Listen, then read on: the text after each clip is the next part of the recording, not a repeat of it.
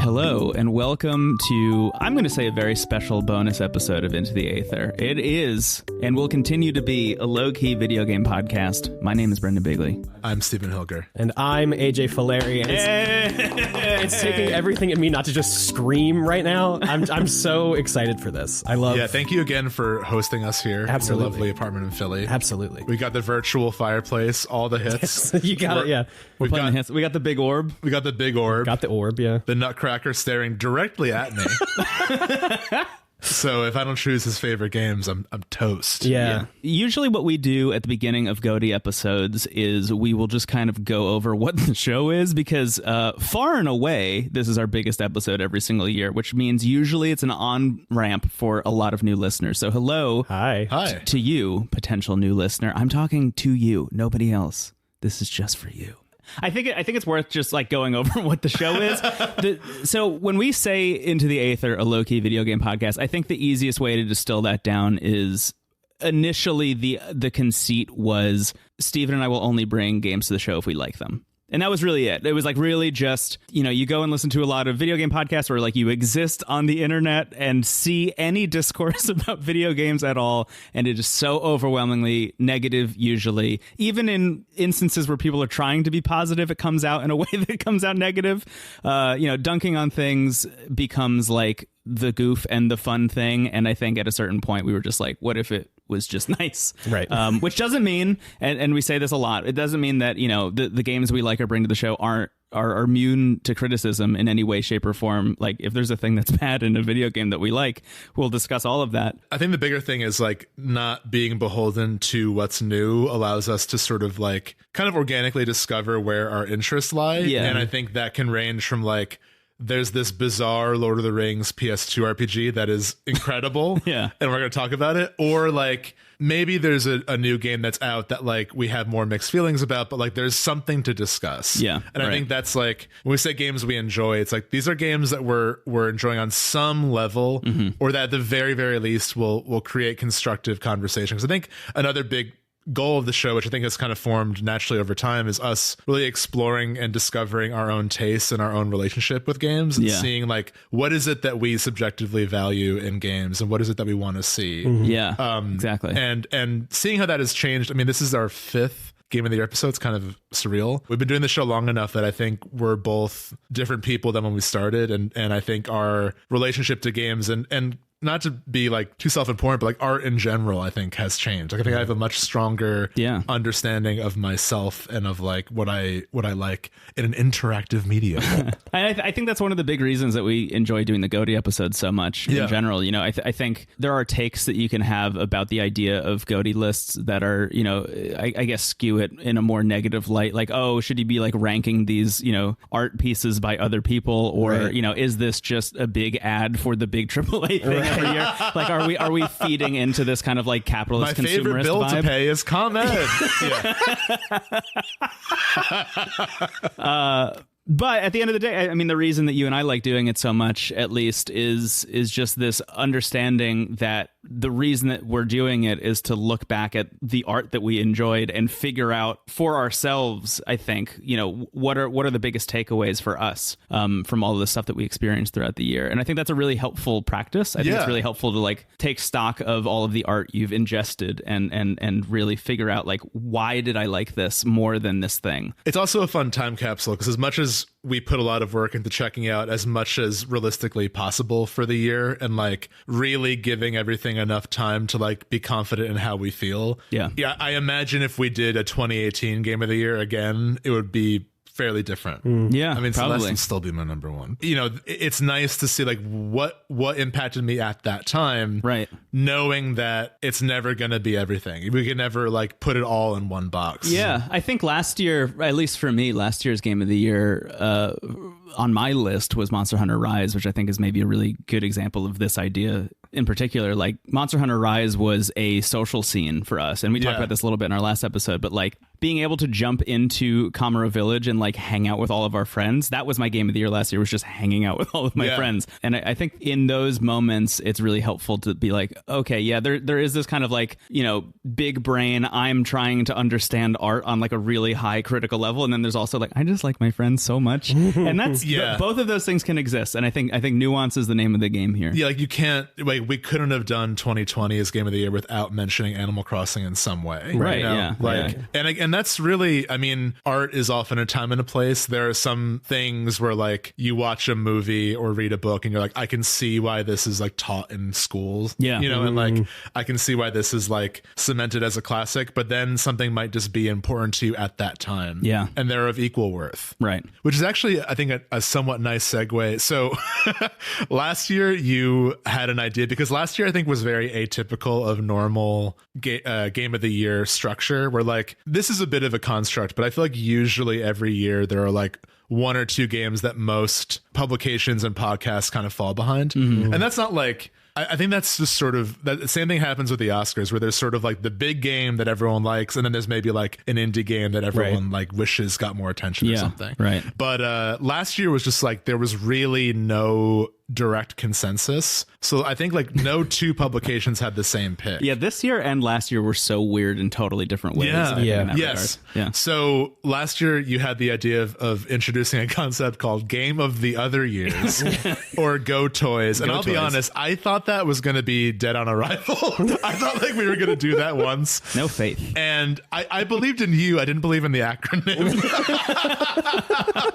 But unprompted in the Discord, a lot of people have shared their game of the year list and their game of the other year list, and it kind of makes more sense, because realistically, unless you're doing a game podcast or like working in the industry, you're probably not going to only play games that came out this year. Yeah. You know, so like saying like my game of the year is finally getting around to Final Fantasy VII or whatever, that is worth reflecting on as the year ends. Yeah. So I think it's a great idea. It seemed to resonate with a lot of people, and that actually gave me and all of us some encouragement to like do it again. Yeah. I've seen this sentiment elsewhere too. Like our friend Dom had this thread of like, tell me your favorite movie you watched this year. Yeah. Forget what came out this year. Like, what is your favorite movie you've seen? Yeah. And I think that like, I really like that we do Game of the Year, because I think it's nice to sort of indirectly be part of a larger conversation and like really give yourself some limitation. Because I think at a certain point, Game of the Other Years can just be like a Jackson Pollock painting of experiences. Yeah. So for me, for my GOTOY list, my Game of the Other Years list, we'll find an acronym that works one day. I think we found one. I think GOTOY's great. Yeah. Fine. You're fighting against the tide out here. The thing about Riptide, Stephen, is you're supposed to just kind of like float on top of it and let it carry you out, and then you swim back when you're outside of the Riptide. I'm dipping my feet in for my GOTOY list. There you go. I included games that I had either played for the first time this year or finished, and they're in no order. I have 10 games that I especially loved that we checked out this year, in either, you know, first time playing or first time finishing. So I have that. I could start if you want, unless you guys want to share. No, your go process for it. You're on a roll. Wow. I'm swimming with the tide, or the tide is dragging me into the distance. I don't know. One is Shovel Knight Treasure Trove. Oh, hell yeah. This was somehow my first time playing Shovel Knight, which is inexcusable because we worked for a game website the year Shovel Knight came out. Yeah, I think that might have been my game of the year that year. Yeah. I think I was still just playing Fire Emblem Awakening over and over again. Shovel Knight Treasure Trove, for those who don't know, is a collection of like the original Shovel Knight and all the character like expansions that have come out. So like the Plague Knight, the Spectre Knight, I believe, and King Knight, who's my favorite. Yeah. He's got the Wario tackle and the Super Mario World spin. Yeah. Oh, nice. I've actually only played the original Shovel Knight so far, so I haven't played all the other ones, but even just the original game, I think is like absolutely incredible, which is a tall order now, because I feel like we are in an era where a purposely retro platformer is so, I don't want to say overdone, but like it's harder to stand out than it was when Shovel Knight came out. Yeah, And right. Shovel Knight is like still the best one. It's awesome, yeah. Yeah. I think that team also released another... Didn't they release another side scroller, or is that not out yet? Oh, Mina the Hollower? Yeah. It's in development, I believe. It's not out yet, It yeah. seems to be more like Game Boy Color inspired. Yeah. Which I love. I'm really interested to see if they can too. do the same thing twice. Well, in that looks regard. so. That looks. It's more of a top down, and it seems to be really similar to the Oracle games. Yeah. and like Castlevania. Yeah, I'm So curious. I wouldn't be surprised if it's more RPG-y and like Simon's Questy than even Shovel Knight is. But Shovel Knight, incredible. Another one is Portal 2. Nice. My first time finishing Portal 2 for our bonus. Portal 2 over Portal 1? Well, I had played Portal 1 before. Oh, okay. Which is why I'm not including it, because I had already had that experience. Portal 2 was my first time playing it this year. I still like Portal 1 more, but Portal 2 is still an incredible game. Yeah. Persona 3 Fez for the PS2, I finished. I started that in 2018. Nice. And finished this spring we had a patron bonus with our friends Alanna and Callie, where we talked about Persona 3, 4, and 5.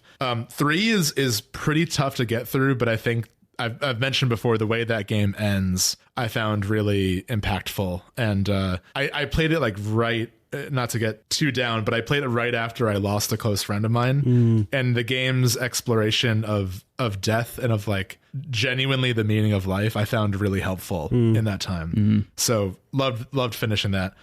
Great Ace Attorney Chronicles. Still pretty early on, but I have a feeling it's going to be an all-timer for me once I'm done with it. That's great. Herlock Sholmes. Please. Yeah. Dragon Quest V. I don't need to say anything else about that. Inscription. This was a lot of people's GOTY last year. Yeah. I'm still in the first phase of it, so I'm sure everyone who has played Inscription is screaming as they hear that I would include this, and having not seen like 2/3 of the game. But even still, just the way that game opens is so cool and so powerful that even if the rest of it is just like the movie We're Back, I had a good enough time that I could include it here. AJ, did you play Inscription? Yeah, I did play Inscription this year. Okay, so are you also screaming internally like Steven? No, just because said? I also am at the same spot Really? Steven is. I've finished the first act and gotten into the second act, and I brought it up on my podcast. What is it called? Asynchronous, a video game catch-up show, but recently we did Synchronous, a video game zeitgeist show, where we talked about games from this year. Hell yeah. Or this year, and that we have played this year. But yeah, Inscription's on my GOTOY as well, so I'll talk about it for a second when I get there. Yeah. Next up, I know is probably one for you, Brendon, is Tetris Effect Connected. Oh, hell yeah, man. This dude. was like, I did not expect this to resonate as hard as it did. Yeah. So I'm like, cool, it's like pretty Tetris, but it's such a cool experience. It is a religious experience. Yeah. That game is unreal. I have sat down and played that game more than once this year. Rez is one of my favorite games of all time, and I'm really excited to revisit it again for our upcoming Dreamcast episode. And the fact that there's so much talent from that team on Tetris Effect makes a lot of sense, because they're all about like that sonic and visual experience. Yeah. God of War 2018, finally played it. Hell yeah. Great time. We have a whole bonus about it. Yeah. Persona 4 Golden, maybe cheating a bit because I had played Persona 4 to completion, but I finally played Golden on my Steam Deck, and it's great. It's wonderful. And Super Metroid, which we did a bonus about in October. Somehow also a huge game that I missed that I had a great time with. And that's going to be like a point of reference for me, especially as Metroidvanias continue to be a huge genre. I think Super Metroid is still the blueprint in a lot of ways. So those are my GOTOYs. Wow. Nice. Those are great. Thank you. AJ, do you want to go next? Yeah, I'll go next. I'll just start with Inscription because we were just talking about it. So I'm in the same spot that Steven is. I've finished the first act, got into the second act, and then realized, the first act was like 1/3 of the game, also time-wise. So there is still at least 12 more hours of game ahead of me or something, which is not what I thought it was, just based on how I've heard people talk about it over the years, because nobody wants to talk about what happens in the second 2/3 of that game, which I understand because, it's the film We're Back. It's the film We're Back.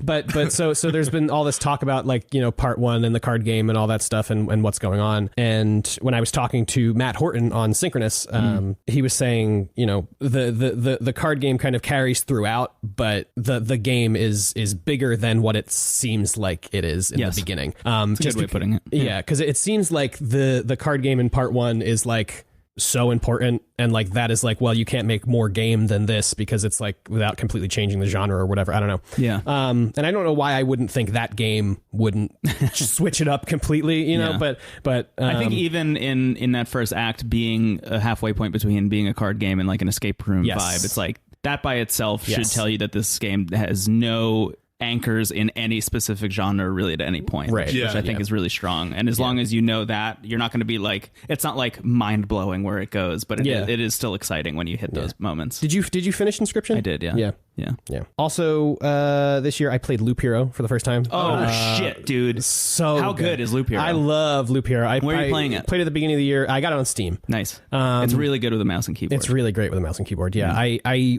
got it and was like, I'll have this on in the background while I'm working. Yeah. And then I didn't work for 2 hours. And I said, okay, I can't do that. I tried doing that too. Yeah. Because it seems like the kind of game you could not pay attention to, but I think you really, really do need to pay attention to it. Yeah, because I think even in the marketing materials, they're like, it's the first quote unquote idle roguelike. It's like, it's not idle. It's not idle. It's not idle. unless you really don't care about like making it super far in a loop, which is like, I guess. Yeah. If you're just doing resource runs, maybe. Maybe. Yeah. But like I have had some really great runs in this game to the point where like I've gotten to the boss, like the quote unquote final boss or whatever of a loop before I've unlocked all of the camp stuff. Like I've only gotten like 2 of the camp buildings, and then I got to the final boss. I was like, I shouldn't be here, and then I got murked. But anyway, so Loop Hero is great. Resident Evil Village, Resident Evil 8 Village. That's great a good time. one. I loved 7. I liked 8. I think maybe like hot 7 take. more? I liked 7 more. Wow. I think it's they're different of experiences that I get why one would prefer one over the other. I liked 8 more, but like the beginning of 7 is so good. Like that setup is unmatched. Yeah, I think I like the slow creep into camp in 7 as opposed to the like right in your face, your leg gets cut off. Yeah, 8 is like Disney I guess World. your hand gets cut off in the first minute of 7 too, but whatever. It's like Disney World of horror. Yes. Like the Duke is like the gift shop guy. Yes. Like, oh, how'd you like that ride? Yes. Like, I didn't. Yeah. Yeah, I did really love, I talked about this on Synchronous as well. I loved the exploration of the different genres of horror in Resident Evil. Yeah. Or in Village. Thank you. We had Chase Allhard on that episode, and he was saying that that's kind of what the older Resident Evils do as well. It kind of cycles you through different kind of genres of horror as you get through it, and then by the end it's just like a wild, wacky action game. But I feel especially like 4, which Village is like really paying homage to for most of it. yes. Yeah. And I feel like the amusement park analogy is great for 8 because it is like you go to like, I'm going to Vampire World, and then I'm going to come back. Splash Mountain with the weird swamp thing. Yes, exactly. Yeah. So I really liked 8. I do think 7 still is on top for me just because I think I get that. I like that, the slow creep, and It also saved the franchise too. So definitely. You got to give credit to it for that alone. Yeah. I kind of wish Ethan Winters wasn't the protagonist of 8. I kind of He wish talks too much in 8. I wish they had like done a clean slate. I don't need to be Ethan again. I don't care that much about the continuation of the Ethan You Winters don't like storyline. Mold? It was no, I love Mold. Mold is great. I'm loving the mold of it all. Yeah. It's the Winters family tree that I'm not interested in. Yeah. Which is so funny because that's what the DLC is like all about. Right. Yeah. Which is I think why I didn't check it out. But Yeah. It's where they're going all in on Ethan when it's like, have you seen any other Resident Evil character? Like the charisma that's on display. No. Yeah. It's so, the writing of Ethan is so interesting. It's bizarre. Yeah. I like him as an everyman, but then they give him the like Kurt Russell action movie quotes. Yeah. It's Yes. like, this does not fit. Right? No. Also on my list this year, obviously 13 Sentinels Aegis Rim. Oh, there you go. Incredible game. Yeah. Great time. Played that. You have a whole season about that game. On your Yeah, show. I have a whole season about that on Asynchronous, so check that out if you want to. I played that game try again to this follow year. along. Oh, yeah? And it was great the second time. Yeah. I don't know why this has been a trend for me this year, but it's replaying big games that I think have like magic tricks or I don't understand how they're put together to understand how they're put together, and I still don't with 13 Sentinels. I mean, it really is just like the gating of progress every once in a while. I think is like the way that they're able to make that story work. I haven't played it in full again, but I played the like prologue on when it came to Switch. Yeah. And I said this on our podcast, but like it is funny how many like huge plot reveals are just like in the room there, yeah. when like you have the context for it. Yeah, right? It's that has been really fun to revisit on the second playthrough. Yeah. Paper Mario doesn't really count because it's the 6th time I've played it. Paper Mario's great. I love Paper Mario. Paper Mario's awesome. Forever GOTOY. Forever GOTOY. And then finally, Hellblade Senua's Sacrifice. Oh, cool. Whoa. Really great game. Picked it up on Game Pass at the beginning of the year. Yeah. Incredible. I gotta check it out. This is a game. Whenever I see footage of it, I'm like, I need to play this, and then I immediately forget. Me it's too. nothing against. It's nothing against. The No, game. yeah. It just is what's happened to my brain. Exact Yeah, same I vibe. mean, you with me. see it, and it is just kind of this Sony AAA third person over the shoulder kind of thing. Yeah. Which is like, kind of blends together for everything. But I will say the story and the themes that game is exploring are amazing. Cool. Can I ask you, how does it play? Yeah, like, I don't even know what it is. Yeah. So it's it's a third person over the shoulder action game. Kind of plays kind of GotOY. Oh, really? Cool. Yeah. I didn't even know there was combat in it. Oh yeah, that's the thing. There's a lot of combat. Yeah. And it's very formulaic, which I think works. I think it works for the game in a big way because you are fighting basically the same guys that you're fighting in the beginning. You're also fighting at the end with, they add additional enemies throughout, but you don't get stronger and they don't get weaker. They just always are how strong they are. That's cool. So like in the beginning, they're really, really hard. Yeah. And then at the end, they're throwing like 3 and 4 of those guys at you at the same time, and you've just figured it out. That's cool. Which really also, I think, aids the themes of the game. Interesting. That I won't reveal. Yeah. Okay. But the whole thing is kind of centered around Senua's internal struggles with her past and how she can move on from the events of her past. And I just think it's a really, really incredible game. So That sounds awesome. yeah, I would check it out. And it's 12 hours maybe. Not super long. Yeah. I feel like that's in the same realm for me as the Plague Tale games. Like I really want to play those. Me too. And I keep being like, I'll get to that eventually, but like I really just need to do it. Yeah. It's so funny. I learned this when we did our DS episode that like game reviews pre like 2010 always say a game is too short. Like every review is like, this is way too short. And I'm like, now like I'm hungry for 12-hour games. I think it's doing this show, but I also think like rarely have I felt that needed more time. Yeah. I think there's a lot of power in like knowing what the experience is going to be and like letting you sit with it or return to it if you want. Yeah. That's great. I can't wait to talk about game length later. In this episode. Me too. It's going to come up a lot. It's going to come up. I'm honestly really excited for that. Well, thank you for your GOTOYs. Yes, Brendon, what are your GOTOYs? Yeah, these are just in alphabetical order, except I'm going to swap the first two for obvious reasons. The first one for me is Chrono Trigger. Oh, yeah. I've always wanted to finish that game, and that really was like an aha, this is reframing everything I know about video games kind of moment for me. I think the way that I talked about it in the last episode when we were talking about Chained Echoes a little bit was like, it made me retroactively upset at other JRPGs that I've played because Chrono Trigger is like so good at so many things and evolves that genre in so many meaningful and interesting ways. And now every JRPG I play after that doesn't have the same takeaways from Chrono Trigger, I'm like, they figured it out in 95, dude. Yeah. They got it. What are you doing? What are you doing? Yeah, exactly. And all these games that say they're inspired by Chrono Trigger that don't even... Where's the frog? Yeah. Where's the robot? that's it. You gotta have a frog with a story. You gotta have a robot, or else what are we doing here? So that's one. Also, Chrono Cross I have on the list. I only made it to I think we were talking about it, the end of disc 1. Yeah, you made it to the point where like I think you're getting Nickelodeon slimed with the central conceit of the game. Yeah, it was a huge plot reveal, and then I was like, this is so much, and I put it down, and I haven't picked it up since, but I'm like dying to. Yeah. But that was like right as we were leading into, hey, there's a shitload of games coming out now. I would love to talk more about Chrono Cross. Yeah, I loved Chrono Cross. I mean, very classic me to be obsessed with the weird sequel, but I loved Chrono Cross. I think it's a great game. Yeah. Great on Switch. Great on Switch. Dragon Quest V, Hand of the Heavenly Bride. Again, like you said, I don't really need to talk about it that much. We talked about it at length. Yeah. If we did a bonus, it would just be us like crying into the mic. Yeah, it would. Yeah, probably. Yeah. Final Fantasy VII, again, just one of those ones. It's like I needed to finish it at some point in my life, and I'm glad I did. Especially now that I'm like fully on board with the remake stuff. Yeah. That's really cool. This is weird. Fortnite's on the list this year. Hell yeah. It is a game of the other year. It still continues this year. I didn't add it to my game of the year list, but I talk about this pretty much every summer. Fortnite comes up for some reason. I'll just like get into it again for a month. Yeah. And what a month it was when I was into Fortnite this year. The Indiana Jones. It was the Indiana Jones thing. They were adding a bunch of Marvel stuff. I mean, it was like really all of my interests kind of combined into one thing. But Fortnite continues to be amazing. I'm just like constantly impressed that that game is like continuing to be the live service game that works. I think there's this like dichotomy between the idea that they are both like proving that a live service game can continue, but also, this blueprint that nobody else is following for some reason. I'm like so interested in all these other companies that are trying to replicate Fortnite's success and can't. It means that there's this like secret sauce to what Fortnite is doing, and it's not secret. It's just they like have the ability and the like fortitude to continue working on it and like invest money into it. But, you know, there's a lot of like downsides to that as well, which we don't need to get into in this celebratory episode. Anyway, Fortnite, it's on the list. After that, Phoenix Wright, the Ace Attorney trilogy. Oh, cool.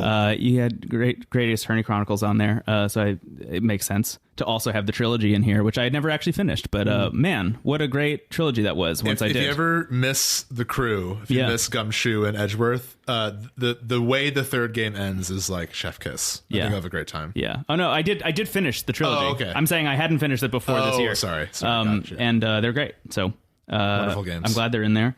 Portal 1 made my list.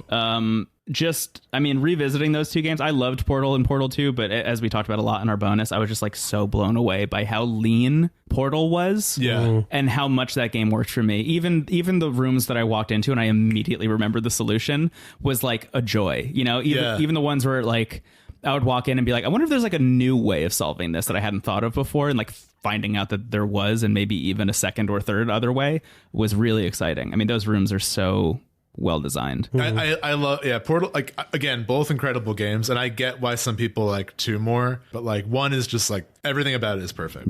2 I think tries to one up the comedy, and that's like where it like falls a little bit short for me. But there's some really great mechanics introduced, like the bouncing paint. I think about that like when I'm bored. Like just comes up in my head.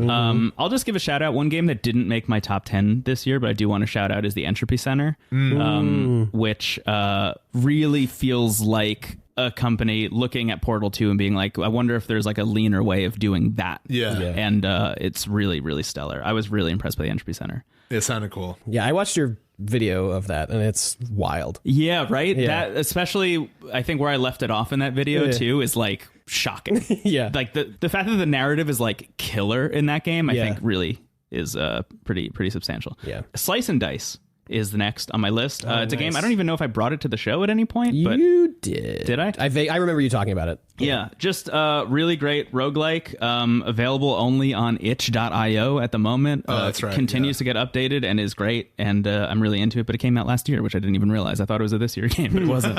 Until I was like, oh, does this make the GOTY list? And then I checked the year. So weird. Tetris Effect. Yeah. Again, religious experience. I streamed the whole game at one point. For those of you who were there, thank you for joining me for that. But I played the game I think 3 or 4 times this year. I really every once in a while I just sit down and I look through all my Switch games. I'm like, what am I going to play today? And then I just pick up Tetris Effect and play the whole thing again. It's great. And last on my GOTOY list is Yakuza Kiwami. Oh, nice. The first Yakuza game remade. It's brilliant, and I think dispelled a lot of notions I had about the franchise, because I thought, after you and I had played Like a Dragon, which is 7. After we had played that, I was like, oh, this is like, you know, a fun new twist on what Yakuza is. This is like a really interesting idea, I think, like tonally, versus what I thought Yakuza was. And it turns out this is what it's always been. And that's really brilliant. And I imagine we'll talk about it a lot more. I feel like Yakuza is like a forever bonus idea. It's a matter of which ones. Yeah, exactly. And I'm halfway through 0 right now also, which is continuing to be I feel like what makes sense is like 0 and Kiwami would be nice, like as a double feature. We'd also want 2 in there. Kiwami 2. Yeah. That's like a little trilogy. That'll be fun. Yeah. Anyway, those are my GOTOYs. Nice. Amazing. Wow. Woo! We did it. That was fun. Well, thank you all so much for listening. We'll be back next year with more games that we liked. Can you imagine that's like, this is pretty good. Anyway, the next one I thought it was cute. So if you are a longtime listener, you know how these episodes go. But if this is your first game of the episode, pretty simple. Essentially, Brendon and myself, and actually for this year, for the first time, AJ has their top 10 as well. Thank you, Microsoft. I love paying my bills. I have a letter in the mail to Phil Spencer. Spencer, damn it. It says thank you for Game Pass. Anyway. Thanks, Phil. Well, we're basically going to go 10 to 1 being our game of the year, and we're going to switch off. So for these games, we'll be talking a little... No one has ever accused us of like shilling for a company, but I like the idea that AJ only has 10 Xbox exclusive games. That'll be Halo, Clippy from Microsoft. Dude, they called it Infinite for a reason. It fills all 10 slots. Oh my God. We're going to switch off 10 to 1 with the 3 of us now, so that'll be fun. Woohoo. 10 to 6, and then 5 to 1. Yeah. That's going to be good. Cool. So I guess why don't we take a break here, and then when we come back, we will begin with 10. Beautiful. Sounds good. Hi, Stephen and Brendon and Into the Aether listeners. It is Usurper King, King of Twilight, so-called King of Shadows, Zant, aka Dom Nero. And if I had to pick my favorite gaming experience of 2022, I think I'm going to have to go with Wind Waker HD on my Steam Deck. I know that sounds kind of insane, but this was a big year for me for the Steam Deck, for, experiencing all the Steam Deck can offer. I'm so grateful that I have one, and I put in a lot of hours just playing Wind Waker completely flawlessly on that thing. Of course, it's not a new release. I would give that award to Elden Ring, though I also played some games I've really, really loved this year, like Tunic and Sifu and a few more. But I'm going to give it to Wind Waker HD. So thanks, guys. Happy holidays.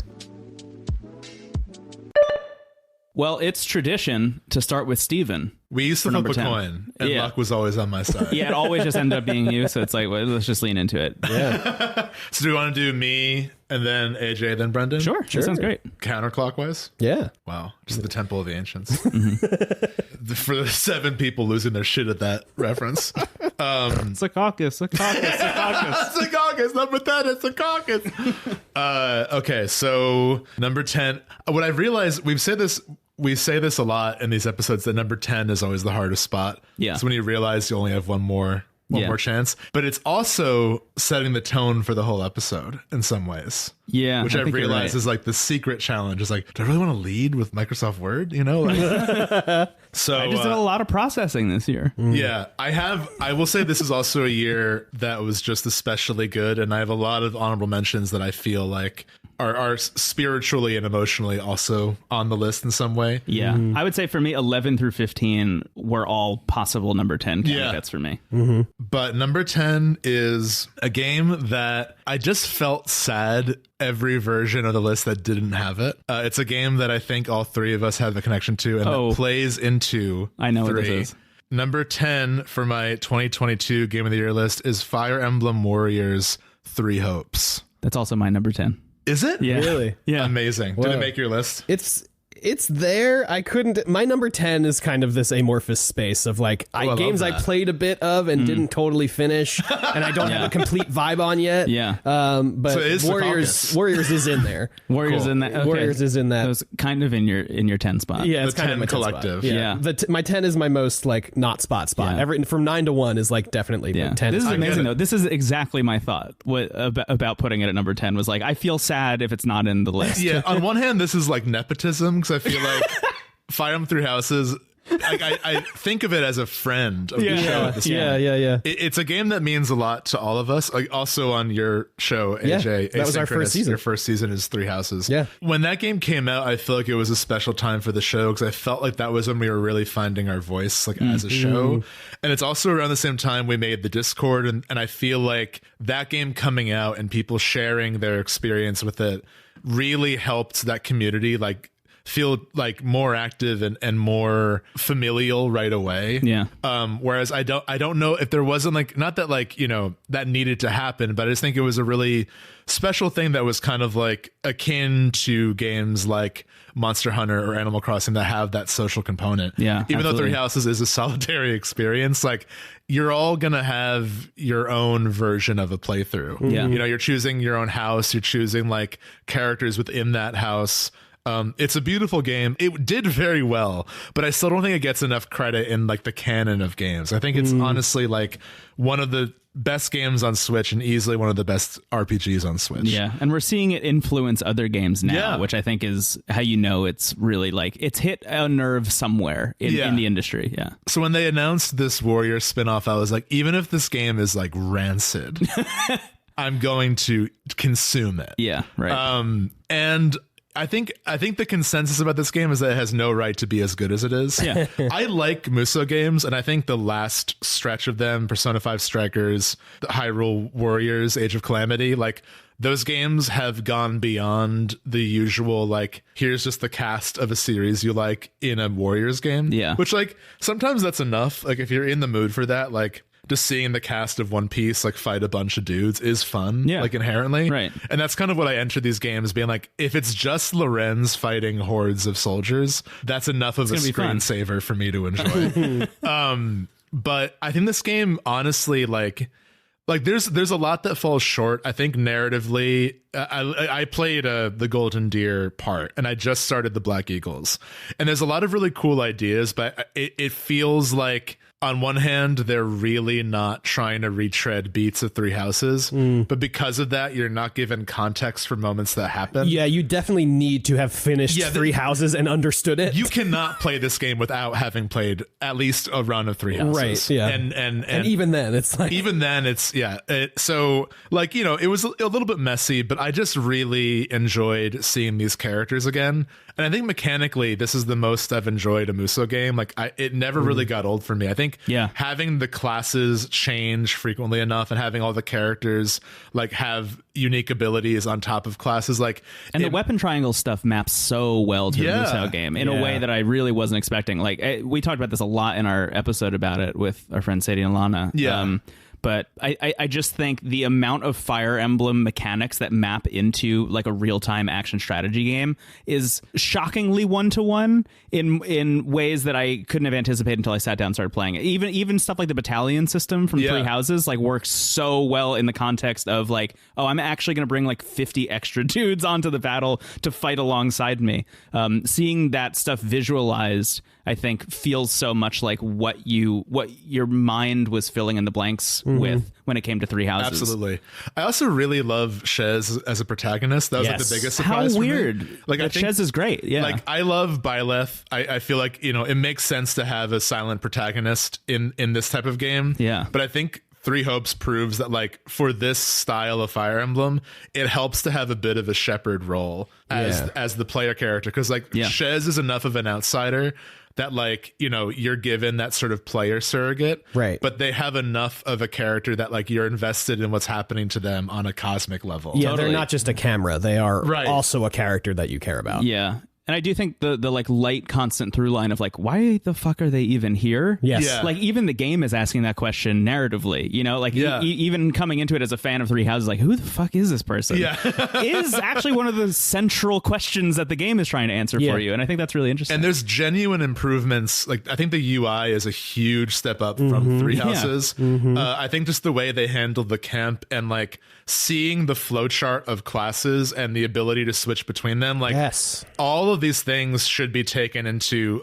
I don't think they'll be in Engage because that was in development like along the same time as Three Houses was, from what I know. But regardless, I hope the mainline series adopts a lot of what's in Three Hopes. And like, I don't know if we'll ever. I will be very happy if this is true. I'm guarding my heart to the idea that, like, I don't know when or if another Fire Emblem game will like come out and hit the same highs for me personally as Three Houses. Sure. Yeah. So I'm just grateful that we got a second chance to like see these characters and be with them. Absolutely. And get to kick ass. And it was just a pleasure watching Hilda ride a dragon and destroy an army.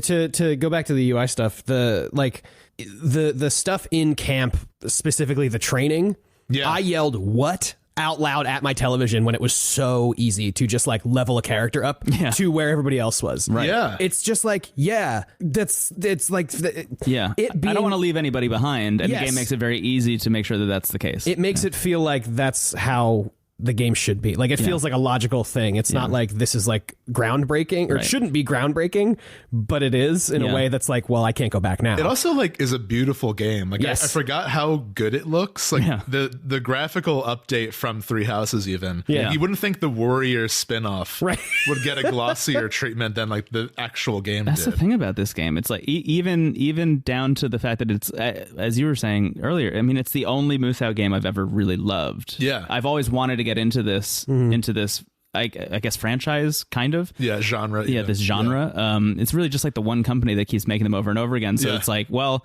they've kind of had, I don't want to say clunkers, but they haven't had like winners for me over and over and over and over again. Like, what are the odds that they're going to take like the IP I love and slap it on and that's going to work? And it turns out 100% chance of them succeeding. It really, like, I ate this game the fuck up. Like, when it came out, I could not put it down until we were done with it. That's the reason I put it on my list. I'm like, we play so many games on this show. Yeah.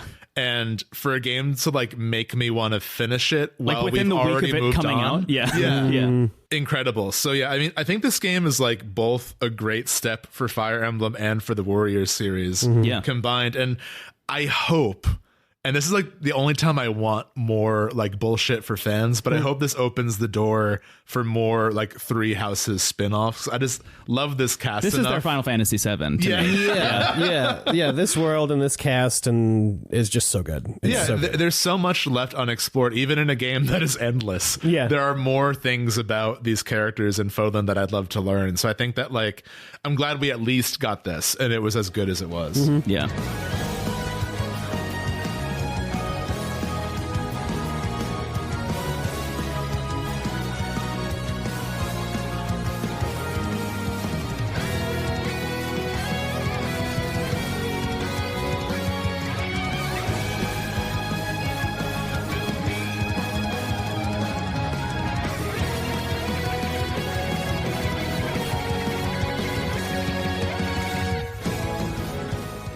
AJ, what else is in your 10 slot? My number 10. I appreciate that deliberation for Warriors because it helped me decide that's not my number 10. I swayed you against it.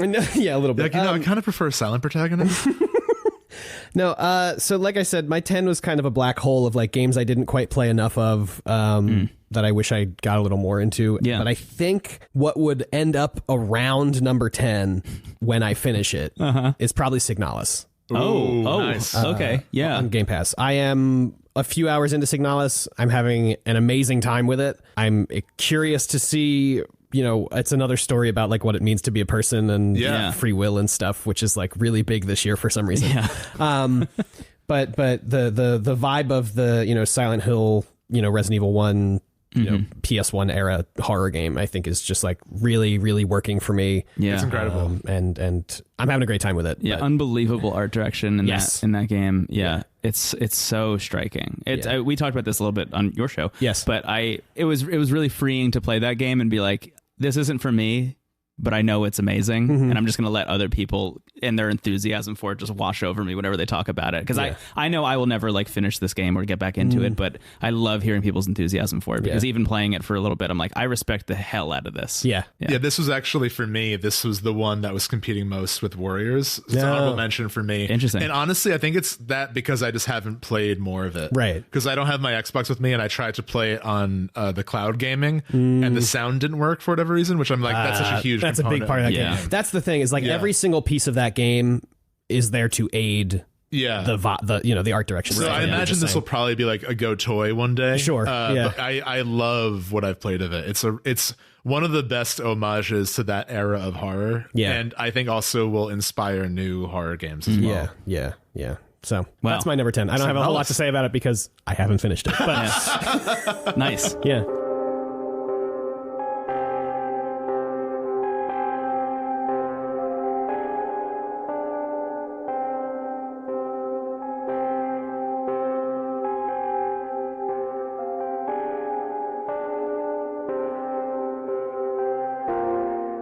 Number 9. That's right, because number 10. Yeah. Whoa. Number 9. Oh, geez. If we have the same list 1-1, I'm going to lose my fucking mind. Also, if this episode is going to be like 2 hours, it's going to be half the length. We extremely don't. I know for a fact that we don't, but I'm curious to see what you have at number 9. I'm really curious if this is on either of your lists. Number 9 for me is Neon White. That's also my number 9. What? Amazing. Shit. Oh, that's so good. Neon White, I think, not to be hyperbolic, but we're celebrating here. Yeah. Neon White, I think, is the best first-person platforming I've ever experienced. Yeah. Is it the only one that's ever gotten it? I mean, Mirror's Edge came close. That's true. Yeah, that's a good Mirror's point, Edge, yeah. and that's more of like a parkour game, but like Yeah. this game's speed and this game's like ask of precision. I really think this game succeeds at teaching the player why speedrunning can be fun. Yeah, because I think every level is designed in. I mean, the level design in this game is incredible. Yeah. The presentation, the music, it's all so good. And I think it's teaching you like how the rules of the game work. I think the levels are paced well, where it's like, okay, here, like the first level I think is just called movement, and it's like here's just how to move, and then you learn what all the weapons' secondary ability is. So you basically find cards that represent weapons, and if you discard that weapon, you'll have a different momentum ability. So the pistol allows you to sort of to jump up a bit. So as you learn that, you will try to get to your objective as fast as possible, but then the game taunts you with all your friends' scores, and you're like, oh, I'm gonna destroy. This is the opposite of Monster Hunter Rise. This is like, I'm gonna turn against all my friends one by one until I dangle my millisecond lead in front of them. Yeah, it's the best shit in the world. Yeah, it's so good. And I mean, this is another game that I couldn't stop playing. Yeah. I had so much fun with it, and I think I will go back to it consistently just to like learn new routes and levels. And I mean, this game's soundtrack has become one of my most listened to as well. The Machine Girl soundtrack is so good. God, it's good. I'm looking at my list. I mean, it might be the best game soundtrack this year. Yeah, for me at least. I It's think the one it I've might listened be. to the most. It might be the best game soundtrack. It's incredible. It's really good. And I just think the game itself is great. I think that where it falls a little flat is the second half of it with the story and sort of the persona relationship stuff. The story was like, it kind of worked for me. Like I was at least interested to see where it was going. Yeah. And I think the game has a larger than life tone, and it's like, I think it succeeds at establishing the tone it wants to, but I think that there was an opportunity to have those like character things add a layer of depth that really didn't doesn't at all. happen. Yeah. So I just sort of ignored that part of it. But the game itself, like the other part of the game, is so good, and that's like why you're playing. Yeah. It doesn't really bother me. It just like, I think if all of that worked together in unison, this would be like number 1 or 2. Yeah. But because of that stuff, I think it's a little lower, but it's still such an incredible game to play. Yeah, this is one of those situations, exact same feeling that you have about it, where like if that narrative stuff had landed,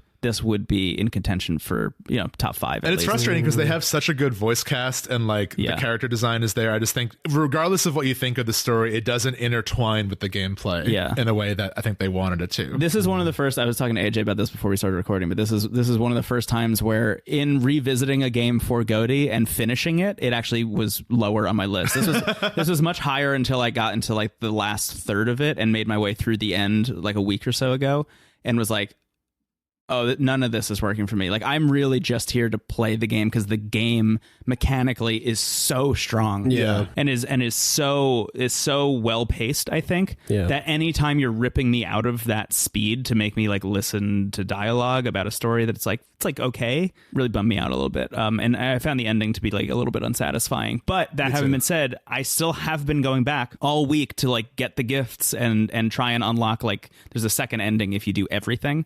And I'm like trying to get that. Every character also has their own bonus missions, which are amazing. Violets are sick, and they give you. Saw. You get more of her character from those missions than any of her scenes. I agree. Because like there's a point in one of her missions where all you can do is go up and it's just spikes. Yeah. And you could hear like Looney Tunes laughter in the distance, like, God. So then it's okay. Like this character is just here to mess with me. Yeah. And same with Yellows, like they're just a fun ride. Right. Like he just wants you to have a good time. Yeah. So I feel like the level design is king in all areas for this game. Yeah, and there's so many of them. I didn't realize this until I had finished it, but I looked up, I Googled when I was done with it. I was like, how many levels were there? And in the main story, there are 96 levels. And that's not even including all of the bonus ones for all the other characters.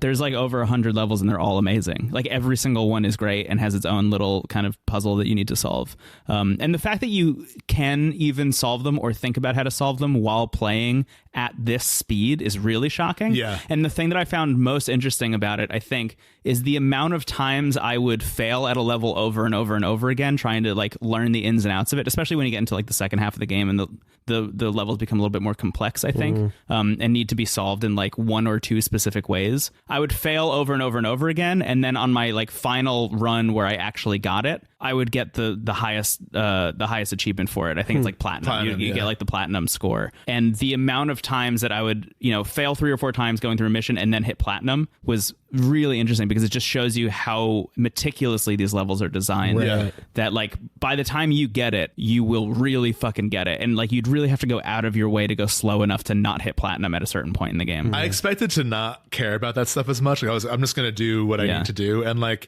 you will be pulling off stuff that you're surprised you're able to without really putting in that much effort. Right. Yeah. Which is amazing. The control scheme is also amazing. Yeah. I think mapping jump to the left bumper or left trigger was like just that's really what I do in smart Celeste, which helps a lot. It's really smart. But yeah, I mean, a lot of the thing that was driving me through that game initially was just seeing your score and trying to beat it.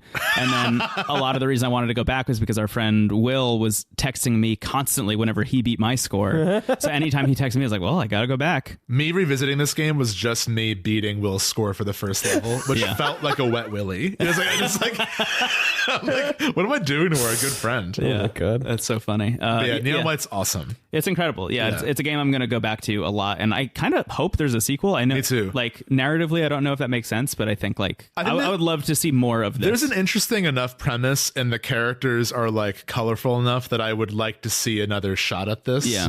I just think that I think the reason it's disappointing is like the game is kind of promising more with these like character things, and it's just like reverberation each time. Yeah, you will realize, at least I did, and I know you felt the same way, but you will realize at about a halfway point through the game, when you are trying to platinum every level and get every gift in every level to give to the other characters, so you can like progress the persona relationship stuff, where you've gotten nothing for about like 5 or 6 hours of that. Like you've really gotten nothing except for the levels out of that half of it, so it's like, oh well, I'm just going to focus on making it through the levels then. Yeah, it's also like I think the thing that I was most intrigued by early on was like, who were these people when they were alive? And they're all wearing masks, so it's like there's got to be like and this is me rewriting the game, but like I feel like just that visually implies like there's gonna be a catch. Yeah, and like there just isn't. Yeah, it was all the cast of SNL, the current one.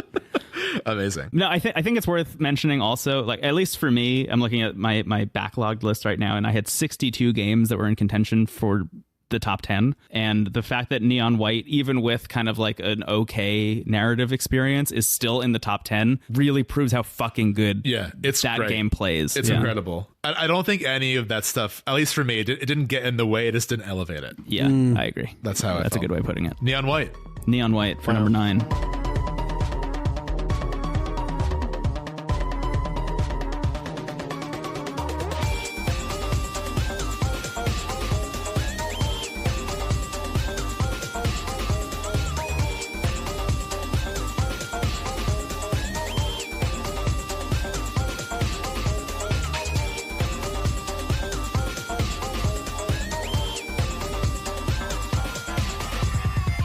AJ, what's your number 9? My number 9 is Escape Academy. Oh, cool. I don't even know what this I don't know is. this is Straight either, to Game Pass. What? Escape room game. Yeah. You guys don't remember hearing about this? Yeah, it was a Summer Games Fest game, I think. And it is so much fun. I played it in 2 nights with Tara, my partner Tara, and I played through it. There is a co-op mode where I guess you can have 2 people solving the puzzle at the same time.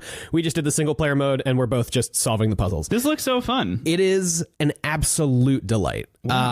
It's not a hot take, I think, to say that like it's fun to play games with people or to like have a have a community around a game or whatever. So like, friends. So like the game itself it's not doing anything like revolutionary or whatever. Not to say that games have to do that, but like the fact that I was able to sit down on the couch with my partner and play this game and we were both having so much fun is just like, it was one of my favorite moments of the year in gaming. Hell yeah. In gaming. But it's like it is what it says on the package. You are basically doing escape rooms, but the school is escape rooms. You're going to school to escape.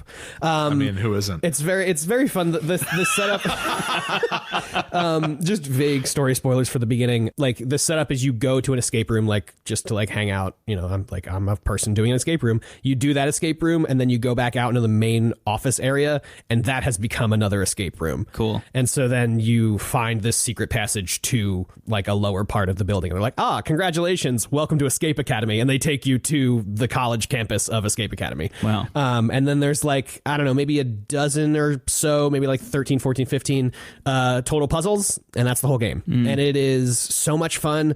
Everything that I like about escape rooms in real life is in this game, but also because it's a video game, they can make the stakes like if you don't solve this fast enough, you'll drown. Yeah. Which They're gonna be a little higher. Really fun. Yeah. It's great to have that pressure on it because it's not like, it's not like, if there's like a timer countdown, there's like actually water coming up. And so like stuff is getting harder to read because there is now water up half the level. Yeah. It's a great time. It's so much fun. I awesome. would really highly recommend it. It's on Game Pass. So if you have Game Pass, you should play it. I will. It's on my wish list. Yeah. So that's my number 9 is Escape Academy. Wow. Oh yeah. Yeah.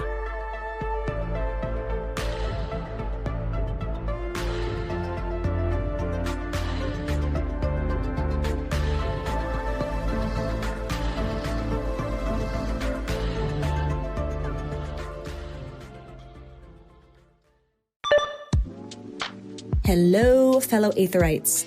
It's me, Sadie, former guest, current friend of the pod, and future ghost. The game landscape of 2022 was undoubtedly jam-packed with hits, but for me, it was hard enough getting out of bed in the morning. Then I felt like I could do that about as well as I could start a new AAA game. So I missed out on a lot of the big boppers, as it were. That being said, there was one game this year that did serve as a balm to my agonies. It's a game that delicately balanced engaging gameplay with hours and hours of endless AO3 fanfic of anime guys smooching in a year where I was truly in need of the gentle embrace of fan service, as well as the ability to fill hundreds of foes with a single parry of my blade. My 2022 game of the year could be none other than Fire Emblem Warriors 3 Hopes. What else would you expect? Shuz is there, Hilda's there, hell, even Arval's there, It's just like, it's like fun, it's fun. Anyway, I love you. Mwah. Number 8. You joining us, AJ, has helped this episode so much for many reasons. But this episode Brendon and I 10 apparently minutes right now. fused shortly before recording. So I'm almost positive this is where we deviate. yeah, I think so. I think we'll still have some overlap. But I think so too. I think we're no longer joined at the hip. If you have the same number 8 as me, I am going to leave the room. I'm going to just get in my car and drive home. No, I'm scared now. Yeah, I'm also actually terrified. Number 8 for me is Marvel Snap. Okay. Yeah, that's not number 8. We're free. Can I get my little disclaimer? Yes. Marvel Snap was on my list for a really long time. At a certain point, if this is your first episode, I work at Marvel. Everything I say and do does not reflect the views of my employer. I love Marvel Snap. I think it's a great game. At a certain point internally, I started like working more and more on the marketing materials for Marvel Snap. And I was like, I think just for like disclosure reasons and also just like for job reasons, I should probably discount it from my list. So that is not a game that counts for my list, but I love it and I play it every single day. Yeah, Marvel Snap. I think that was for many. I would imagine this is the case. It was a huge surprise for me. I think it's easy to write off if you just hear what it is. Yeah. And I'm not like, I like Marvel. I like superheroes, but it's not like a selling point for me. I won't check it out because it's that. But I mean, I loved Marvel Spider-Man. I love Spider-Man. Like, they get you eventually. Even if you think you're over it, you're not. Marvel Snap has filled a place because I mentioned on the show in passing, like there was an era like at the end of college where I tried to get into Magic and like it was sort of a fun fling, and then Hearthstone came out and destroyed our lives for a bit. So I knew that I liked the collectible card game experience, and I think Marvel Snap is so well designed. Like I think just it's such a breath of fresh air for this style of game because so many other games have come out that are sort of like Hearthstone but with dice, or I don't know. It's like there are a lot of Hearthstone-esque games, and this game I think fundamentally changes like how a card game can work. Yeah. I'm sure there are other card games this is pulling from, like Gwent. But I love the idea of the locations. For those who don't know, it's like matches are 6 rounds. Each player has a deck of 12 cards. and there are 3 locations on the board, and your goal is to have the highest power in each location, and whoever wins the most locations wins the match. Yeah. So I think the rules are really simple. Having a deck of 12 cards, having it be 6 turns sounds maybe like, oh, that sounds like really short and really simple, but it really just focuses the design. Yeah. You know, I think sometimes like the length of a game of Magic or even Hearthstone can be dragged out, and it's like I think a lot of experienced Magic players can recognize when they know they can't win, and they just call it, and it's like the fact that you don't even have to worry about that in Marvel Snap, you can still retreat even within that's a built-in 5-minute match. Yeah, it's a built-in mechanic in this game, right? Like the snapping of it all really is kind of adding to the like poker-ish vibe of, do I want to go all in or do I want to bail? Because what you're gambling with in Marvel Snap is your rank on the ranked ladder. Yeah. So if you get to turn 5 and you're like, there's no way I'm coming out of this winning, you could just bail and you only lose 1 cube on your ranked ladder list. There are just like everything about the core design of the game is so well done, and is such a great response to like the state of card games right now. Yeah. But I think honestly what has really kept me playing this is the community around it. Like we've got a really active and really like helpful and fun channel in the Discord of people playing this and like sharing decks, sharing the variants they're getting, sharing like just their experience with the game. And what I've learned is that like for these types of games, I actually have more fun making decks and talking to people about it than even playing the game sometimes. You know, there's a lot to criticize too about Marvel Snap. I think like the monetization is not great. Like it's bad in different ways, because usually these games are like you spend money on like booster packs or whatever. Right. This game is like more manipulative of your time, which doesn't feel great. And also they responded to some player feedback of like progression kind of being halted at a certain collection level by giving you like, you know, featured cards you could buy with tokens that you can like pin, otherwise they change every day, which is cool. And then they also added a literal $100 bundle of just bullshit basically. And like I understand that free to play games have to have these things, but the pricing on some of these bundles is absurd. Like the fact that there's like the only option for that Apocalypse bundle is $100, and you have to scroll past it every time you're in the store, which is often, even if you're not spending real money, like you will have to be there to get like certain things. That stuff like really holds me back from like just overall recommending this game to people. It's not an issue for me, but I know it's an issue for someone else. And like there's always kind of like, I don't feel great when I play this game for a long time. Like I kind of feel like I just ate a whole bag of Smart Food white cheddar popcorn. One of my favorite snacks, but I always eat a whole bag by accident. And that's sometimes what Marvel Snap feels like. At the same time, it's an incredible, like the game is actually good. And I can't not have it on my list because I played so much of it. I'm enjoying it. And I think the moments where I'm actually feeling joy from it are the reasons why it's on here.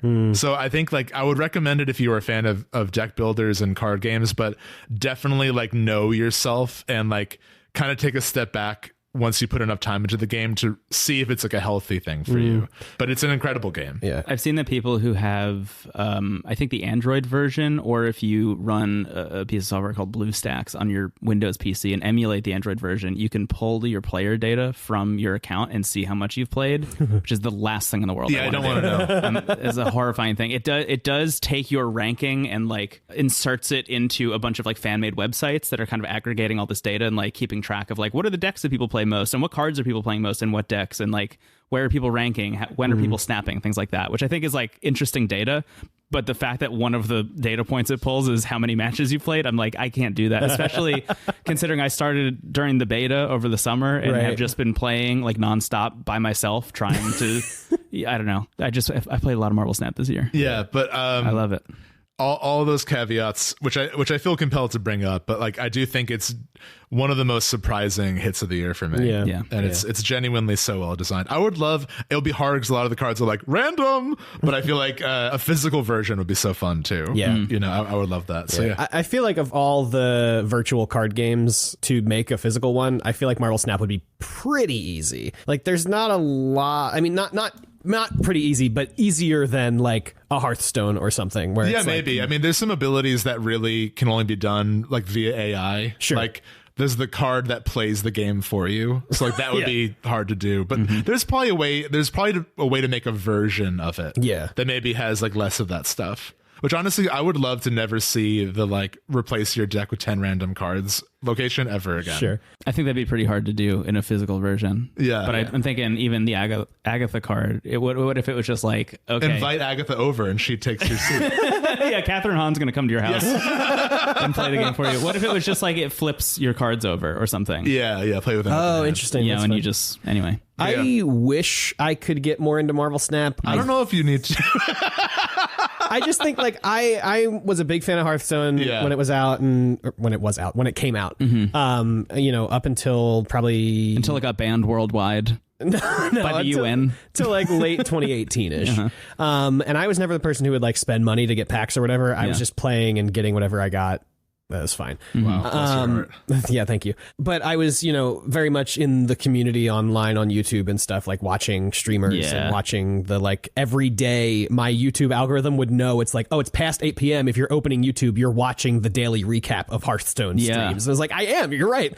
So it was like to that point. Yeah. I was in the exact same boat. Yeah. But something about Marvel Snap just isn't grabbing me. And I think it's, I need the game to be more complicated.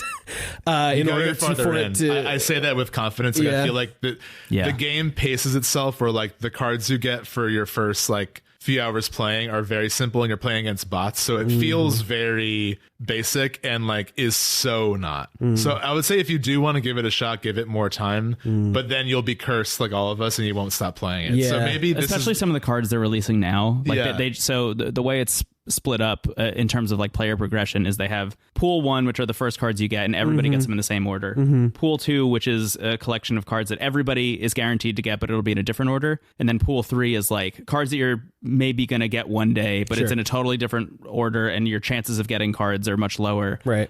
So once you hit pool 3, it's like kind of a slower drip, but they just added 4 and 5 also. Oh. And those cards are like super rare, but if you get one, it's like, I'm going to build my whole deck around this. This is going to be the only thing I do for like a week because they're so weird. Yeah, like for context, I'll see matches where someone's like, they'll play a card that has on reveal actions go twice. They'll play a card that minuses every other card, a card that destroys all of them, but they already played a card to prevent destroy. Like there's a lot of really interesting, like there are a lot of abilities that you would see it on a card and be like, this doesn't sound helpful at all. And then all of a sudden you see other cards that would go well with it. Or you see it get used against you. Yeah, it's exactly. like you pull a card, you're like, I'm not going to add this to anything. And then somebody like destroys you with it. Yeah. As someone who like got really into Magic and Hearthstone, like the game is shockingly deep with what you can do. So I think you just need to see more of it. But you know, it might not be your thing, and that's totally fine. You'll be free, unlike us. I think part of it too is I'm just like so uninterested in the location like aspect of it. Like That's interesting. Yeah, there's something the randomness You want of the to location. beat somebody else up. Yeah. No, I want the randomness to be like, I don't know what the other person has in their deck. Not like we both don't really know what's coming. And so we're both kind of playing. It's an equalizer. It's an equalizer, which I understand is like important for games like this and stuff. But I don't know. I want to like build my deck around a meta and then like have to counteract another person who's also built their deck. I think I get that. I think what I'm not saying, I don't want to keep being like, so the reason you're wrong is no, please. But I think like for me, what I like about the locations is that it adds a secret element to decks where like the matches are always going to feel different. Right. And like there are so many unforeseen combinations of like, oh, like this location, when I play a card, it adds a copy of that card somewhere else. Right. And there are suddenly synergies that like couldn't have existed otherwise with just your deck. So I think like there are a couple locations where I'm like, this could be removed and my life would be better.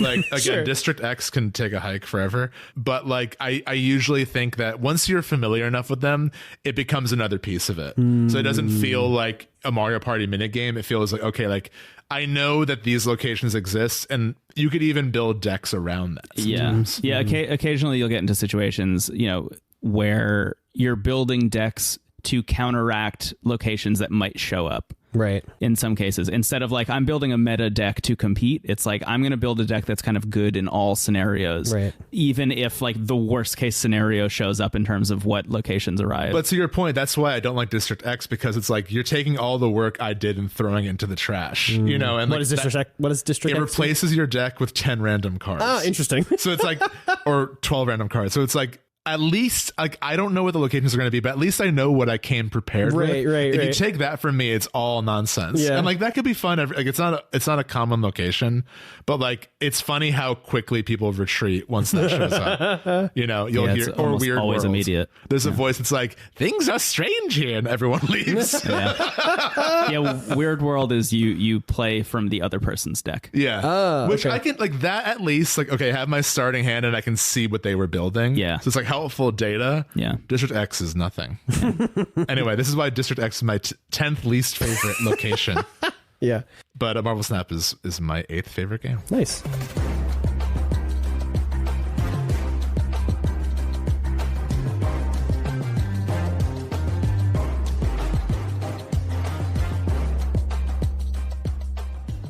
My number 8 this year, 2022.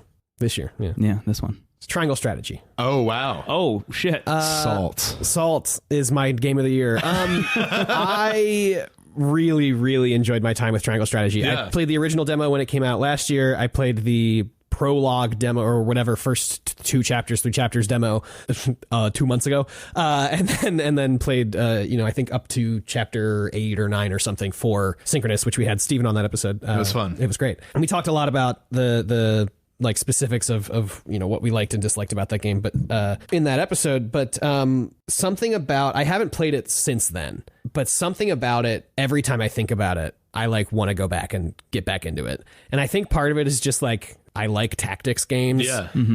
But something else that I said in the Synchronous episode is like, I love how much story there is in this game, which I know is kind of a hot take, because there is so much There's so story. much, AJ. Yeah, it's like 40 minutes of cutscenes before Longer. yeah. Yeah, I think we figured out you do one battle in the first 2 hours. Yeah.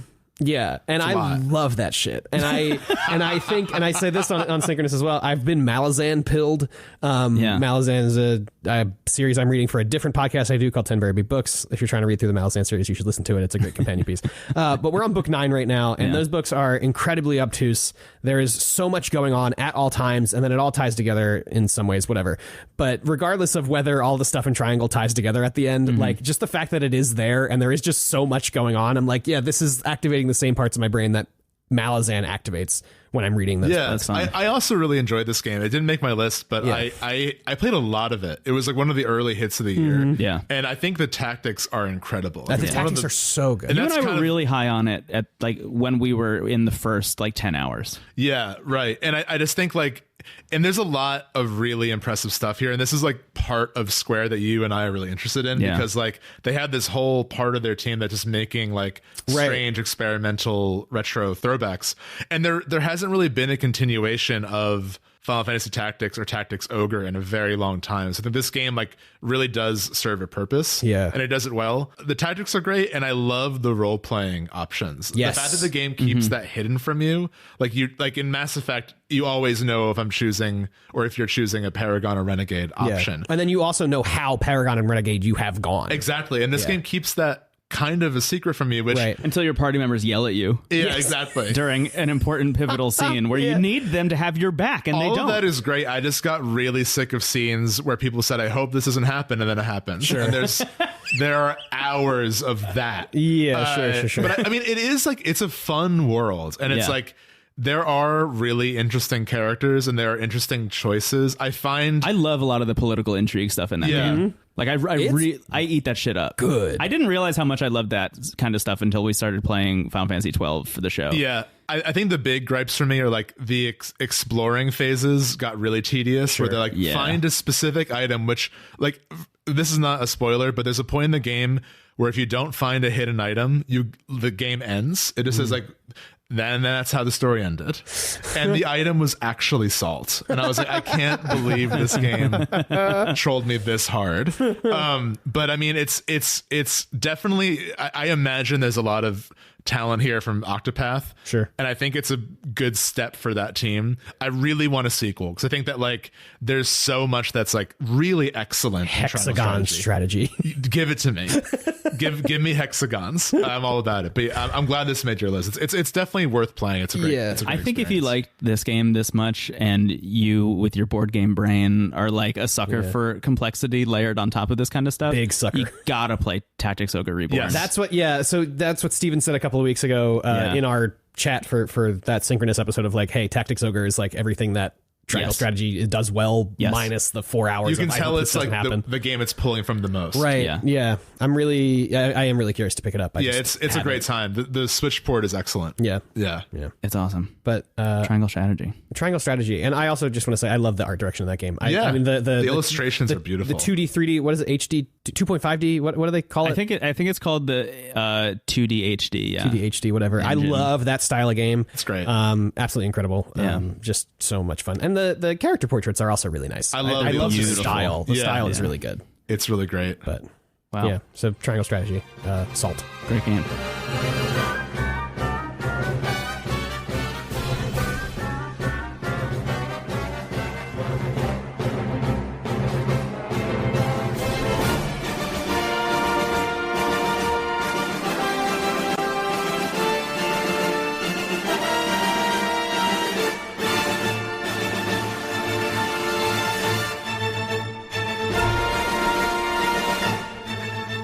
Wow, me. Number 8 is Strange Horticulture. Oh, hell There yeah. you go. Strange Horticulture, a wonderful little indie game where you run a plant shop in like a fantasy version of England.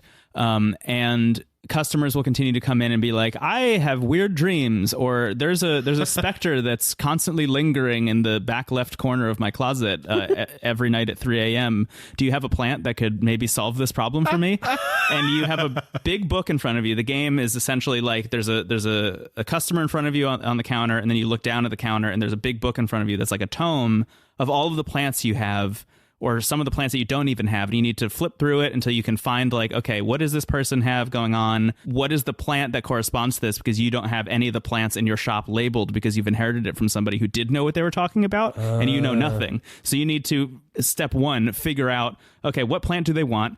Do I even have that here? And if I don't, do I go out into the world and find it for them? And that process is so fulfilling and so interesting, and leads to so many situations where over the course of the game, you will just kind of on your own volition start going out into the world and just exploring things. And the way that works is there's a big world map where you can just, anytime there's like a meter that's constantly filling up, it's very like board gamey in that way, but there's a meter that's constantly filling up where if it fills up, you have the urge to explore and you can just go click on any of the squares on the map and visit that place and see if there's anything there. And sometimes you'll click on it and be like, well, there's nothing here. All right, turn around and go home. And sometimes it's like, oh, there's a whole like Indiana Jones-esque temple here that you need to like solve a bunch of puzzles to get through. And some of them will involve like actually presenting plants to like a statue or something to appease it. Or sometimes it'll just be like, I don't know, there's a crow picking at this dead guy. Oh, there's a plant growing out of his eye. I could sell that. I could sell that. Exactly. And that loop, I think by itself is really interesting and really fun, where the game I think really ratchets up from being like, oh, this is like a fun quaint idea to like, oh, this is a GOTY contender for me, is there's this kind of narrative layer over top all of it where, kind of similar to Triangle Strategy, they're presenting you with a lot of options that you don't even realize you have in the moment. There are a lot of dialogue options where like the same customer keeps coming in every single day and is so fucking annoying and is like such like an entitled piece of shit and is constantly like demeaning you when they're asking you for things and like, how could you fuck this up over and over again? And you'll be given the option, like, next time they come in and ask for something, do you want to give them the plant they're asking for, or do you want to give them a plant that looks kind of similar but is going to give them the shits? And you could do that. Yeah. And what you don't realize when you're making some of these decisions is that there is this huge overarching story in which you are kind of weirdly helping out with a murder mystery, but because it's in this like fantasy realm, the murder mystery is like there's a witch's coven that might be on the loose and is like potentially murdering people in all of these towns all across the land.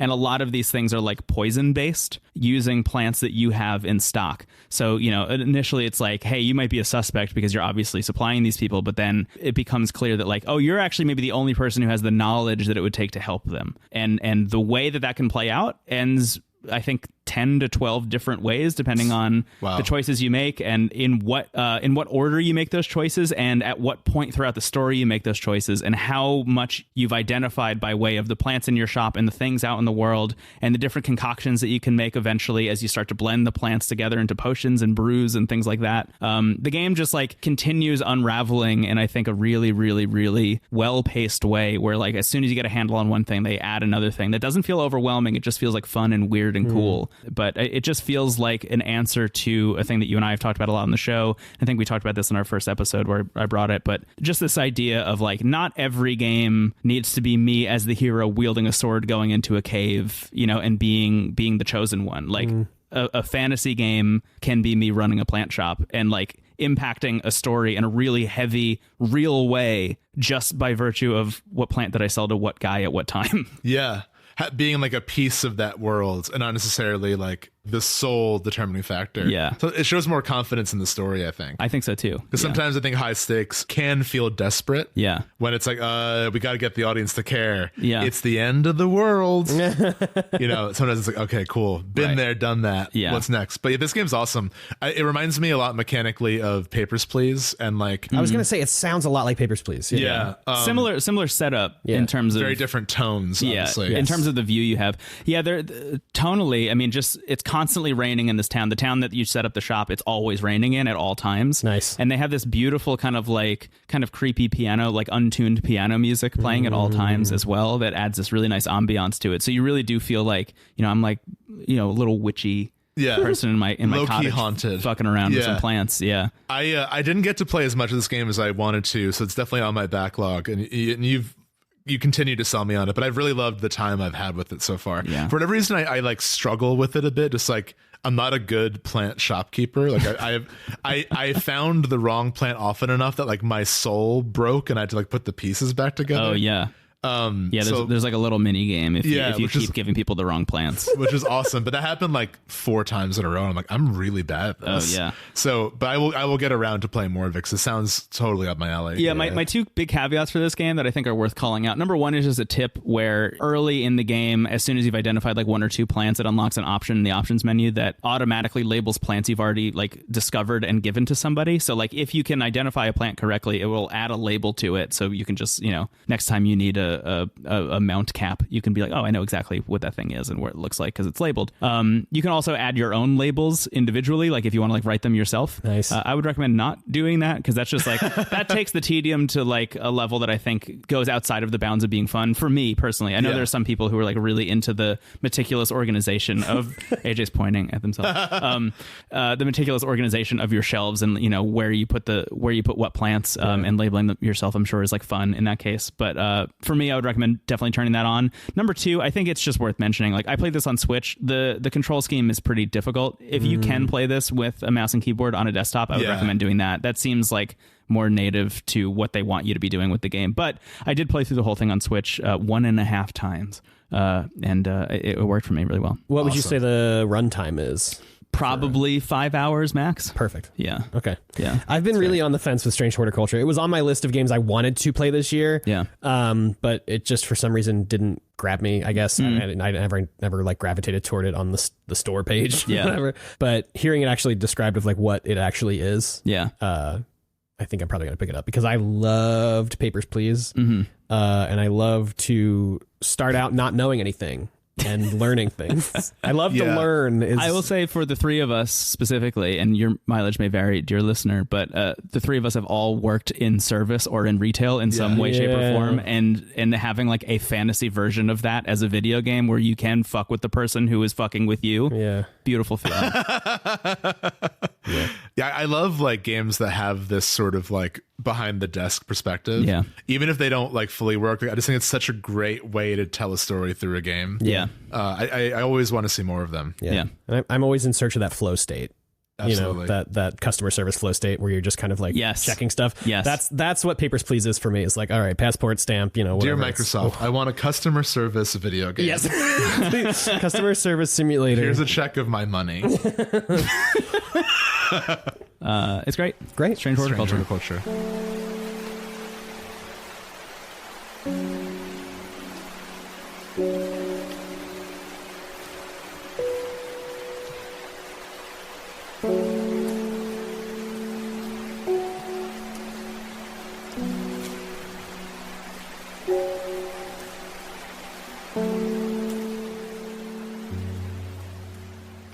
Is it back to me? Yes. Yeah. My numbers are thrown off because we were in unison for so long. Yeah. Is number 7? Mm-hmm. Okay, this is one I think is a hit for the room. Number 7 for me is Tunic. Oh, yeah. Wow. Tunic is incredible. I think it's a testament to how strong this year is, that this is like, again, we play so many games. It's always like, it means a lot that any of these games are here for us. But I think like Tunic has top 5 energy, you know, it's got that aura about it. And I just think this game is such a great lesson for players and developers to learn about discovery and about progression in games. For those who don't know, it's essentially kind of isometric view, top-down Zelda inspired with Souls-like mechanics. And I feel like that pitch, you know, there are a lot of great games that fit that description, but there are so many, even if it's an incredible game, it's hard to stand out. Yeah. And I think Tunic does so by having the element of discovery be knowledge that the player didn't have in the beginning, but was always accessible mechanically. For context, like kind of like you would discover items in Zelda, in Tunic, the fox will find pages of an instruction manual, and those pages will have in a made up language, I think called Runic. It will show you actions that the player can take. And sometimes it might just be like, you know, here's how to roll. And it's okay, I knew I could roll, but like now I know like, oh, there are like, I'm invulnerable during this phase of the roll. Cool. Little stuff like that. It's, okay, I know a little bit more about something I knew I could already do. Yeah. Then you might find a page where it's like, I could do that. Yeah. I didn't know that was like in this game. Right. And moments like that and moments of discovery and finding secret passageways that wrap around. I think the moment in Dark Souls everyone always talks about is when you get back to the Firelink Shrine and you've untied a knot of the worlds, and you feel like you've like, that feeling is almost more cathartic than beating any of the bosses, because you're like, I understand this world now. Like, I know how to get around better. Right. And Tunic is full of that. I think it's even wilder in Tunic, that moment that you're describing, this like, oh, wow, I can't believe this all connected, you know, because I unlocked an elevator that took me from point A to point B, but turns out point B was always point A. You know, that's really interesting. In Tunic, what's even wilder about it is that these pathways were always available to you, and you just had no idea to even look for them or that they could possibly be there. Like your brain couldn't conceive of an idea that like, oh, if I go behind this rock in particular, it's a shortcut to this place. Yeah. But you will end up finding it by accident on your way back. Yeah, and that's what's so brilliant is like you could just stumble into it, like you're saying.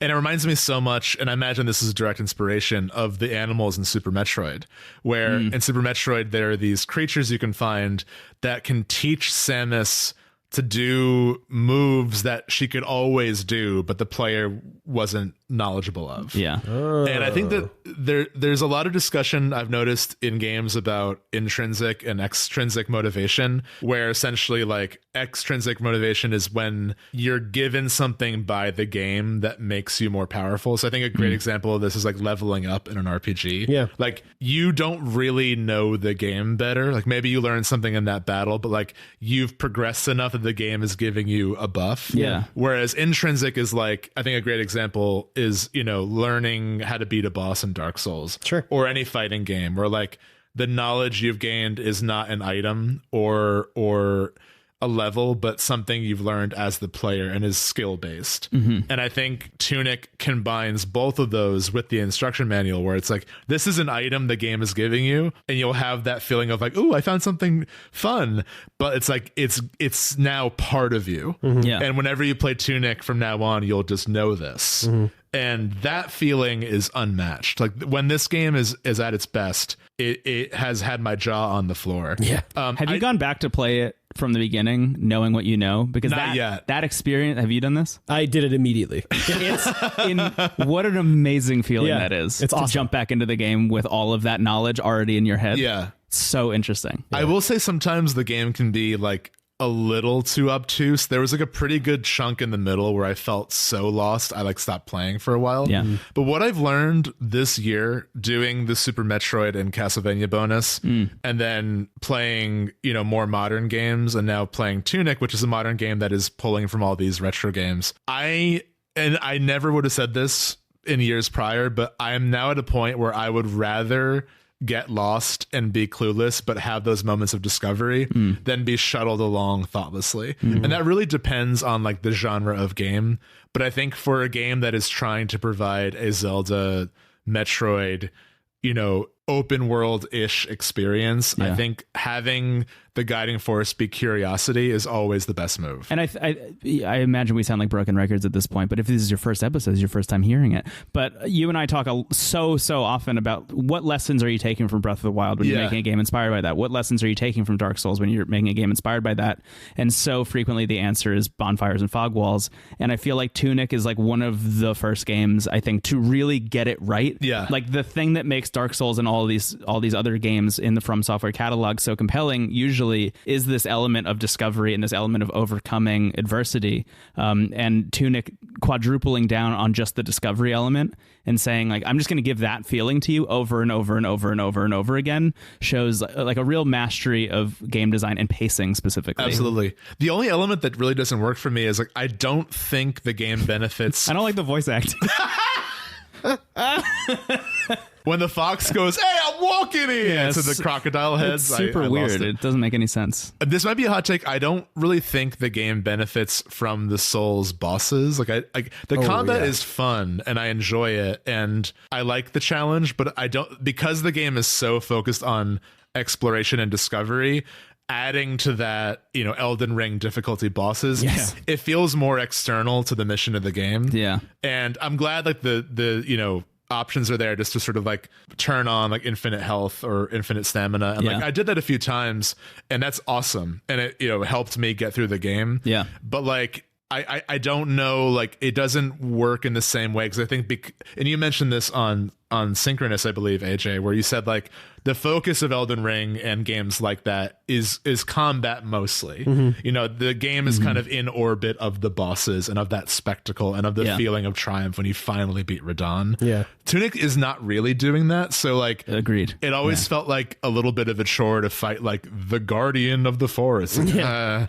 that's the only part of it that feels like the inspiration maybe like went out of line. Yeah. But like, it's still good. Like they did it well.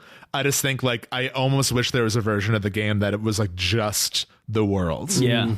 Yeah. I'm so with you. I think Tunic is great. It was one of my most anticipated games of the year. And I really loved it. It did not make my top 10. It's number 12 for me. Whoa. But I thought it was great. Yeah, I think it's an incredible game. Also incredible soundtrack. Yes. So and like beautiful. Not what you would expect. That's like what always caught me off guard. Is like you would expect it to be like flutes and like, like fantasy. Adjacent. And it's like, dude, you want to study? Yeah. It's life formed. Right, I think is life formed. Yeah, man, I've big life formed fan over here. Stephen, bringing up what I said on Synchronous, I've really just shown my whole ass before we even started recording the Game of the Year episode because that was stuff I was going to say. I didn't mean to steal your thunder. You're good. No, you're good because I said it and I did say it on the podcast and I am going to say it again later. Yeah, Tunic, but Tunic, good game. Your number 7. Number 7, yeah, cool.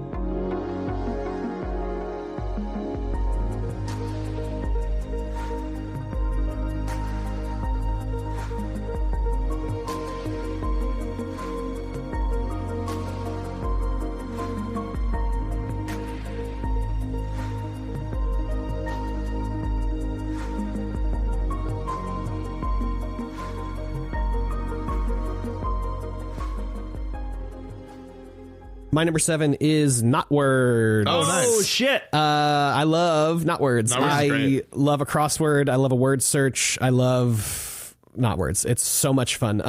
I haven't played Not Words in a hot minute, but I did play a whole lot of it when it came out, and I will hop back into it every once in a while. Yeah, you and I were both streaming the daily challenge for a while, which once you start getting really good at Not Words, you start doing the daily challenge in like 1 or 2 minutes. Yes.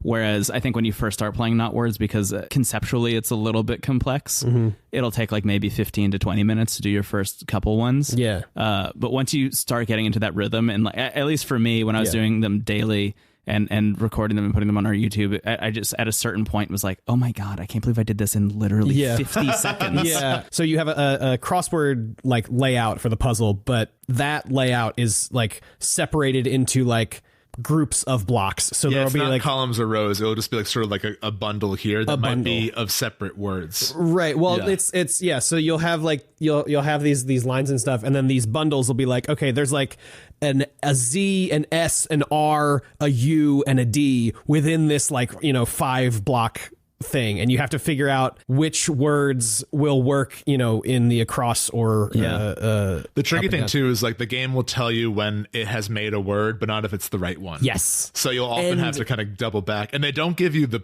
biggest twist is they don't give you the usual prompt a Yes. crossword would be, where it was like a famous film star in the 30s Yeah. or whatever. It just gives you the letters. Yes. Which is such a creative spin on a crossword. Yeah. And also the dictionary for not words, humongous. Yeah. Like words like and also could also be he, or They you also- could do They or love pluralizing words you didn't think oh had my an S. god, man. Yeah. I can't even think of one because there was one early on that was like absolutely wild. That was like Forgivenesses. yeah, like why would you put yeah, exactly. It's like something like that of like why would you ever need to pluralize this? Yeah. It's like I didn't even think the S would go here. It's just Are you a big like New York Times crossword person also?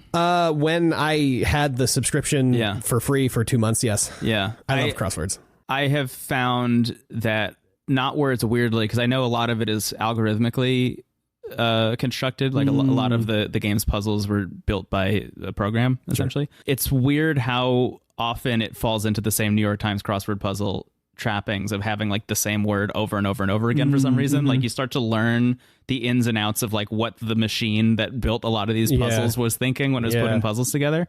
So you run into the same words over and over and over again. It's fascinating. It's a really interesting thing. That is really interesting. Yeah. Not Words is awesome, though. I played a shitload of Not Words also earlier this year and really, really enjoyed it. I definitely haven't been playing it as much. It was my go-to I'm on the subway game for a long time because you didn't need to be online to play it unless you're doing the dailies. I weirdly have a better time with it on my computer. Oh, interesting. I don't know what it is about the interface. I agree with you. The way that Yeah. it functions on the computer. I think it's the fact that I can use tab to switch between like Yes. up, down, sideways, or if I'm trying to solve the block. Yeah. It also has like an educational game vibe to it. It does. It's very kind of not addicting games. Addicting game was like the Mini clip. flash. No, not like I'm trying to think of like an educational fucking Mavis website. Beacon. Yeah, like Mavis Beacon. It's got Mavis Beacon vibes. Yeah. Truly, honestly. And I love the music. the music is great. I love that the whole color scheme will change depending on what time of day it Oh, is. it's beautiful. Yeah. The fact that there's like a nighttime version Yeah. of Not Words is really fun. I love versus the a rabbit daytime with the version. human face. The The rabbit's rabbit, great. that's constantly talking to you. Yeah, Yeah. it's a great game. This is by Zach Gage. Is worth mentioning, who is just like a really prolific game designer, Yeah. and one of those people where anytime they release a game, I will like drop everything to check it out. Yeah, So, good Sudoku last year was also Yeah, that was a real game changer for in me there, too. yeah. I feel like So good. the millisecond Wordle blew up. There were so many Yes. word games, Oh and my Not God. Words was like the one. Yeah, it was Yeah, the only like- one that really cut through that noise. Yeah. Yeah. cool because it wasn't just trying to do Wordle, but Yeah, Wordle, but with lyrics from Creed. right, you know? it was it was just Creedle. like it was Creedle. Creedle. Sorry. Yeah, Today's Creedle is higher. Christ. So Not Words was just trying to make like a fun word game, not like a Wordle, but Yeah. Yeah. which I think is great. And I probably was in development before. Yeah, it wasn't. Wordle. It wasn't like, oh, now is our time. Like they've Yeah. been Right. working on it prior. It had to been in Wordle. development for a really long time. Yeah. So Not Words, number 7. Not Words and number 7. That's a great game. Definitely check it out. I think it's on Apple Arcade now. Also, Maybe it might be. I might be wrong about that. if it's not, it is just on mobile. Yeah. Yeah.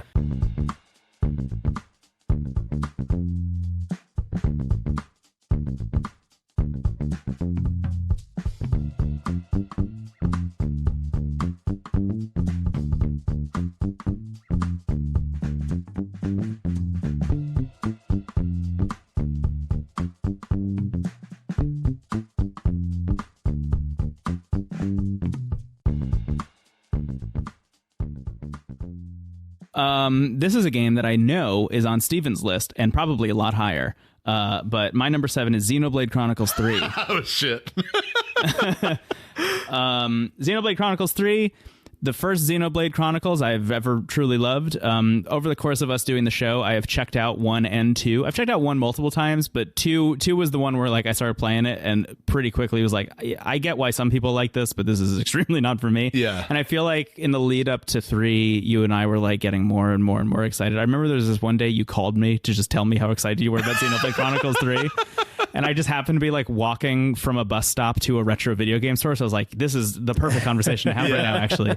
And we just talked about like how excited we were about it, but also how worried we were about it, because I feel like there was this kind of lingering, like, what if they fuck it up again? You know, what if it's like the issues with 2 just carry over to this?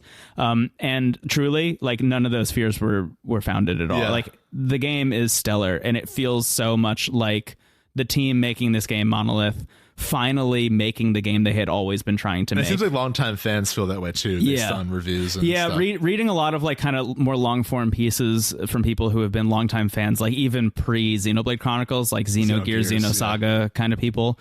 Everyone kind of agrees 3 is the culmination of all of that. The big bounce off for me is the length of the game. Sure. I love these characters and I love this world, and even with some of the like heavier, more wild narrative beats that I've seen, chapter 5 is one that everyone in the Discord is constantly talking about, and seeing that was like, oh fuck, you know, like once you hit chapter 5, it's like, oh my god, this is wild. But that happened to me 45 hours into the game. Yeah, around the same for me. Which is like wild to think that this is not the first, but one of the biggest narrative beats is happening that far into the game. Was a little bit like I don't know if this is respecting my time, but also I don't need it to. Like there needed to be an acknowledgement, at least on my end. I think a thing that you have already brought up on this episode, but it's worth bringing up again. Like, you and I play a lot of games for the show, and games that are longer tend to be harder to keep engaged with because we're constantly checking new stuff out. Not even just like, you know, as you said at the top, we're not beholden to new releases, but we are beholden to playing different games every week to bring to the show, at least.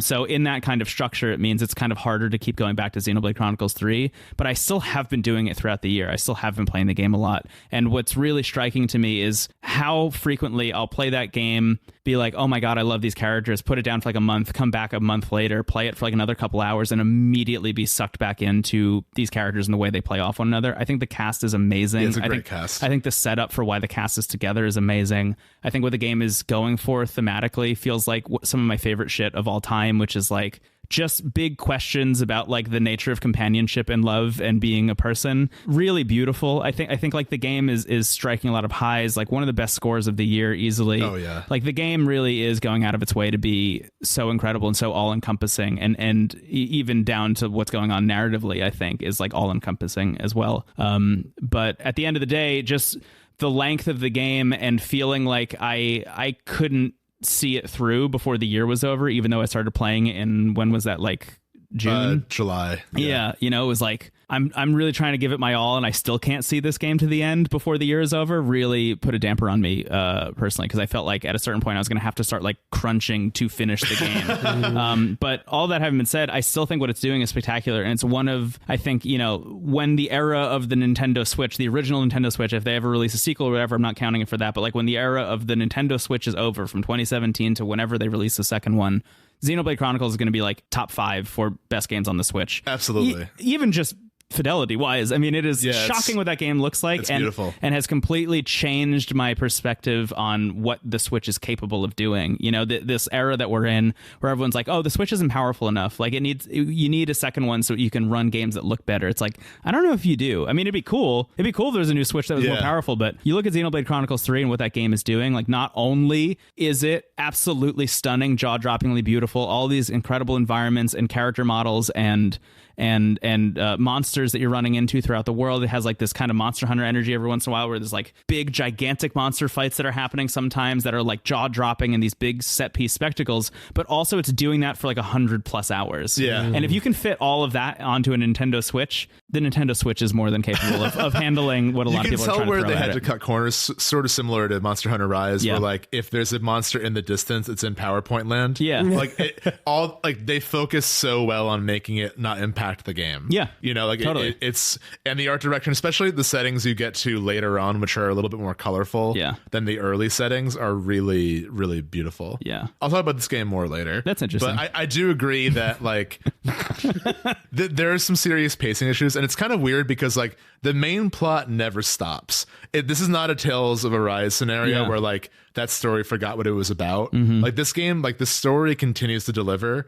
But I think the framing device of a single player MMO stretches it out a little bit too much, especially like after we played FF7. Like that game is so well paced, and like It's like a 30-hour game. It's not short, but that game feels 100 hours in terms of like what happened here. The amount of plot. It feels big. The plot density and is Xenoblade, real high. I think if it's like the game you're playing, this may not be as much of an issue, but I do think there's a little bit too much filler in an otherwise like unbelievable story. Yeah, I sat down to play it, I think like a month ago when we were kind of like gearing up for GOTY, and when I picked up the game, I immediately realized why I had put it down the previous time. And it was because I was in like a 2-hour span where the only thing we were doing was trying to recover our food that had been stolen from us at our campfire. And that was like literally like 2 hours of plot where I'm like running around the map trying to chase down the thieves. And then they decide like, well, we're never going to find the thieves, so we might as well just go foraging for food instead. And then you go foraging for food, and then you go back and you cook food. And then you're like, well, back to the main plot. And I was like, I didn't need this. I didn't need this to be part of the main narrative. Yeah. You know?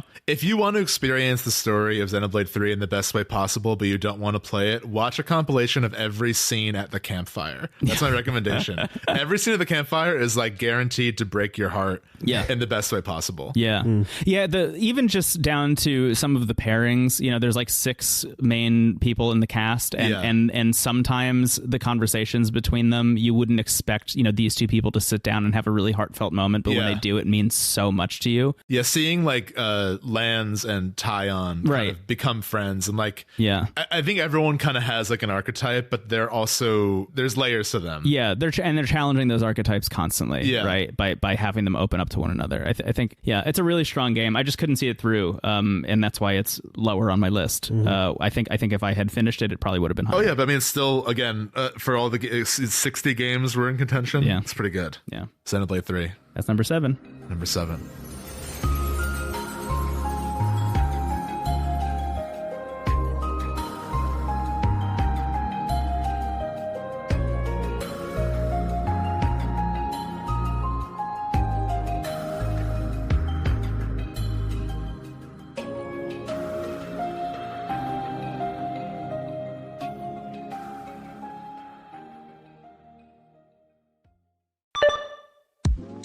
Hello, everybody. It is Christopher Thomas Plante, co-host of The Besties, editor at Polygon.com. I am here to tell you about my favorite game of 2022. It is, surprise, Pentiment. Yes, the guy who liked Death Stranding and 13 Sentinels and Nier Automata loves the video game about 16th century Bavaria and an illumination artist working at a scriptorium. I am predictable. What really has stuck with me is this game's view of decision making and the ramifications of the decisions we make and how we make them. Now, in most video games, especially story games, you make decisions to win. You make decisions to get some ideal result, and you either do or you don't get it. And that informs, you know, maybe the ending of the game or how a quest pans out. Here, it's not so simple. We like to believe that things are binary, or that we have systems like the judiciary system where people go before a court and we get the right results 10 out of 10 times. That's not how it works. And this is a video game fundamentally about that. And that would be enough. But what I love about this game, it shows the effect that decision that you made and other decisions had on yourself. Some people love you for the decision you make. Some people despise you. Many people are somewhere in between. That is, as I get older, closer to my reality. And you kind of learn to live with the decisions that a younger version of yourself made. I think that is something that other art forms can't really get at. It can't put that onus, that blame, really, that responsibility on the viewer or the reader. It's something that a game can do, and a game can do really well. If you joined me on an adventure through time and space in Sci-Fi 13 Sentinels, or you went on dozens of hours of cross-country hiking in Death Stranding, I think you're probably the sort of person that's going to enjoy this trip, too. Thank you again for having me, Into the Aether crew. Your show just continues to be a bright spot in my life every year, and I can't wait to see what y'all do in 2023. Okay, bye. Is it back to me? Back to you with the final game of this chunk. Wow. I don't know how long it's been. I lost track of time long ago, but I'm having a great time. Number 6 for me in my 2022 favorite games is Splatoon 3. Wow. This was a hard game to place because I was curious if it was going to make your list at all. Splatoon is God's gift to the world, and this is the best one. So on one hand, it's like, well, this is number one, right? But it also like didn't quite like it didn't pull me in the same way other games did this year. But like all the time I spent playing it, I've adored, and I really love Splatoon. I think Splatoon is such a weird outlier in a good way for Nintendo's library. So the one game that knows the internet exists.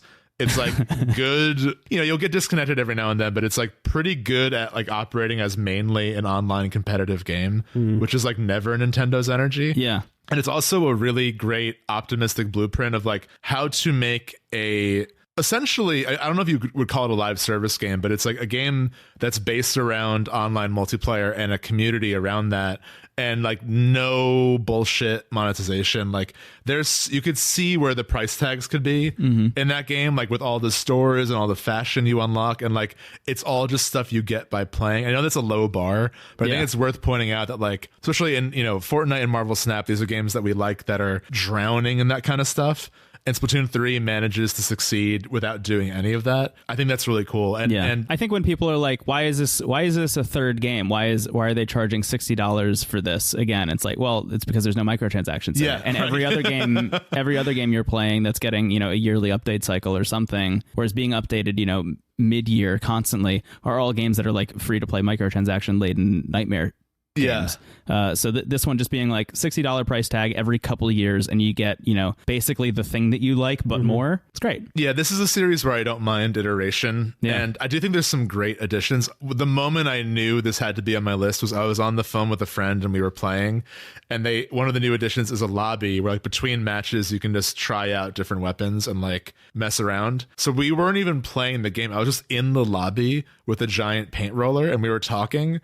And I had fun just painting the entire room while we were chatting. And I'm like, that is the sign of great game design. If I'm not even playing the game, if just the act of moving around and doing the central action of the game is fun with no objective, no team, it shows how much you can do with Splatoon as a formula. And I do think like we're still not getting like the single player version of this game that could exist. Like I kind of hoped single player would be more Octo expansion-esque. Yeah. I imagine there will probably be DLC, and that's a case where I'll be happy to get it because like I want to see more of this. And inevitably when Splatoon 4 comes out, that will be the time where like if Splatoon 4 comes out and there isn't good single player, I will be a little bit disappointed. Yeah. But for this one, I just like, I love what's new. I love the new setting.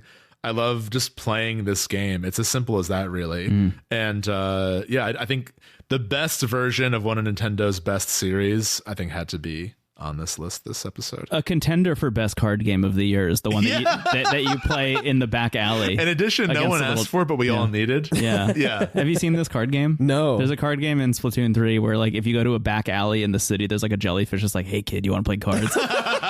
And you sit down and it's a card game version of Splatoon. Whoa. Where you have cards that have like weird shapes on them, and those shapes represent your ink color. So whoever can put the most shapes down and fit them into this grid over the course of the card game wins by the end. Holy shit. It's awesome. I've played that way more than I've played like baseline Splatoon 3. So funny. That's part of the reason I haven't finished Horizon Forbidden West is because there is like there's a card game in it? No, there's like a board game. There's like Warhammer. Yeah, there's like a Warhammer style game in Forbidden West, which is just so good. Yeah, I also having Salmon Run just be a constant was such a good idea. Thank God they did that. Yeah. And Salmon Run, I think, is like there's a whole scene just for that. Yeah. For this game. Yeah. But I love Splatoon. I will always love Splatoon, and it's my number 6. Wow. Splatoon. Splatoon. That is what I call it in my head. Every single time. Me too. Yeah.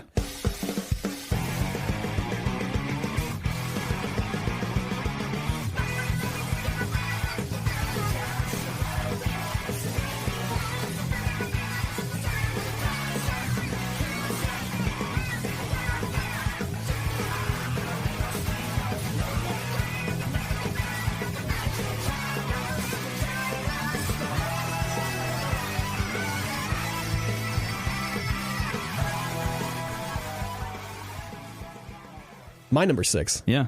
is Vampire Survivors. Oh, nice. I have been hearing a lot about Vampire Survivors. People on the Discord were in it from like minute one From go, that it was early access or whatever it was on Steam. So I've seen it show up like this time last year, I think it came out. Yeah, and it's been like a constant there since in the Discord since then. Well, actually, does it count for this year then? If it I've seen it everywhere, so I think it's fine. Yeah. Okay, great. Perfect, because I'm saying it anyway. Yeah. Can you imagine if we said no this deep into the episode? Shut up. Yeah. Choose a new one. So I'd seen it floating around, but never, picked it up because kind of for the reason we were talking before we started recording is like my office and work computer is also the only, like I need to use that laptop if I want to game. And it's like, I'm not trying to unhook my laptop from all the, my monitors and interface and everything to like bring it down somewhere more comfortable to play a video game. Yeah. So I'm like, well, I guess I'm just going to wait until I get a Steam Deck or something to play this. But a week ago, it dropped for free on mobile. A week ago, 2 weeks ago, whatever it was. Yeah, during the Game Awards. Yeah. So 1 week ago from in a couple days. And man, have I played some of that game over the last 10 days. Dude, yes. It is so much fun. It feels made for mobile too, in a good way. Like, in a good way. I thought this was like the Steam Deck seller initially, and now it's like the phone seller. It's not the phone seller. Finally, a killer app for the Apple iPhone. Yeah. But it just works so well with touch controls and kind of like, it's so good. It's so much fun. And I guess if you don't know, it's basically just like old Castlevania sprite sets. I love how shameless it is. Just like, zombies and vampires and stuff. But it's like an idle kind of like auto... Oh God, what is that? Auto gunner? Is that the? Yeah, kind of. Yeah, kind of. Where it's just like the catchphrase for the game or like the tagline is "Be the bullet hell," which I think is a really great way of putting it. Where it's like there's waves of enemies, but you're the person just shooting out stuff at all times. So the only control you have to worry about is the analog stick to move around and deciding what upgrades you want when you get enough experience to level up. Yeah. And you don't need to be like pressing the fire button. You don't need to be worrying about all the weapons that you have. Yeah. They all just kind of go off at random intervals. And it is just so much fun. The regular, like the baseline movement and stuff and attacking is great. The roguelike elements of it where you're, every level you get you get to pick randomly between 3 weapons, maybe 4 if your luck is high enough. That's another item you can pick. And then the actual like there are relics within the different levels that will kind of change the game a bit. So in the third level, there is a map, which will then just tell you where stuff is. And it's like game changer. It's a game changer. And like I had the map like waypoints on for a while of like, oh, show me where the stuff is. Right. And then I was basically plateauing kind of at like level 40 on the third area or whatever. And I was like, I need to turn off these waypoints. I need to just be playing the game again. Yeah. Turned off those waypoints, got to like level 75 and unlocked the next area. So I was like, okay. So it's really interesting that there are like, it's helpful to have that map on for like the secret stuff that are within the levels. But like when you're trying to progress and you're just trying to like survive, having the map off for me personally is like really great. But the game is just so much fun. It is an incredible time sink, and it's wild how simple it is to be as engrossing as it is. Yeah, it kind of reminds me of a spin on Loop Hero in some ways. Where there is like a lot about it that's automated, and like I also think that it does handle discovery, which I'm seeing as a central theme to a lot of these games. It's like the element of discovery and finding like what exists in that world, because it seems so simple and arcadey, and it is. But then finding like, oh, like there are things I can find that add another layer to this game. Yeah, it's awesome. It's a great game. Yeah, I really, really, really love it. Once I unlocked my first like weapon evolution, once I realized that was even a possibility, I got the best whip. Yeah. The best whip is incredible. It's much slower than the normal whip, but it's like big bat wings or something. Sure. I don't know visually what it's supposed to represent, but it looked like it was like big bat wings that just like destroyed anything that was even remotely close to east or west for me. Yeah. That was a huge holy shit moment for me with this game. I love Vampire Survivors. I could talk about it for hours, I feel like. Yeah, I unlocked the like sickle, the circular sickle thing, which is like the leveled up axe.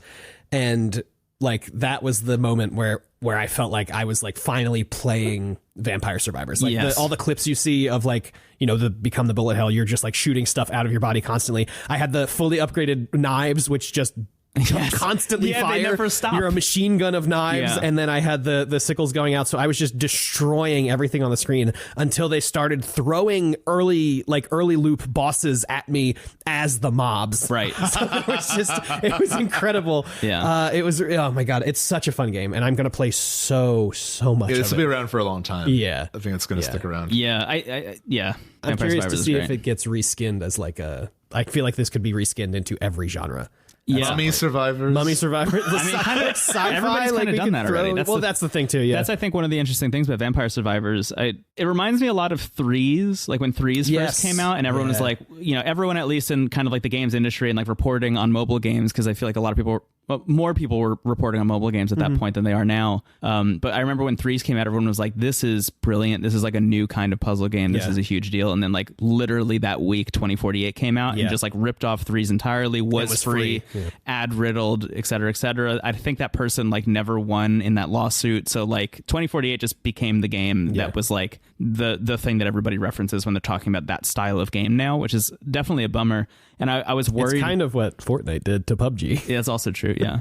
I was worried that that's what was going to happen with Vampire Survivors, because for the past couple months, all I've seen in the top games on the App Store are all ripoffs of Vampire Survivors. It's like, here's the sci-fi one. Here's the one that's just ghosts. Here's I whatever. wonder if that was incentive to be on mobile. I mean, other than... I'm sure it must have been. Yeah, I think they had the advantage of not being on mobile. And so then making the move to mobile, they could see what people liked about the other stuff and kind of probably using the Threes 2048 thing of like, well, if we make our game free and then make the ads revivals. Yeah. Like, yeah, I watch an ad every single time. Do you? Yeah, basically every run I watch an ad because If I want hit to like keep 15 going. minutes in a run, I'll watch an ad. Yeah. Yeah. I'm just really happy that this game came out on mobile and became a big deal again. Yes. Because I was really worried that it was going to get buried under its imitators. And I think it's really, really, I think it's really impressive that this game came out on mobile so late. Yeah. Amidst all of that, and still is reigning supreme and is like now the #1 game on the App Store. I think that's so cool. Yeah. Absolutely. Yeah. Number 6.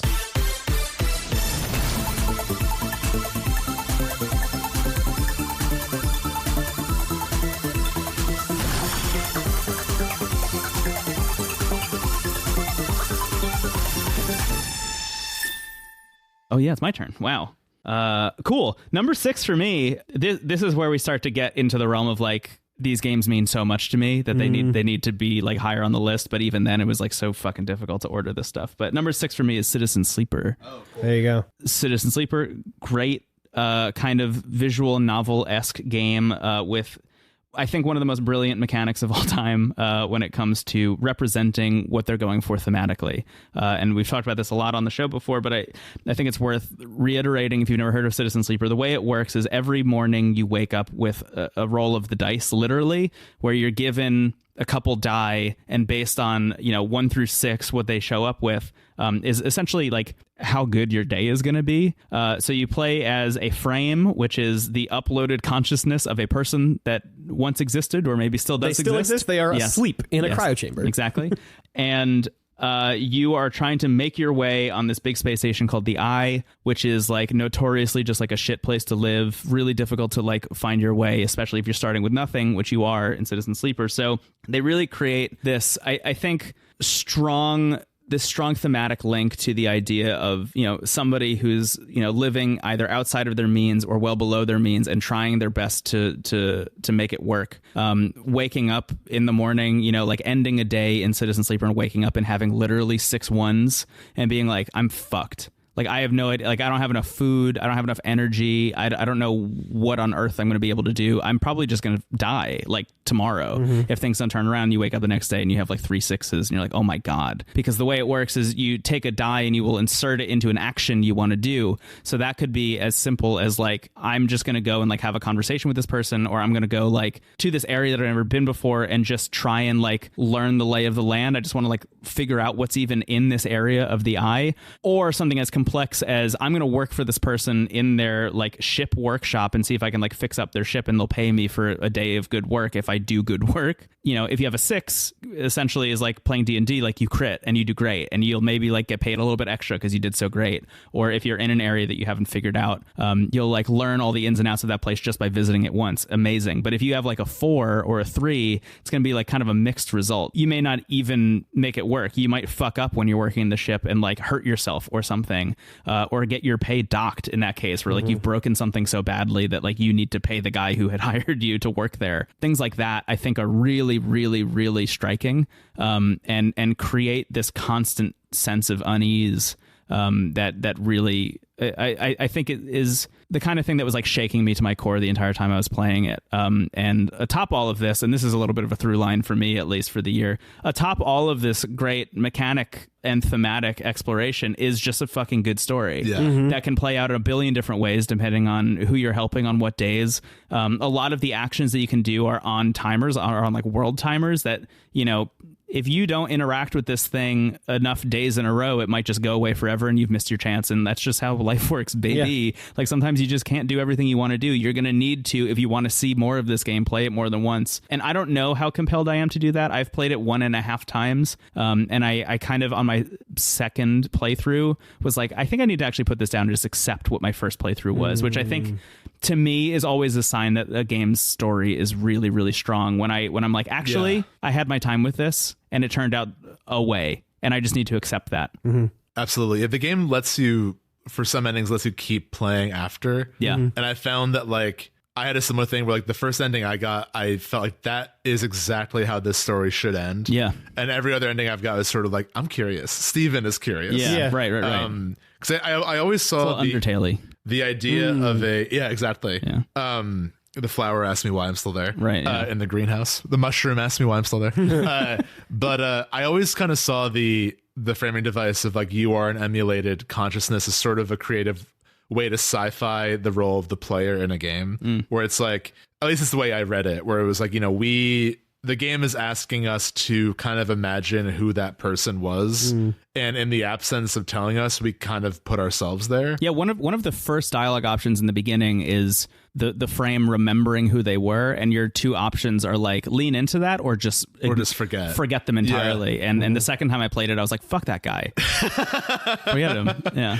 I think too, like it shows, you know, there are a lot of pieces of media that open with like in a world where corporations run everything. It's like, oh, in a world? Yeah. Cool. Like that's not just right now. Yeah. I think this game does so well in showing us our present in some ways, but also showing us how like this is a world where this character's sense of like I can take comfort in saying I am who I am is taken from them. That was sold. Yeah.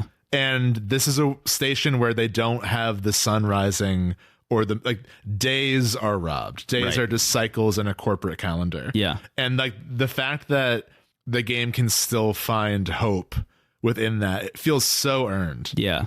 Just like somebody doing you a kindness once will like change the scope of the game for you entirely. Absolutely. You know? And I think in addition to this, I think I've said this before on the show, but in addition to this theme of like every day is sort of a roll of the dice in the system, the only way you can really succeed is through the help of other people. Yeah. And the only way they 100%. Can succeed is through your help. Right. Yeah. Which sounds really simple and corny, but I think because that is operating in tandem with like your help is a limited resource. Like, yeah, I was just about to say, I think it speaks so much to like who in society can help others, right? Yeah. Like it's almost a privilege to be able to help somebody else in some cases. To have humanity is a thing that's bought or earned. Yeah. Yeah. I will say more about this game later, but I also love it. And I think you have a really great, insightful take on like what it is exploring. We could have a whole episode on it. I imagine maybe one day we could. Yeah.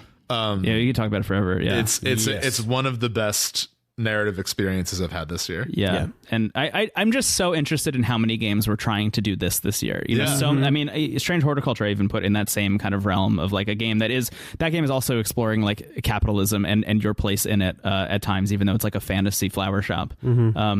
that just is like a strange through line for the year. That I think I'm we're very seeing into. the games that Disco Elysium inspired, which is a game that you and I haven't spent like a ton of time with. But I do think that game did sort of make popular this idea of like text heavy RPGs. Yeah. Those existed before and after, but I do think that's like, I do see They're that back, kind of baby. thread of inspiration. Yeah. We out here. SNR.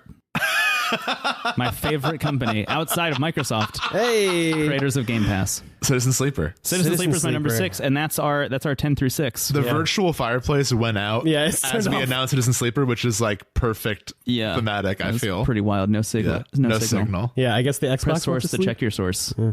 All right. Amazing. Yeah, let's take a break. Well, and Let's take a break. We will be back with number 5 very soon, dear listener. Bye. Bye.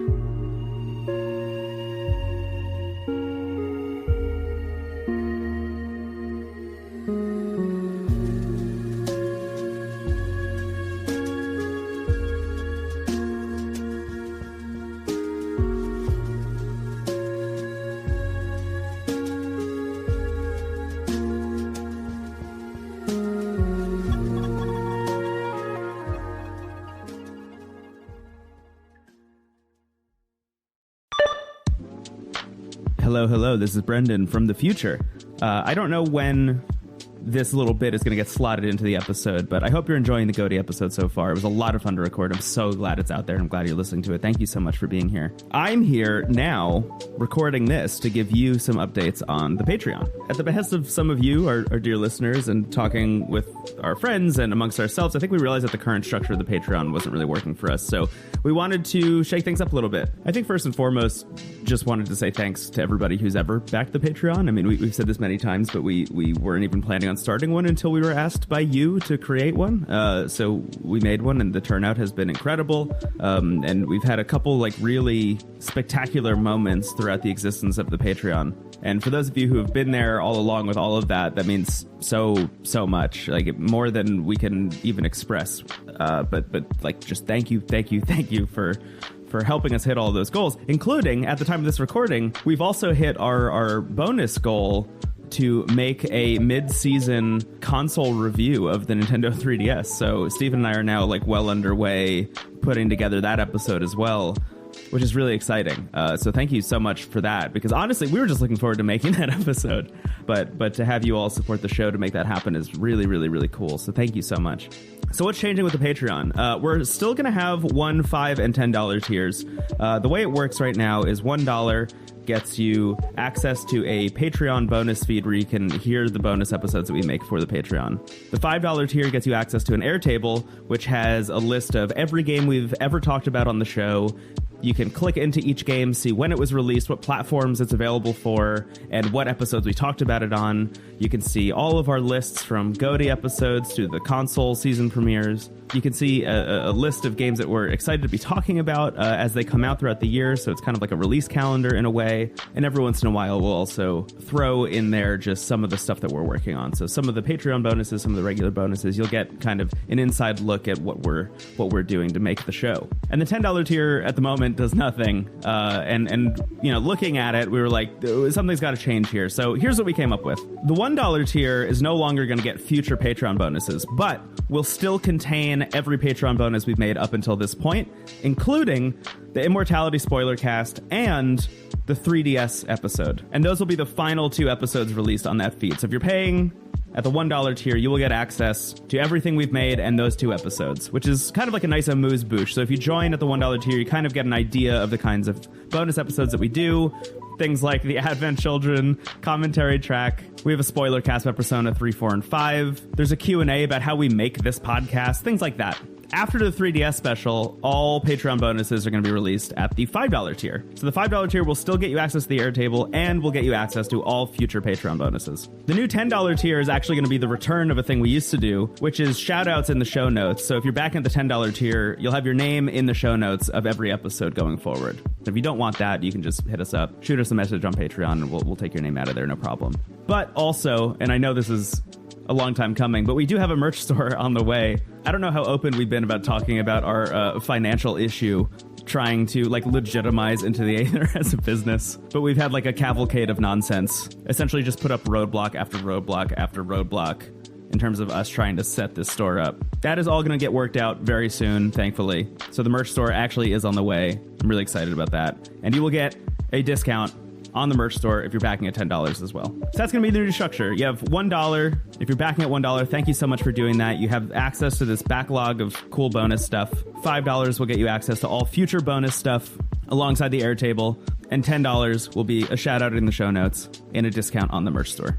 And one final thing, because we know there's a lot of people backing currently at the $1 tier to get access to those Patreon bonus episodes. If you were already backing the show at the time of this episode coming out at $1 to get access to those Patreon episodes, you will still get future Patreon episodes. Thankfully, Patreon allows us to grandfather you into that tier so you can continue paying $1 and continue getting that new stuff. But if we add any like Patreon videos or anything else to the $5 or $10 tiers, that stuff will be locked behind those tiers. That's just worth keeping in mind. Just want to say thank you again so much for backing the show at all. Thank you for considering it at any tier. You're amazing. Again, we wouldn't have done this without you. And it's because of you that the show can continue to exist. It's worth mentioning, in case this is your first episode, our Patreon bonuses are different from our monthly bonuses. So we have, our weekly episodes of the show, along with a bonus episode about a specific game or idea every month, and also, sometimes in there, a Patreon bonus, which is a separate kind of thing. So those bonus episodes every month are not going anywhere. Those are going to continue to be free and public. As we've always said, if anyone backs the Patreon at any level, just one person, we will continue making those every month. And that has not changed. All right, I've rambled on long enough at this point. Head over to patreon.com/intothecast if you want to support the show. Thank you again. And back to GOTY. We are back. We are now in the territory of 5-1 game of the year. Boop, boop, boop. Set off the gamer alarm. Oh no. What could that even indicate is coming? Gamers. The gamers are coming. Well, quick. speaking of the gaming alarm, we do have some poll results. Yes. So in the Discord, we had a poll for everyone to vote for their top 5 favorite games of the year. We had over 200 participants this year, which was amazing. That's awesome. We basically doubled from last year. So wild. So I will need to find a way to automate this process more easily. But I put the top 5, so top 5 games that got the most. The way it worked is a weighted voting system. So first place got 5 points, second got 4, and so on. So the games that scored the highest had the most points, and whenever there was a tie, it would be the most votes, but that never happened. So we have the top 5, and then I also included a few games that were like extremely close. Yeah. Because there were a lot that were kind of around the same. So without further ado, AJ, what are the results? It's me. So at the, we'll start off with the 3 honorable mentions. Sure. At what? 8th, I guess the 8th highest is Neon White with 31 votes. Wow. Total score of 89 points. Wow. Yeah.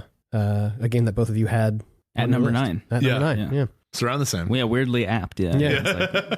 Cool. What a supremely average game. That's what we're saying out here. Yeah. Number 7 is Pokemon Legends Arceus. Yeah. 43 votes, 121 total points. Wow. I'll point out here that Scarlet and Violet also got a decent amount, and I think the only reason they're not top 5 is because I think that vote was split a little bit Between those the two games. Yeah, It's interesting. It's very interesting. but still did very well. Yeah. And in 6th place, we have Xenoblade Chronicles 3, 35 votes, 130 points. The third one. Interesting. Yeah. Yeah. Interesting, the third one. And then in the top 5 here, in let's 5th do place, we've got Tunic with 40 votes, 137 points. 4th place, Citizen Sleeper, 45 votes, 139 points. Hell yeah. So Yeah. only 2 points more than Tunic. Interesting. 3rd place, Marvel Snap, 46 votes, Whoa. 142 total points. Yeah, this is like everyone's third or second favorite game. This is basically. interesting. I want everyone who's listening to know exactly what the vibe is right now. Steven and AJ both know this information, and they're both looking at me for my reaction after every single one. Yeah. And I hope that I'm reacting sufficiently. Whoa. Number 2, God of War Ragnarok. Auga! Also, interestingly, God of War Ragnarok. God of War Ragnarok also 46 votes. So Marvel Snap and Ragnarok had the same amount of votes. Interesting. But Ragnarok came out with 157, so 15 points more total than Marvel Snap. Okay. Yeah. That was surprising to me. That was number 2. Yeah. Yeah, me too. And then number 1, yeah, Listen to these numbers. Just prepare yourself. Elden Ring, number 1 Discord game of the year. Yes. 135 total votes. Okay, yeah. How many points do you think this game got? Oh, God, I got 597. Holy shit. It was at least 80 people's first choice. Yeah, it is 440 more points than God of War Ragnarok. Wow. Yeah. I think this is the biggest. Is this when we should talk about Elden Ring? Because none of us have it in our top 5. Yeah, we actually. It's great that the Discord did it in lieu of us not having it on our list. We actually all. What do you even say? You know? Yeah. Pretty good. That's great. What a great list. I'm really interested in God of War Ragnarok. I'm so glad that resonated with so many people. Yeah. And there were just, a lot of other games got around like 70. There was a really big spread. And this is kind of emblematic of this year, where I think a lot of people's game of the year is Elden Ring, but then there's this like huge, kind of like last year, there's like not a huge consistency on the rest. Yeah. Which is cool. That is cool. So just a quick recap. 5th place, Tunic. 4th place, Citizen Sleeper. 3rd place, Marvel Snap. 2nd place, God of War Ragnarok. And 1st place, Elden Ring. Wow. Amazing. Thanks, Discord. Shout out to the person whose game of the Discord. year was modding the Game Boy Advance. That made me laugh. That's awesome. In the late hours of looking at a Google spreadsheet that was needed. Thank you. Wow, those results are really Isn't that cool? Yeah, that's really great. Again, thank you to all who participated. Yeah. It's always fun to include you in this way. Yeah. Really sick. And I guess that leads to me. Speaking of top 5. Yeah, right? we're in it. We're in it. We're in it. Okay, well, number 5. This is climactic for us because we have taken about an hour break and eaten an incredible hoagie. Oh, man. What game was about eating lunch? Well, I would say for the listener, this might be anticlimactic because number 5 is Citizen Sleeper, a game you just heard us talk about. A game very much about eating lunch. With your good friend, of is, your yeah. good friend Emphas. Yes, Emphas and mushroom soup, right? Yeah. There's a lot of mushrooms in Citizen Sleeper. Yeah. I think I don't want to just reverberate what we already said about it because I think you summed up what makes this game so special. But I will say that, like, I think a strong work of satire is not always about one thing. And I think just the idea of like the sleeper's body being this android that needs a specific medication to live that is only supplied legally by the corporation that makes the android body. Yeah. I think that can be a parallel to so many modern issues. I mean, what first came to my mind was like the fact that health insurance is tied to employment and that like if we break away from a corporate stronghold on our daily life, we are putting ourselves at risk and our body at risk. Yeah. And at what point does that imply that corporations like own us as people? Sure. Right. And those are just one of many themes that are popping up constantly in this game. Yeah. But I think what I'll circle back to is that I think the element of hope in this game is so powerful because it's not trying to sugarcoat things. It's not saying like, well, with the power of friendship, you can overcome all of this. It's sort of like, it's saying like, this is the only shot we have is each other. Yeah. And the ending I got, I won't spoil, but I found it to be remarkable. All I'll say is that a lot of the game, your mission is to survive and to possibly leave the eye, the space station you're on. And in my ending, for a variety of reasons, I chose to stay. And that was like a really wonderful full circle where it's like, even if this place is so rotten and lifeless, there is hope here. And to abandon it completely is kind of accepting defeat at the hands of the corporations. Yeah. Like to be nihilistic is the wrong path in some ways. It's not even to mention this game's like wild approach at like AI as like, you know, almost like deities in some way. And like, there's a whole other worlds on that end. Yeah, the hunter character. Yeah, like so cool. Early in the game is like such a fascinating idea. I guess I don't mind getting a little bit more in depth. I think for GOTY conversation at least, but the introduction of the hunter is essentially like an AI program that exists to eliminate other sentient beings that aren't linked to like physical human bodies.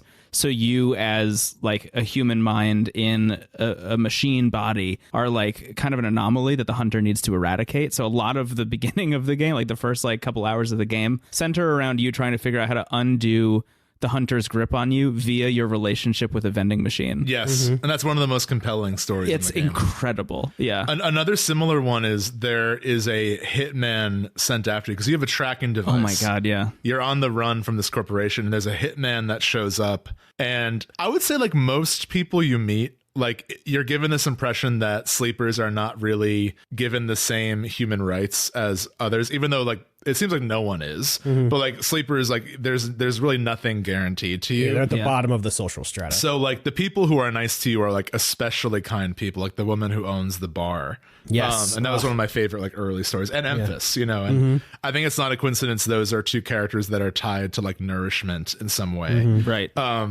But basically, I think the way that they set up the killer in the AI world, and also this hitman who shows up, like, if a red clock reaches an end before you're able to remove the tracking device. Like, there's a version of this game where I think you can just remove it in time and not see him. Yeah. And you'll feel like, okay, good, I did what the game wanted me to. But the game interprets failed roles and failed states as opportunities for storytelling and not like you lost. Yes. So the hitman showing up, Very rarely are you just going to, like, drop dead and be done with the game. right? Yeah. And the hitman story, I think he was a standout for me because they never redeem him, but you do pity him, and you see that, like, this guy is also beholden to the cycles and to a paycheck, and like, at a certain point, this is early on, but slight spoiler, but at a certain point, you're no longer his mark, basically. And there's, like, a chance at redemption. And the way that plays out is so... And maybe it's different. Like, I don't know if there's only one way for that to play out, but the story I experienced was really heartbreaking, and I think showed nuance to a character that was set up to be, like, a threat and a villain and a game over screen, and was instead another opportunity for them to explore, like, what creates a person like this. Yeah. You know, because I feel like that character had just enough going on that in a different space station where there was, I don't know, anything resembling a society, he might have been a normal person. Right. Or at least, like, able to exist peacefully with others. Yeah. So much of Citizen Sleeper is questioning the systems that put us in the positions that we're in, and how you can break out of them. I mean, the fact that the eye is literally like a big circle that is constantly going like a treadmill, I think is not, you know, it's not an unintentional choice visually speaking, but so many characters you meet, even the villains in these cases, are people who are just products of the system at play. Yeah. And what I really appreciate about the game is, like, as nice as it would be, most of the stories, as far as I know, don't end with, like, and we've dismantled the system and everyone's living in a utopia now. They're all It's like, bittersweet. you just do the best you can. Yeah. Right. For yourself and for others. And I think I like this game's constant. We joked about the mushrooms, but I think there's something going on there with the greenhouse at the far end, and the fact that, like, the stubbornness of life to continue despite everything is kind of the most hopeful message of the game. It's like, even when the days have been robbed from us and we can't even trust we are the person we thought we were, like, there is a way for life to be nourished if we work for it. And if we help each other, which, you know, again, sounds very basic, but telling that story through just dice rolls and dialogue is really well done. And there's so much nuance in the different ways that through line is interpreted also. Like, you know, some people you meet are very helpful, like Emphas, for example, who, you know, gives you your first meal for free, but is like, next time you come back, tell me a story. You know, like that's the deal. It's like, you have to pay me with money next time, but also you need to pay me for this one with a story next time I see you, which is really nice. But also, like, you know, that's just one person doing, like, a nice thing for you. Whereas on the flip side, you have somebody like Dragos, who's, like, the first person you meet, the person who, like, takes you out of the containment unit that you traveled to the eye in the first place, and is like, yeah, I'll put you up for a little while. You just have to work for me, and you have to work off this debt. And then eventually is like, I don't feel good about having you here anymore. You know, like, you gotta go. That even is, like, I think, a really interesting take on, somebody can do you a kindness, but it doesn't mean they're a kind person. You know, it also means they're just trying to survive as well. And there's something kind of mirrored with, like, you starting in this shipyard where they're just sort of deconstructing ships. And then literally going to a broken greenhouse where there are decomposers. And, like, that constant theme of not life after death, but just sort of, like, what life exists after something has died. Do you believe in life after love? I keep thinking about Elite Beat Agents just in general, but I feel like my constant anxiety to this whole episode is I'm actually going to say Elite Beat Agents when we get to a certain number. Oh my God. And now you've just made it, you know, the secreted my anxiety out loud. Yeah, I mean, I'm going to talk about this game later. Yeah. But it is a game about like cycles and stuff, like you Yeah. were saying, and it's good. That's a good one. That's Citizen Sleeper, That's a number good 5 for me.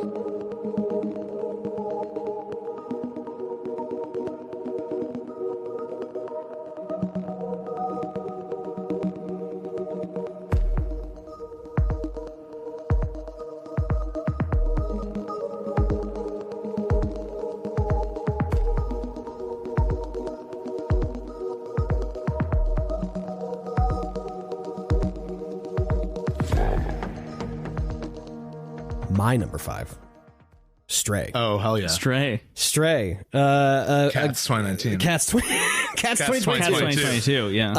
I Cat 2020. Cats. Thank Just you. Yes. the one. If you haven't listened to the Synchronous episode where we talk about Stray, Kim did make a really great picture of just the original Cats on Broadway VHS recording. It's amazing. With the word Stray over top. It's really, really great. But no, Stray is a game that I had been looking forward to for a while. The trailers for it dropped last year or the year before, and it's like, hey, you're a cat and there are Been cooking robots. for a while, yeah. It's been cooking for a while, yeah. And so that initial promise of you're a cat and there are robots was enough to get me hyped about this game. And I just think it's a really great piece about collective action and how even the smallest beings or creatures can make huge differences in a seemingly hopeless situation that was set up by people and things that you couldn't even control. Yeah. And I think that's really what cemented this at number 5 for me, is that message outside of any of the gameplay or any of this stuff. I think the story and the themes explored within that story are really, really great. Yeah. And I had a great time with it. Hell yeah. Doc Brown is in it. Doc Brown literally is in it. Yeah. one of the robots you're looking for, his name is Doc, and he is just Doc Brown, which was like, okay, cool. Do you get it? Do you get it? Yeah. No, that's there's a couple of things in this game where I'm like, okay, yeah, sure. But ultimately, the ending and the final hours of the game are great. And at the end, the cat slow blinks at you, so that's nice. That's nice. Yeah, That is nice. Yeah, I love the world and the premise of this game. I was excited for it for a while too. Yeah. It didn't click with me the same way, but I'm really glad you had that experience with it. yeah. It's also a really interesting piece about like humanity and stuff, and I'm not going to say what Stephen asked me not to say on the podcast, which was there's no inherent value in humanity existing.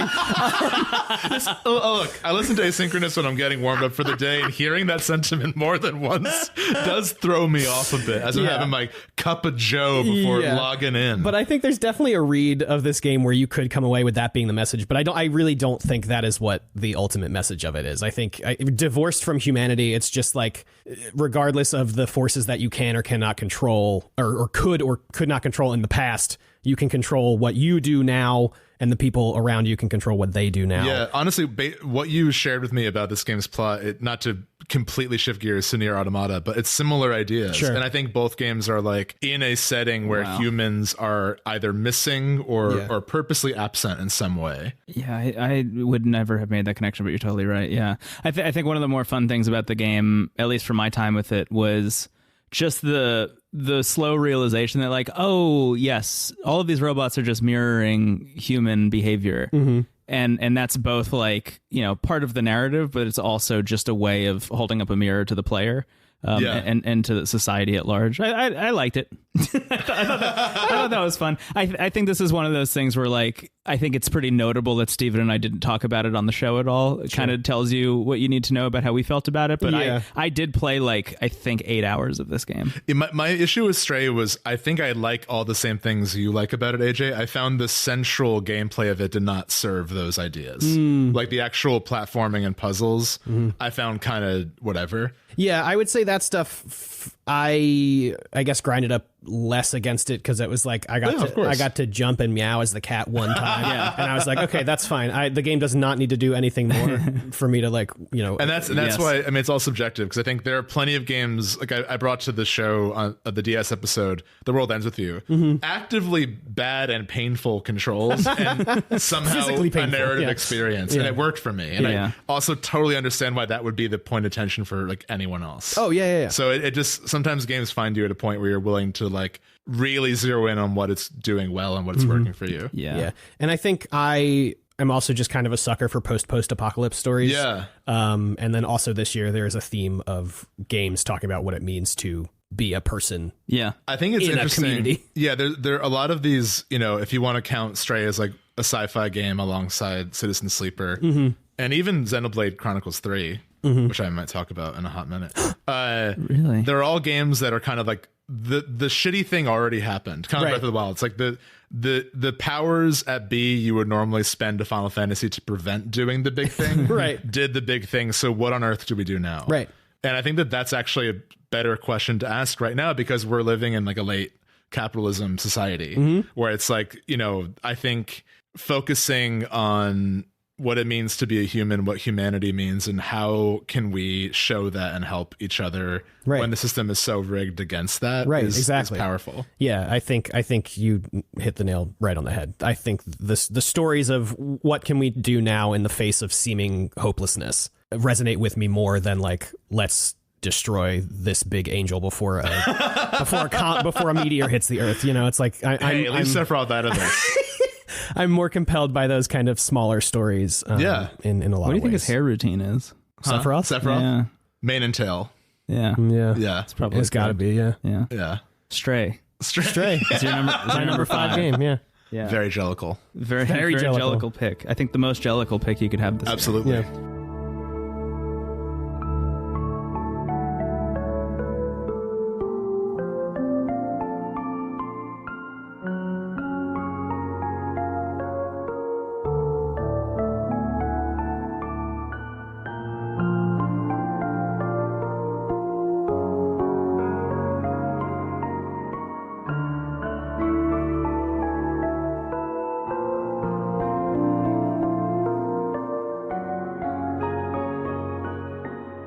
My number 5. Oh, wow. Yeah. I'm excited. My number 5. I was saying to Stephen while we were waiting to go get lunch, this is where it starts to get weird for me, this list. So I'm excited to bring to the table Shovel Knight Dig. Hell yeah. At number 5 for me. I think if you've listened to the show for a while, or if you exist as a subscriber of our YouTube channel, you've seen me play this game a lot, and you've heard me talk about this game a lot. And I was up in the air for a while if I was going to like acknowledge it as a top 10 contender. But I feel very strongly that this is a game that is going like totally under the radar, despite the Shovel Knight moniker. Right. And I've seen reviews of this game, and I've seen conversation about this game that like really bounce off of it. And I don't want to be like people that like don't get it, but people that don't click with it the same way I did. And I think that's the big distinction here is like what clicked with me about Shovel Knight Dig, and the reason I played it literally every day and did the daily challenge every day for like 2 months is I think that it is like a bare bones, almost like perfect roguelike platformer. I think what they've managed to accomplish mechanically is something that so few games actually do, and so many games try to accomplish. So many games are inspired by Spelunky, and it's just like talking about fucking Chrono Trigger. Yeah. It's like so many games are inspired by Chrono Trigger, and they just like don't get it. And Shovel Knight Dig to me like really understands why Spelunky was such a huge deal, and manages to somehow create that exact same feeling for me, at least, in a game that is like as outlandishly cartoonish and weird and just like totally bizarre in the amount of places you can go, the bosses you can fight, and the items and equipment that you can unlock. It just to me feels like a perfect clock that's working in unison. And I know that there are times where it doesn't feel super balanced, and like that's where I think I kind of get where people feel about like, oh, I don't know if this is working for me. There are times where it's like, oh yeah, it'll like generate, each room is generated the same way, kind of like a Binding of Isaac is, where like there are rooms that it's pulling from and connecting them all together. And there are some times where you'll get 2 rooms that are connected to one another. It's like, oh, you actually just can't win. I had a couple runs in my daily challenges where like there were runs that were like daily challenges where like it's clear everyone died on the same part because you just can't make it past it. And like those are things that can get patched out eventually, I imagine. But what really is here, the bones of what's here, I think is just this like master class in how it feels to create a platforming roguelike. And I stand by that. And I think like years and years and years go by, I hope that more people go back and play this and like have the aha moment that I've had about it. Because even like earlier this week, I went to go play it again just to like see exactly where it was going to land on my top 10, and I hit number 2 in the daily. Just to be clear. But I made it all the way to the end of the game in this daily run, and the feeling I had, like knowing what was possible, reminded me so much of the moments that I've clicked best with roguelikes like Hades and Spelunky in the past, where it's like once you have the vernacular and once you have learned the language of a roguelike and you don't even need to think about it, like it just becomes inherent to the play, you're flying, you know. It's like there's no better feeling than that, I think, in most games. And there are very few games outside of roguelikes that get it, and even fewer, I think, in the roguelike genre that get that. And Shovel Knight Dig is one of them, I think. Yeah, I wonder if we're like numb to the Shovel Knight spectacle. Like we're spoiled by it because there have been so many like spin-offs and different even, you know, I talked about Treasure Trove earlier, and like even just the base Shovel Knight is like a perfect platformer. Yeah, like it's amazing we're still not just like gushing about. Right. I mean, we are in some ways. Like it did very well. You literally are. Yeah, it's on your list. I haven't gone to Dig yet, but I mean it looks so fun, and also following your daily challenges with it have been it's a delight. So like, thank you. I think kind of similar to what you shared about Monster Hunter, it seems like this game has been a really positive ritual for you, like as a person. Yeah, totally. Yeah, I love having the ritual of getting up in the morning and immediately like hitting record on something and just being like brain dump, you know. That's really fun. But even outside of that, having a game like Shovel Knight Dig to kind of tether that to, have that like symbiosis with a thing where like, if you go back and watch the first couple of videos there, I do very poorly and like do multiple runs in one video, et cetera, et cetera. And at a certain point, there are like enemies that I used to avoid that I'm now like just, you know, talking about how I felt about the TV show I watched the previous day while taking out this enemy without even thinking. Those moments are what it's all about for me. Yeah. And I think that mastery of the mechanics and also what's possible, like understanding that possibility space is really like the sign of a good, well-designed game. So Shovel Knight Dig, I think is like it's up there for me. It's like really. I wish I could have put it even higher, but I'm looking at my remaining list and I can't. But I will champion this game forever. I think it's awesome. Yeah. I wonder sometimes though if it wasn't a Shovel Knight game, if it would be like even a bigger deal. Like, if it almost had the opposite effect they wanted it to. Yeah. Where it's like, what is this spinoff versus like if it was like, you know, any other IP. Yeah. But the thing is, like, the Shovel Knight stuff works so well in it. It does. The idea of every time you jump, you do kind of the pogo down. And even the ways in which it improves upon Shovel Knight's mechanics, I think is really powerful. Like, in Shovel Knight, for example, if you wanted to jump in the air and then pogo downwards, you needed to, like, do a bunch of button inputs while you're in the air to make that happen. In Shovel Knight Dig, it's just, if you jump, you're pogoing, no matter what.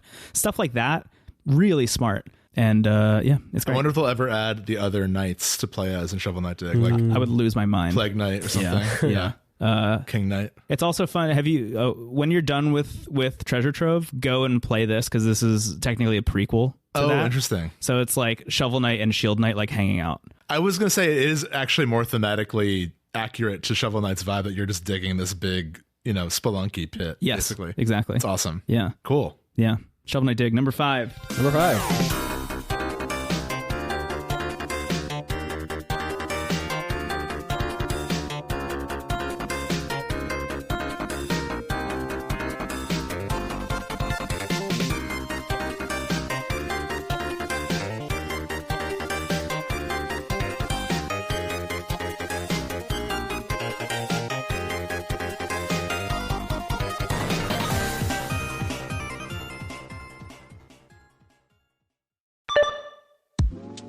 Hey there, this is Kim from Frog of the Week and Asynchronous. This is a tough GOTY year for me because I played a lot of games that in the moment I was playing them, I was like, oh, this is the best thing I've played all year. And that just sort of kept happening. And I never really whittled it down to a list. But reflecting back now, I think in terms of my favorite gameplay experience this year and a world that I find myself wanting to revisit, I think my game of the year is Stray. I loved the distinct sense of place that I got from that game. And I think that's something that really helped me feel so connected to that place was the way that the game encourages and rewards sort of quiet moments of contemplation. Anyone who's played probably knows the moments I'm talking about, where you can just like have your little cat lay down and take a nap and take a moment to just like absorb the world that they've created. And I also really love the hopeful message of this game about how, even after great tragedy, there is always rebuilding that can be done. Even if there is great loss, beautiful things can come out of that. I think that that's a really powerful message after the last few years. And it really spoke to me. Thanks so much, Brendon and Stephen, for having me on, and congratulations on another great year. Bye. Are we back to me? Yeah. Number 4. Number 4? World premiere. Okay, we're finally catching up with games. I said I'm going to talk about this later. Number 4 is Xenoblade Chronicles 3. Number 4. Yeah. Interesting. I will say this now that we're here. I thought you were going to give me a number 1 holy shit moment. Yeah, I mean, so I was going to say this is the only game on this list that was also number 1 at one point. Wow. This game's opening is so good. Yeah. Like the opening act of Xenoblade Chronicles 3, it's like nonstop, some of the most gripping storytelling. I usually don't like, I think we're past the era of like relying solely on cutscenes, but this game manages to really do well with it. Yeah. Because I think there's enough like of an equation there where like you get to play for a good amount of time, and often the cutscenes will lead right into a boss battle, which is nice. And it also does the nice thing of modern RPGs where if you lose against the boss battle, it brings you right back to the menu screen so you can like readjust things and then try again. Mm-hmm. But this game, I mean, you and I think had both kind of written off Xenoblade, and then we're excited at the idea of not writing off Xenoblade. Yeah. It was all up to this game. Yeah, pretty much. And it's just miraculous. I think it's easily one of the best games on Switch, and definitely one of the best RPGs. Like you said, like when people do a Switch episode one day, yeah, this is going to be on there. Yeah. And I think the story, like, even though we talked about the pacing issues, the main story never really stops delivering. I just think it does. I sometimes think like, man, if this happened earlier, or if this like, because I think in addition to the pacing, my other gripe with the game is and this might be a hot take, I'm sorry, Xenoblade fans out there, but I don't know if the single player MMO really adds to the experience. Like, I love the world, and sometimes I do like just kind of putting my brain in a collectathon mode and running around and exploring. Yeah. But like, what you're playing the game for is the story and the combat. And like, while I enjoyed the little side missions where you like recruit heroes who join your team and then you get those classes, like, yeah, that loop is really fun. But like, there was a point towards the middle where I was just doing hero missions and they started to really blend together at a certain point. Yeah. There's kind of a lack of weight to when you're done with the quest line and you have the hero on your team, then it's just like, oh, they're just an item in the menu. And sometimes it's weird that they're there. Like, there's a whole like prison infiltration sequence where I'm like, why is Teach here? Yeah. You know? Yeah. There are moments where like they kind of restrict guests purposely. Yeah. And even sometimes I change to the two like animal companion characters. Like, I would switch to them in moments where I'm like, I don't want anyone else here. Like, this is just they're canonically in the party. So yes, like, exactly. But I mean, I was surprised at how much I enjoyed the combat, because I think like I had watched my roommate play a bit of 2 back in 2017 when we were living together, and like, it just kind of looked like nonsense to me. I was like, this looks like what I have to explain a JRPG isn't to people who are like skeptical of the genre. Yeah. And I'm sure like this game has made me more curious to check out the other two. One specifically, I think one I want to give a shot. And X, I'm very curious about. Yeah, they got to port X. The weird Wii U mech one. Yeah. But this game, I think, does a great job balancing tone, because it's a game that is simultaneously having these really dramatic moments by the campfire that feel like really human and vulnerable. Yeah. And then there's like screaming nonsense fusing into mechs constantly and like punching a like draconic boss so hard that it spins through the whole battle. Yeah. And it's somehow like the same it works. story. Yeah. I think the game is also great at like being about more than you think it will be, because it begins essentially the setup of the story is these two factions that are like fighting endlessly against each other, and it's clear from the beginning that this war is kind of pointless, also very Nier Automata. And you meet the characters from both sides and you're like, okay, eventually they're going to team up and be like, this war is pointless, why are we fighting? But it's less about that and more about how do we find purpose when the only thing that's given us purpose is this war? Like, who are we without this conflict? And then beyond that, like, what do we want out of life? And if we were given a choice of like living forever in the present or accepting mortality, like what would we choose? I think to the game's credit also, the on this point, all of the marketing implies that it's going to be about the war. And then you start playing it and the rebuke of the war storyline happens within like the first 2 hours. And then the next like 3 or 4 after that is like, who are we without this? And then from like hour 10 onwards is like, let's fall in love. And it really works. And I mean, really great voice acting. It's incredible voice acting. Really great cast. I think like the point I'm at now, I'm at the beginning of chapter 6, and like I really wish this arrived 20 hours earlier, because I feel like I'm at a point now where it feels like, you know, I have the airship equivalent and I have like, you know, a lot of combat options that I'm excited about. And I'm like, it didn't pay off to wait this long. I agree. And that's the big thing about this game. But like, I can't really complain because everything I'm getting, I'm loving. And I definitely want to see it through, and I would love to talk about it again in more detail with you at some point. And I get it. I get Xenoblade now. And I'm excited to, you know, I don't know how much more I'll check out, because again, it seems like this is the one that got it right in some ways. But I am curious, especially Xenogears, because it's like a strange PS1 game that I love that era. Xenoblade Chronicles 3, I just think is an incredible RPG that is about something. And that's important. I've heard that that's also true of 1, and I've played like 20 hours of 1 and still didn't really like get too many inklings of that. You know, outside of just like really great world building, I think 1 has. The Switch version is great, and I feel like if you do get to the end of 3 and you're like, I want more of this, that's definitely the next one to go to. I also think this game has the best fake swearing of all time. And it's funny because they also just swear in the game, which I don't know how they got past Nintendo. Like Uni's mouth is filthy in this game. One of my favorite lines is like, Tyon says something foolish to her and then regrets it, and she goes, then what'd you say it for, asshole? That's like stuck in my head forever. But yeah, I mean, I love these characters. This is another kind of similar to Three Houses. Like, I would love to see them again, even though it wouldn't make sense. But I had a great time with this, and I'm excited to see how it ends for real. I think it says so much that this game made both of our lists, despite like maybe being about halfway in. I would say, I mean, it's a game that like super doesn't respect your time at all, unless it's the one game you bought this year.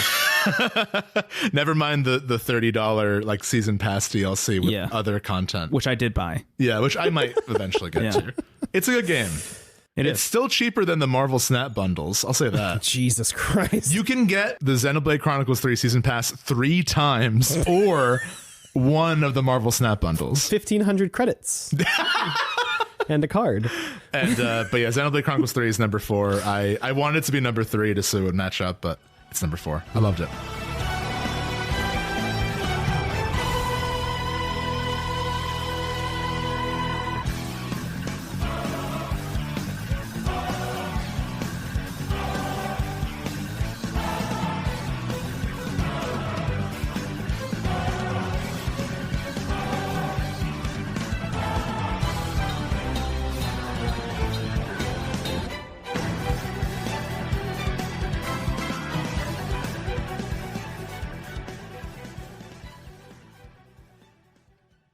Bum, bum, bum, bum. My number 4 is Elden Ring. Whoa! Bum, bum, bum,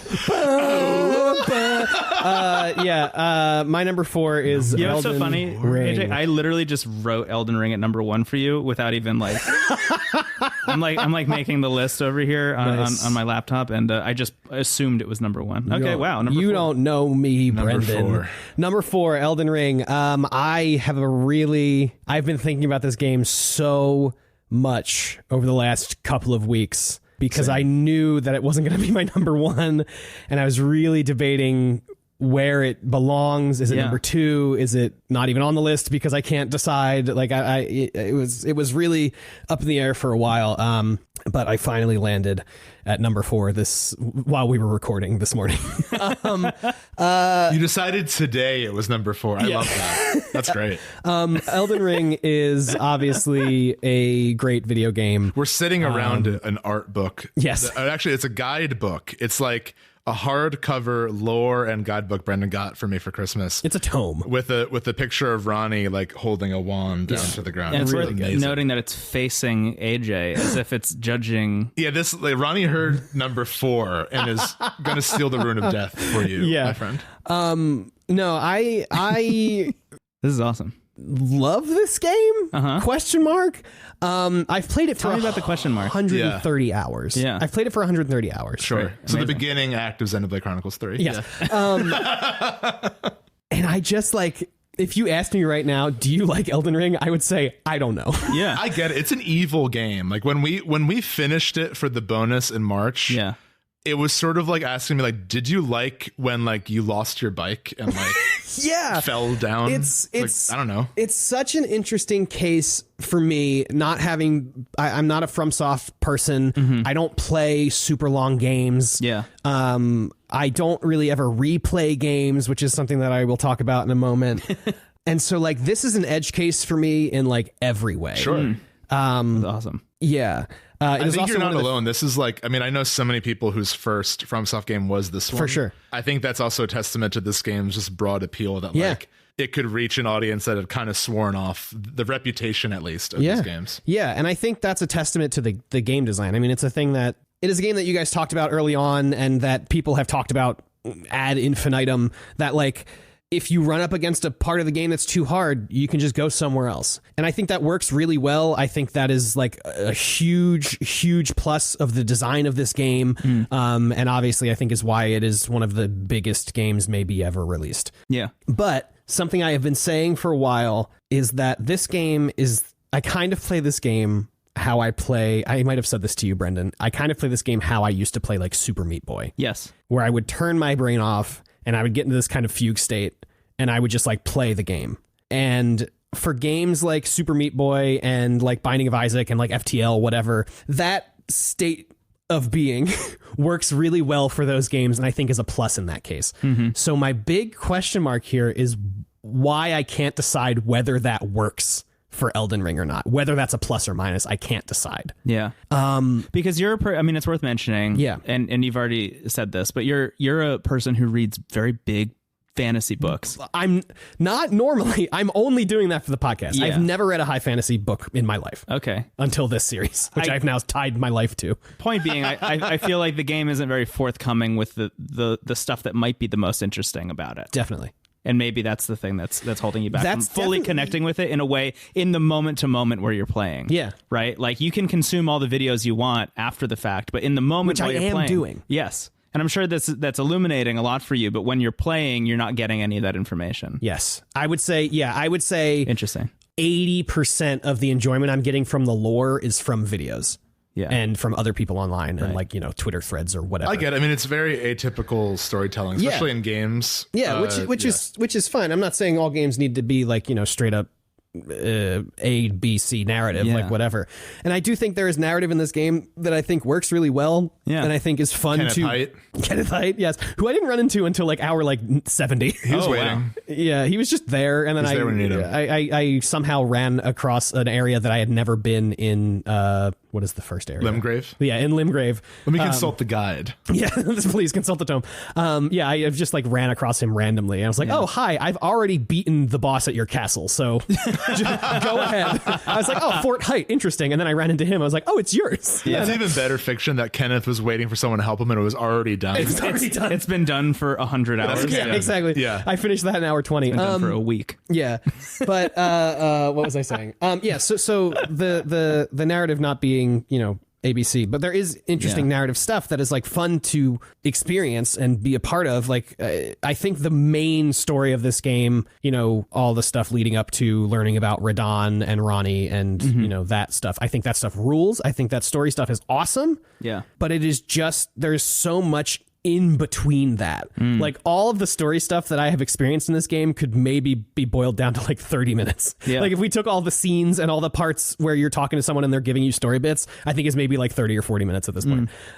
Which is, again, not a knock against the game or the storytelling or whatever. It's just not what I want out of a game, I guess. Yeah. In some ways. But like, I am having fun. Yeah. Playing the game. I'm liking beating bosses. There have been a couple of times where I'm like, this is hell and I don't want to play this game ever again.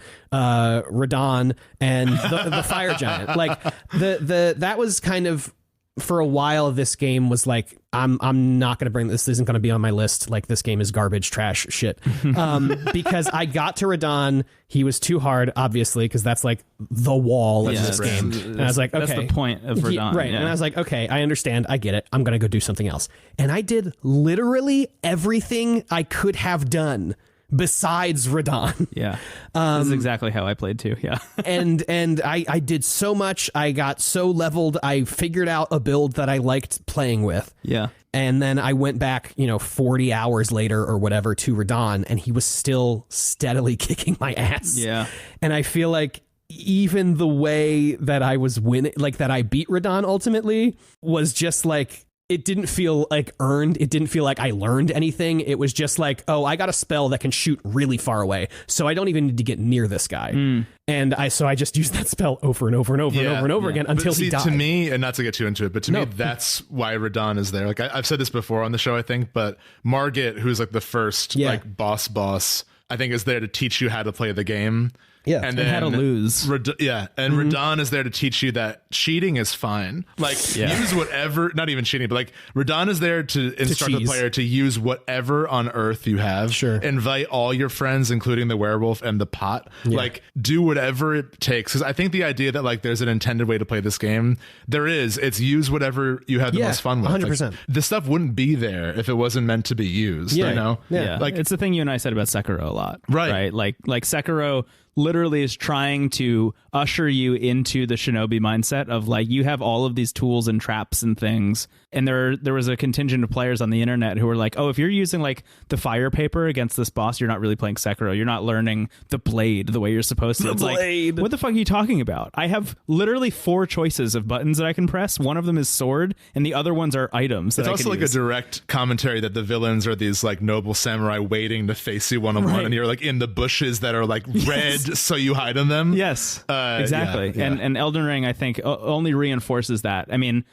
early on getting the spirit summons and stuff, that it's very exact, like 1-to-1 tone of conversation on the internet about the spirit summons. It's like they wouldn't have literally like 25 of them in the game and like animate them all and have a whole set of mechanics tied to them and a whole set of lore tied to them if they didn't want you to use them. Yeah, they're not red herrings to see who the real gamers are. Right. Yeah, you're not getting the Professor Oak, thanks for collecting all the Pokemon that you can print out with the Game Boy printer. Yeah. Because you didn't use the jellyfish. You didn't use the Boonville katana. But I think to your point, Stephen, of like Radon is there to teach you that you can, whatever means necessary to beat a boss, whatever. Yeah. Just like the means that I found to do it just wasn't. At that point in your journey, it wasn't like you didn't come back like, I'm ready now. It's like, oh, I just did this. Yeah, I totally it's get right. that. Exactly. I did have the exact same experience. I did this, like, period. Not like I did this exclamation I love point. that you loved the Rykard fight, though. You're talking about that on Synchronous. The Rykard fight, dude, is so which is so funny because that's like a good. bit of a hot take, but I love that you I love that you loved that fight because it's doing something different. Yeah, it's it was like also one of my favorites. Doing something. It's not trying to. It's not trying to teach you anything about the game. It is just saying like, you did all this stuff for the Volcano Manor. Have fun. Yeah, exactly. It's your hell reward. Yeah. It's your reward. It's a reward. I also to love fight that you can Rykard. get to him either by like doing all the machinations for the Volcano Manor people, or just like sneaking in.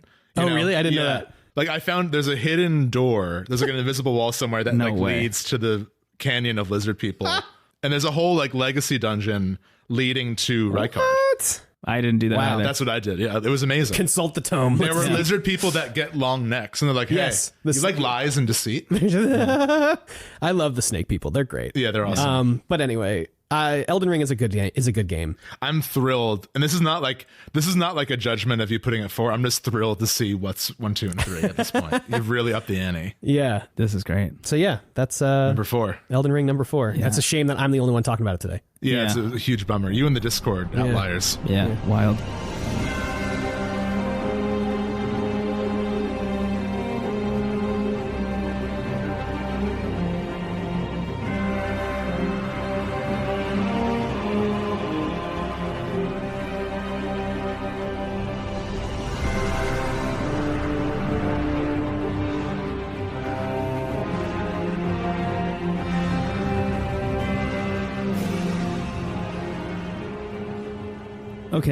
Okay. Well, now that you've gotten that off your Cleared chest, the air. Yeah. I do feel like a weight is lifted. I feel lighter. I've been having a good time, but I'm like, there's a secret brewing. somebody's withholding some There's an aura. Yeah. Yeah.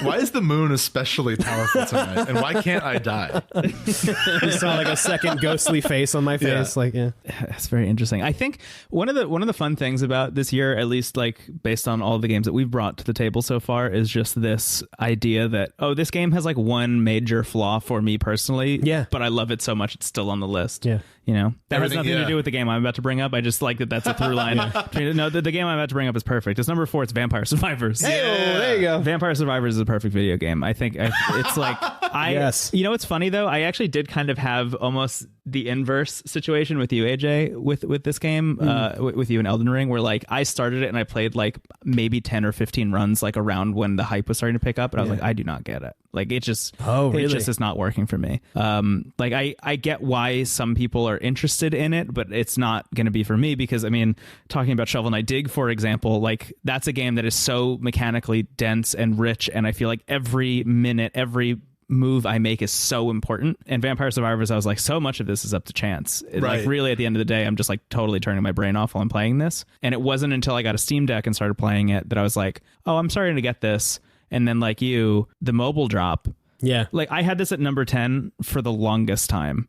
And then the mobile release happened, and it's all I've done. It's a game changer, for man. like a week and a half. It's like all I've done. Every minute I spend playing Vampire Survivors. Same. I can't put it down. And it was like the first time I had a run go really, really well was when I was like, oh, this is why everybody is playing it. Because once you have that experience in one run, you never want to stop playing this game ever again. The first time you unlock like the evolution of a weapon, the first time you like make it from the first stage to the second stage, or the first time you find a relic, or like the first time you unlock a new character and you're like, oh wow, this is actually the only one I want to play as. All of these moments are these just like little dopamine hits that happen over and over and over again that just funnel you deeper and deeper and deeper into wanting to play Vampire Survivors more and more and more. Mm-hmm. I just think it's brilliant. I mean, it's like a game that we're going to be playing forever. As I was talking about before, like I think it speaks volumes that this game was able to launch on mobile so late and immediately dominate all the people that had like blatantly ripped it off. Yeah.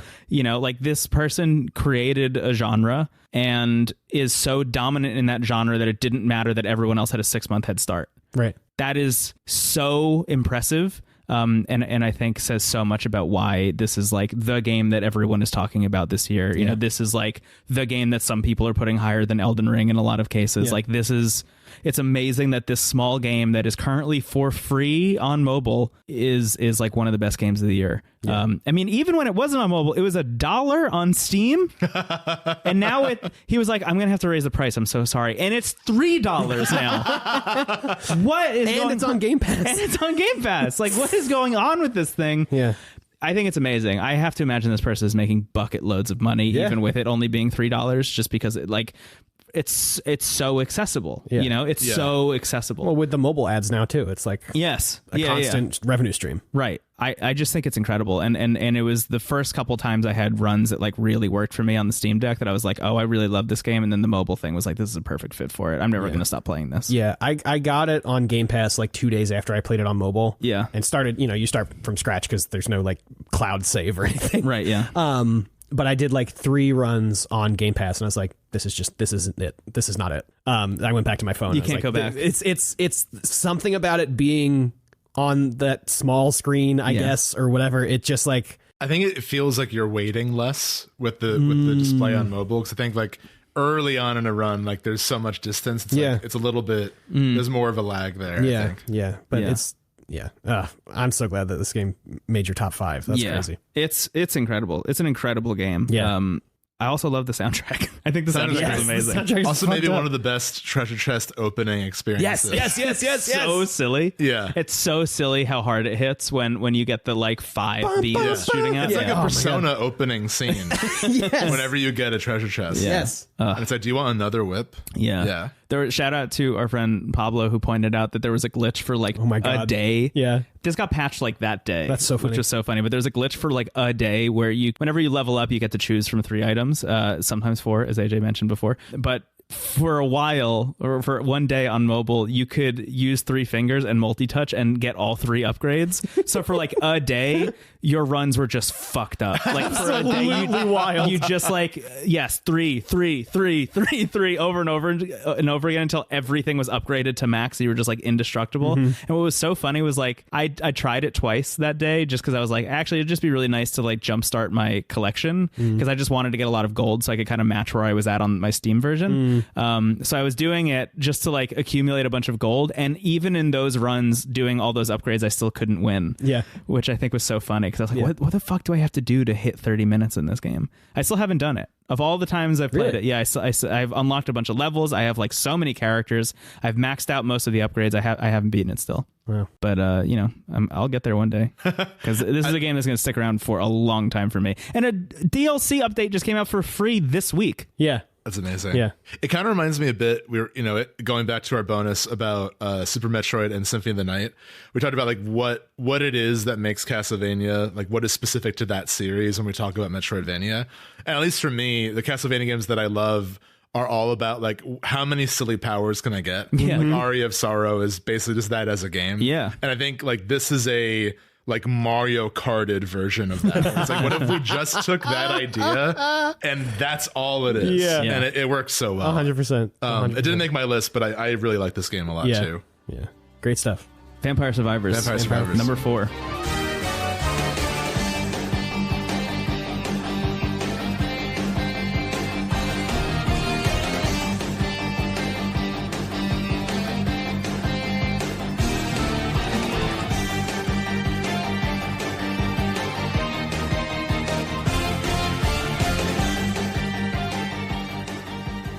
We're in top 3 territory. This is where it really happens. Who's getting the bronze medal, Stephen, in your video game Olympics? There's something Backlog automatically does like a bronze, silver, gold numbers on the thing. I'm like, I'm always so disappointed I can't take part in that. Backlog.com is a website that I guess the three of AJ, I didn't know you were using it, but the 3 of us use to like keep track of stuff throughout the year. It's like Letterboxd but for video games, and they have this great game of the year thing that they do every year that's like so beautiful, and I always want to take part in it, but I can't because if I do it, then it will tell everybody. It's over by the time we release this episode. Usually, we might sneak in this time. Oh, really? Last year, our Game of the Year episode came out like early January, so we might just make it. We might hit it. Okay, cool. Maybe I'll at least give Neil White best soundtrack. That might not spoil anything. if that spoils anything, maybe easy to read. But anyway, the bronze. Number 3. I think this might be a surprise. We'll see. I'm so excited. Number 3 is Kirby and the Forgotten Land. That is a surprise. I thought that was going to be. I thought if it was on your list, it was going to be a little bit lower. This was in that like number 10 contention spot for me. How far did you get? Almost to the end. Because the constant Nier Automata comparisons we're making tonight are not in Kirby and the Forgotten Land. I think this game is really miraculous. I think it's also kind of easy to ignore because like sort of like Shovel Knight, it's like a given that Kirby is going to be like charming and fun. Yeah. But we talk about a lot, like Kirby has had a bit of like a identity crisis in the last decade. Yeah. What was the last good one? I feel like Planet Robobot on the 3DS is like a game that me and 4 people think is great. Yeah. And I feel like doing the DS episode, you could really see like Game Boy Advance, we got, what was it, Nightmare in Dreamland? Yeah. Amazing. But then we got the weird cell phone game. We're like, something's up with the flip phone Amazing game. Mirror, yeah. And then the DS, it was like, what if there were just 1,000 Kirby's and you threw them around? That was the best one. Yeah. So I just think like Squad. Squeak Squad's a lot of fun too. All that to say, I've been rooting for Kirby to like have a comeback. Yeah. But I didn't really know what that meant until now. And it's kind of wild because I feel like on one hand, this is Kirby's first 3D game, like in a 3D perspective, at least a traditional Kirby game in a 3D plane. And in some ways, it feels like this should have been on the GameCube, where it's like, yes, the idea that we are excited a game is entering 3D is a little bit past the excitement mark there. Right. But I think it's still so miraculous how well they've done that. Yeah. And I think as a longtime Kirby fan, the focus on like what powers are in the game, what is their utility just beyond combat, it really did feel a lot like Mario Odyssey, where like the levels are designed around a handful of powers. But I think with this game, I mean, it's hard to really sound interesting talking about it because like it's just really well done level design, really lovely art direction, and just such a joy to play. Yeah. But what this game has done, which I think is the opposite of what people expected. When people saw footage of this game and we saw Kirby in like a post-apocalypse open world, everyone was like, oh, okay, this is Kirby Breath of the Wild. Right, yeah. And it's the opposite. It's levels just like an old Kirby game. And what this does to me is it proves that that's still valid. Yeah. And there's like strength in that. And you can make a game that is just like the old games of being divided into levels and worlds, and it can feel fresh and modern if that's what the intention is. The bosses are unbelievable. Yeah. The finale of this game is not unlike Elden Ring, truly. Like I'm not joking. The finale had me screaming that you big mouth a truck into like another dimensional gate. I'll just say it so you have that phrase in your head somewhere. I just think like, I think this game isn't like it did well. And I'm not saying that like I'm the only one who played Kirby in the Forgotten Land, but like, I don't think it's getting the same praise that like the other big Nintendo first party games got. And I think Kirby in the Forgotten Land is the best Kirby game in a very long time, maybe the best one in general. And if like the series stopped here, I think we'd be fine. I don't want it to, but I think this is like, they figured out what Kirby's about in this game. And I do wonder if the Forgotten Land is in some ways a reference to like game design of the past, where it's like, can we breathe new life into something that every other game is trying to leave behind? And I think they did it. So Big Mouth mode was a meme, is incredible. I love that addition to this game. I think they really struck a nice balance of like having variety in the forms Kirby can take, but also giving them weight and meaning. So when I decide before a boss fight, like, do I want the sword or do I want the ice? Upgrading those powers. The final form of the sword is Meta Knight. Like you have Meta Knight's mask. It's sick. And slowly building Terrytown to be this like hub to I was gonna say, Waddle Town, like Terrytown. Wow. You can see where my mind's at. Slowly building that as a place to return to and to constantly get new mini games and features. It's just amazing. I was surprised when I really thought about it, like, is this top 3? And I'm like, I feel in my heart of hearts it is, just because it's like just so fun and so simple, and I think it's easy to think this game is like simple or for a more general audience, but like there's so much here, especially if you want like a challenge. The whole post game is like wild. I think there's something for everybody here, and it's done so well that it was my 3rd favorite game. Got the bronze. This is your Shovel Knight dig in a way. Yeah, absolutely. It's very much like, why aren't we all flipping out about this? Yeah. Yeah. It also looks beautiful. Like there's still some frame rate stuff with like distant enemies, but it was that stunning. just seems to be like shorthand on the Switch. Like for that just seems to be like a thing that every developer does. And it's fine. It's fine. I mean, Kirby's usually awesome. doesn't affect the video game. If there were like 5 games, like anyone on Earth got a Switch, and I'm like, what are the 5 games that like everyone should play and will have fun with? This will be one of them.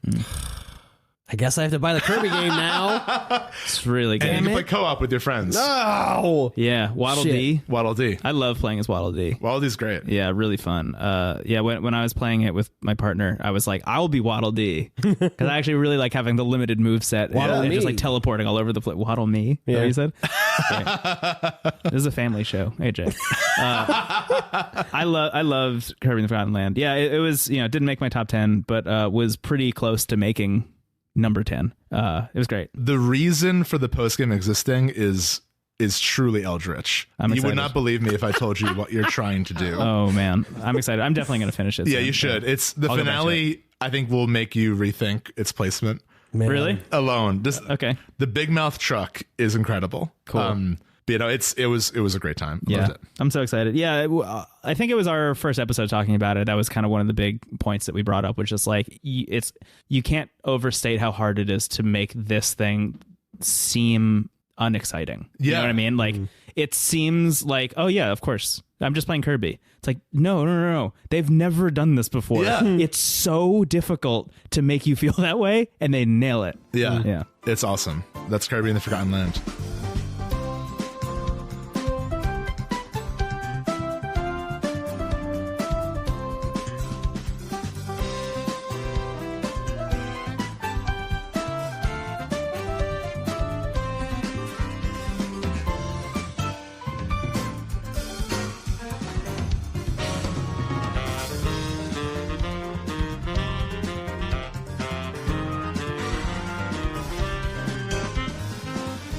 Number 3, the bronze. The bronze.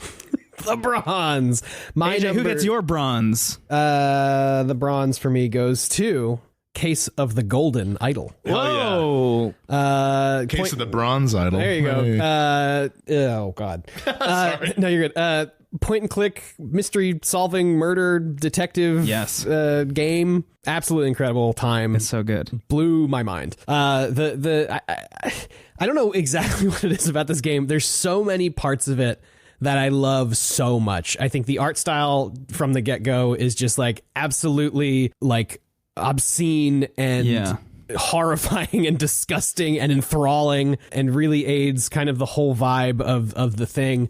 It's like the scary looking characters in Rocko's Modern Life. Yes Is the energy 100%. of everyone in this game. Everyone in the game looks like that, and the fact that they look like that and you are solving a murder at the moment of the murder. I love that it's like animated forever in that final moment. Forever in that final moment. Exactly. It's just an absolutely awesome like framing device for all of these things, and all of that matched up with the Mad Lib style mystery solving of every level is it's peak game design for me this year. It's just absolutely amazing in every way. This is another game that I played with my partner Tara. We played it in like 3 sittings. Hell yeah. There's a dozen cases and an epilogue, and the story of this game, did you finish it, Brendon? Yeah. It's so the story of this game is wild. Yeah. I'm telling you. Yeah, I feel so when I first played this game and brought it to the show, I think I was like maybe 4 cases in, something like that. Yeah. And it's like right after that point that it like pops the fuck off. Yeah, well, I was like, oh yeah, I know what this game is doing, like conceptually. Like you've no fucking clue what this game is going after. Yeah, and then even after you finish the final mystery, which is an awesome moment of gaming this year in general, that final case, you're still like, wait, what? And then there's an epilogue, and the epilogue is like, wait, what? Yeah. In like a, you finally figured everything out way. And it is just, it's so good. The slow kind of drip feed of information, but also not forcing you to have to remember like people or things between scenes, because I love the detective book. Because due to the Mad Lib style of it, if a person is in, if they're in concurrent scenes, you're going to have to find their name somewhere in the scene anyway. You're not going to have to remember somebody's name because you're going to have to click it in order to add it to your word cloud. So it's like, that is really great. The mystery is really great. There's only one moment where I was like, how the fuck was I supposed to figure that out? But the rest of it is awesome. And it gives you the options, the classic issue with point and click games is like, where the fuck am I supposed to click? Yeah. There's just an option to turn on like a little tinkle that'll show you. It's so helpful. It's so great. Yeah. I can't imagine. Sparkle is the word I should have used, but instead no, tinkle's great. It's kind of like Ace Attorney, the great Ace Attorney Chronicles adds like, if you're hovering over something that's interactable, it will give you like the icon will change. Whereas in the old games, it's just like anything goes, which like that's like the major thing to get over in the original trilogy. Yeah. But yeah, I love this game, and I wish that I could erase it and play it again. Which I think awesome. It's one of those. Yeah. Which is true of at least another one of the games on my list. This is this is a game that like the only reason it's not on my list is I didn't have as much time to play a lot of it. I played like the first couple missions or the first 2 cases, and I really enjoyed it, but I just like had to do some gut checks like towards the end. But this is something I want to put more time into. Yeah, we talked a little bit in the last episode in our like GOTY prep segment just about like, okay, now that we both have Steam Decks and we have access to like most of the breadth of like games that come out, the only thing we're limited by is time. Yeah. And every once in a while there's going to be a game like this where it's like, you just can't get to the end, unfortunately. Yeah. Yeah. I had that with a couple games that I know are on like people's lists that I like. Yeah. I couldn't It's see like the this end and of. Signalis are like another life. Yeah. A Chrono Cross existence. We could have. Yeah. It could have been the bronze. That's how I was. I mean, first of all, with Xenoblade 3, as we already mentioned, but also like Norco is one of those games. It's like, it's not on my list. I wish it was. Like, I have it ranked, but I couldn't get to the end before it was time to do this episode. Yeah. But I've heard that, like, you know, towards the end of the game is when it really all kind of solidifies, kind of like Golden Idol. And I just couldn't get to that point. So, but Golden Idol rips. Golden Idol. That's high praise. Yeah. Anytime someone says like, I wish I could see it again, like for the first time. Yeah. That's high praise. Yeah, because I mean, especially that since it is a mystery game, it's like once you know the mystery, there's not much else to go back to the game for, which is unfortunate. Which is also kind of why I had a hard time of like, can I put this at number 3 because I can't ever play it again. Right. But like, yes, I think I can because Sometimes it's just like, you know, I experienced it once and that was it. Yeah, I experienced it and it was incredible, and I would suggest anybody play it because it is so good. Is replayability high on your list of I don't think criteria? I don't think so, but it is definitely on the list of stuff, which is interesting because I probably won't replay most things. Yeah. You've already said you don't go back and replay games a lot. That's interesting. Graphics, sound, replayability, fun factor. Yeah. Microsoft endorsement. Does it have a plugin for Word? So yeah, number 3. Oh man, if you could export all the words into Word, into Word, into not Microsoft into Excel. Word? No, into Word. Okay. Number 3. You could just play that game on Excel. To be clear, you could just have that game be on Excel. It could be a board game. It could be that'd be Sherlock Holmes, right? Isn't it like Sherlock Consulting Holmes, Detective. Consulting Detective. That'd be a very fun board game. It could be that, you know, which is cool. Yeah. Fuck. I have it. You want to play? Curse of the Golden Idol, the board game. I actually do want to play Sherlock Holmes Consulting Detective. It's a fun time. I've never played it. I've always wanted to. I mean, obviously, I know you're also a big Idle Thumbs fan. Is that how you learned about it? No, I found it at Barnes & Noble. Oh, really? And you just picked it up? Mm-hmm. That's amazing. I was like, wow, a game that comes with a bunch of paper? Yeah. That's so good. Anyway, number 3. This game is fake money? And it's actually fake newspapers, Stephen, please. I get $200 if I pass Go? Dude. Holy shit.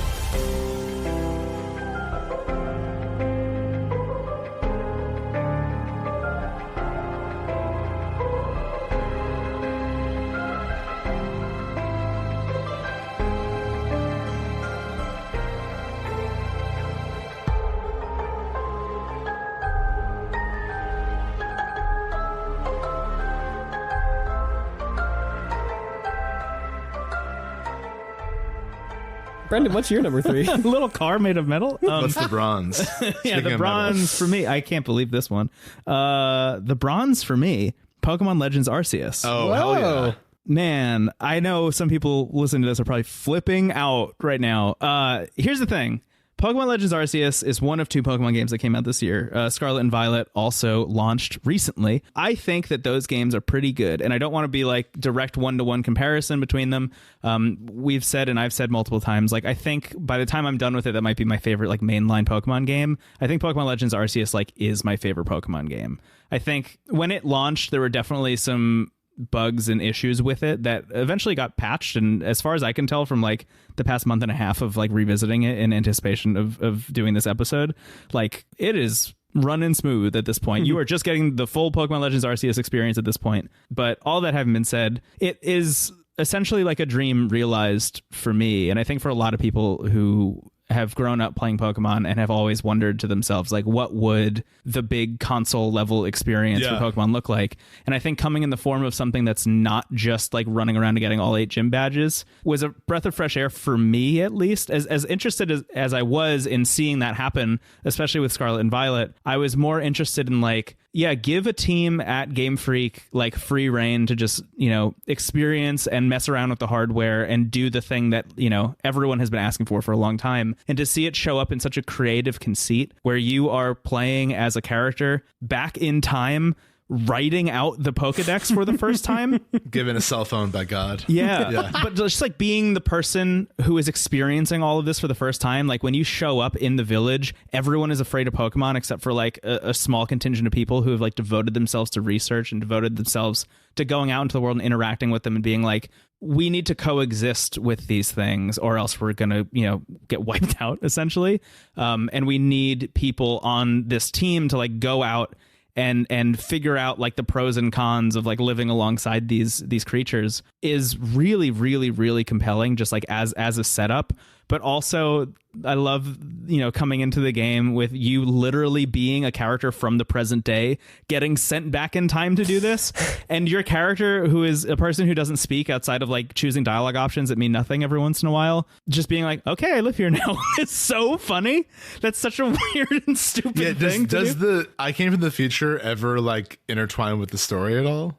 No, not really. Holy shit. It feels like you could have just been like a kid who's excited to meet Pokemon. Yeah, and the mission from God via cell phone is so funny. Yeah, it's weird because you're not a kid sent from our reality back in time in the Pokemon world. It's like you're a kid from the Pokemon world in present day sent back in time. Yeah, which is even also the Pokemon world. So it's like they already know what's up with Pokemon. Yeah, it's fascinating. It's a really weird conceit. It's a really weird setup for the game. But when you get into it, when you get into the loop, I found that the experience of like, okay, they give you kind of small open worlds to explore. Like there are multiple levels. I think there's 4 or 5 total. But you set out into each one of these one after the other with like a set of missions and quests and things that you need to do. There's like a big scary Pokemon that's like raging around that you need to fight as like a big boss battle. It's at one point, kind of like Monster Hunter Worlds, where like they had the zones. Yeah, I found those boss battles to be like the weakest part of the game. Yeah. And the thing that really struck me, the thing that really worked for me was the slow drip of like, I'm going to go out, I'm going to crouch in tall grass, and I'm going to like watch this Pokemon move around for a while and just like exist in the world and wait for it to turn around so I can catch it and then catch like 45 more of them. That experience by itself was really exciting. But seeing the impact that I was having on the village in turn, I think is the most interesting thing that I've ever seen in a Pokemon game, because like even some of the smaller quest lines, like there's a guy who's like a gate guard who is like terrified of Pokemon, and you get him his first Pokemon, and like over the course of the game, if you continue to talk to him and continue to invest in the town, you can see him slowly starting to like cozy up to the Pokemon that you got him. So he's no longer afraid, but now he's like actually okay with it existing, and then it evolves, and then eventually it evolves to like its final form, and seeing that kind of story play out almost wordlessly over and over and over again with all the different members of the town was so beautiful and so human in a way that I wasn't expecting from a game like this of all things. You know, like I came into this being like, okay, this is going to be just like a weird experiment in the Pokemon franchise, and like we'll see if it works, because the track record has been like fine with Pokemon recently. And it came out and a lot of people weren't a huge fan of it, and a lot of people still aren't a huge fan of it, but I walked away from it being like, I think this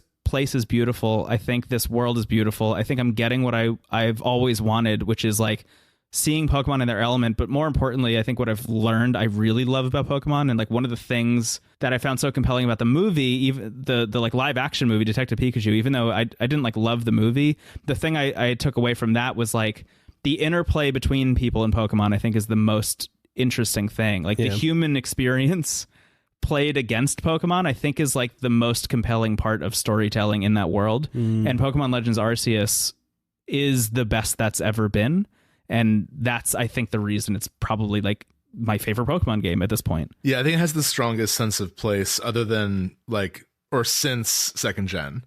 I really, really loved just the sense of life in the village and like that return to that place. It did remind me a lot of the village in Monster Hunter Rise, where like, you go out in this unknown place. And I think the difficulty was a really nice touch in that game, where like there was a threat. Like it was always kind of uncertain how your Pokemon were going to fare. And I think now that we're in a Scarlet and Violet world where they have turning the Pokemon into crystals, which is not, it's fine. Yeah. But I think like every Pokemon game since Black and White has had like a central combat gimmick mechanic, like mega evolutions and stuff, and I love what they did here, where it's like fast mode, strong mode. It's so simple, and it's way more interesting to me than most of those amazing. other things. It's an amazing conceit. So the way that works, just to go into it, is you're seeing the turn order first of all for like the first time ever in a Pokemon game. You see the turn order on the side of the screen, and at any point for some of your Pokemon, eventually all of them, you can change what moves you're using from being like standard, so it'll just like not affect the turn order at all, to a fast mode, which does less damage and moves your Pokemon up in the turn order, so you can can do more moves in more succession or in succession, or a stronger mode, which is like, I'm going to do like a much more powerful version of this. And on the flip side, I'm going to bump myself down the turn order pretty significantly. But like, if you know that your Pokemon has like the type advantage and you just want the battle to be done with quickly, you can flip over to strong mode and then immediately take them out and then just be on with your way, which I think is a really cool layer of depth and is the first time ever that I've decided like, oh yeah, I'm one of those people now that's going to demand that this comes back all the time. Like if they make another Legends game after this and it doesn't have that exact battle mechanic in there, I'm going to be like bummed out. Yeah, I'm going to be bummed because it's the first time I've really connected with one of these things. Like you said, the terastallizing in Scarlet and Violet is like fine, but it's like fine. It just like changes up the types of some Pokemon every once in a while. That's okay. The Gigantamaxing in Sword and Shield, like that was fun for spectacle and like fun for that game, but I don't need it ever again. And this was like, oh, you added a meaningful change to the way battling works in Pokemon, so much so that I feel like I can't go back. Yeah, and I just think it was a very, like, the region had a lot of charm and personality, which is something that the Pokemon games have been really good at recently. Yeah. But I think that the identity of the worlds intertwined with like what the game was asking you to do. Yeah. But specifically also taking a region that historically people don't have that much of a strong connection to in terms of like what's going on there. Sinnoh, yeah. Yeah, like saying, okay, we're going to go back in time there. It's like, oh, wow, suddenly this place is filled with life and I'm so interested in it. And you can see where some places became landmarks in Gen 4 eventually. Things like that. It was really, really Or like the origins of Team Galactic and stuff. Yeah. Yeah, it's a fantastic game.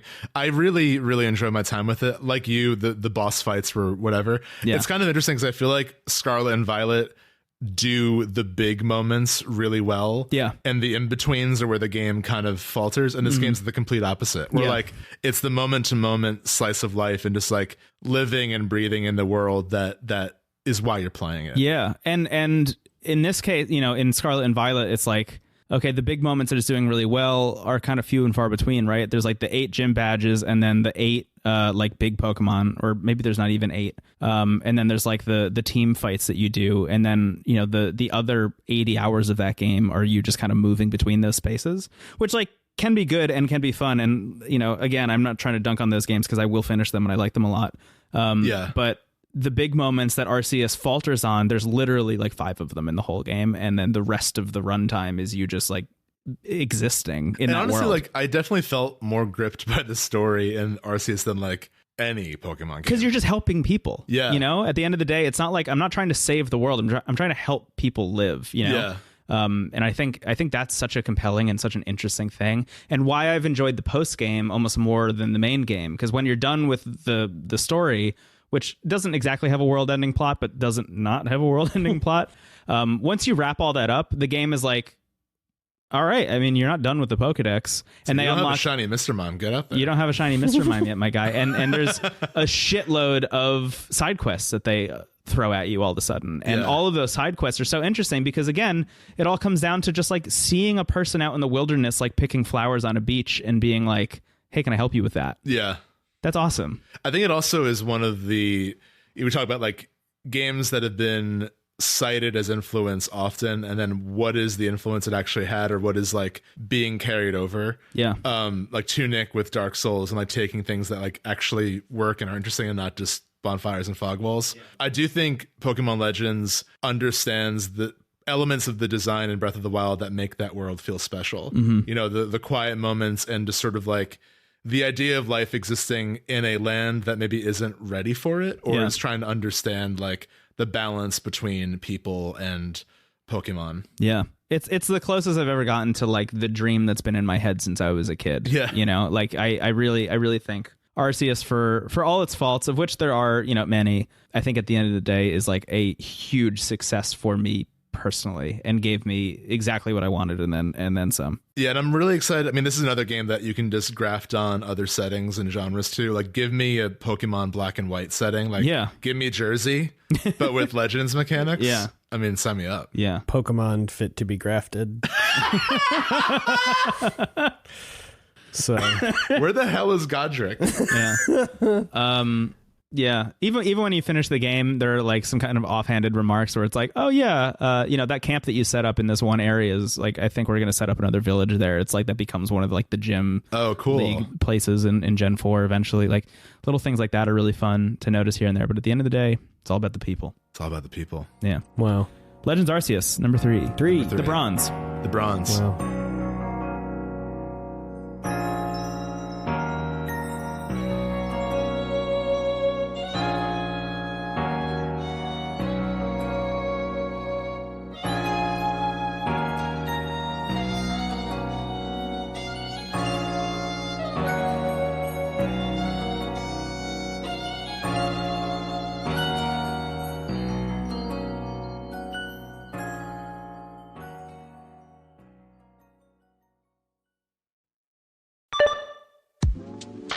Hello, dear listeners. My name is Scout.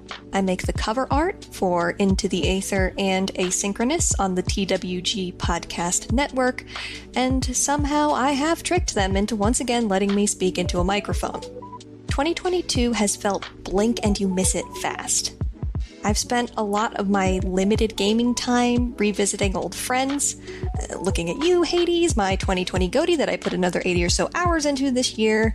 But I've squeezed a few new releases in too, and that includes my personal game of the year, Pokemon Violet, or Scarlet, take your pick. Though far from a perfect game, the new Pokemon Adventure gave me the most satisfying narrative arc in the main series to date, and most importantly, it gave me a cast of little weirdos, and I couldn't be happier. Much of my year has been spent learning and accepting the ways in which my body and my brain differ from society's so-called normal. So, to watch the lives of various social outcasts intersect in productive ways, and to see them reconnect with their peers and find their own unique places in the world really soothed my soul. It was a much-needed reminder that we all fit somewhere. It's just a matter of making sure the pieces around us match up to ours. So here's to 2023, and to all us little weirdos looking for our perfect spot. I'm almost more excited about the number 2s than the number 1s. Yeah. Why is that? We said Elden Ring wasn't going to be brought up. I don't know. Oh, sorry. Yeah. Sorry. Does that mean we're back to me with the silver? Yeah. Oh, man. Kingdom Hearts 3. Number 2 for me for 2022. I feel like I have to say that once a year. What, Kingdom Hearts 3? Kingdom Hearts 3. I just need to say it into the microphone once a year during GOTY. Number 2 for 2022 is I Was a Teenage Exocolonist. Oh, shit. Yeah. Nice. Yeah. Oh, my God. This game, yet another great sci-fi game about being a person. Totally. I think this game is I've mentioned this before on episodes. We've talked about it. I think the way it markets itself and the title of the game, I think, is a bit misleading because it is by all means a dating sim in terms of the mechanics, but it kind of looks like that's all it's going to be. And the game is much more interested in just the narrative and just sort of like being a work of sci-fi. Yeah. And essentially, for those who don't know, it's a game where you play as a character who is amongst a group of children who are born on this new planet. A group of people left Earth and are settling on this new planet for a fresh start. And the game kind of has like a persona calendar where you spend your actions in town, like either going to school or playing sports or like relaxing or exploring with the weird kid. And basically it goes from ages 10 to 20. So another thing is like the characters you see on the cover, that's how everyone looks when I think you turn 17 or 18. So it's like really the game like ends when everyone is at that point in their life, which is really interesting. And I wasn't really prepared for that. But I think one thing that really caught me off guard and I thought was really powerful about this game is that in the first time I played it, which the game encourages multiple playthroughs without saying too much. And I think a single playthrough is like anywhere between 3 to 5 hours, roughly, depending on how long you do certain things. As this kid on this alien planet that is like, it's uncertain like how successful this is going to be, but all the adults are like, well, we left Earth and therefore all of Earth's problems are also behind us. Right. So when you learn about history, largely from this AI, but also Professor Hal, coincidence, it's taught to you in a way of like, this is what happened on Earth, but those problems are over. Right. You know, you are no longer there. We don't have to worry about like global warming or war or all these things. Yeah. And without saying too much, like all of those problems catch up with you. Yeah. As you see all these kids grow up, you know, you only have so much time to invest in certain relationships. So usually in a single playthrough, you'll only get to know like 2 to 3, maybe 4 characters like well, yeah, and maybe only one like really well. And so it kind of has that Three Houses effect where like the kids who aren't in your house, you just sort of see like, oh, what's going on with Lorenz? And why is Lorenz going down this path? Yeah. And an exocolonist, you know, there's a sort of shift in the game around when you turn 14, which is not a coincidence. It's when everyone's like going through puberty and changing as a person and like, yeah, you know, asking more questions about themselves and society. And that's when like life gets a little scarier on this planet. And I think what's so brilliant about this game, it almost feels like a deconstruction of the dating sim, because all of these characters on one hand are allegorical, like they represent the people who you can spend time with, like the other kids who are growing up with you. They all represent like certain attributes and they're connected to an activity. Yeah. But they also all are so flawed, and they, even the really nice ones, all make really big mistakes.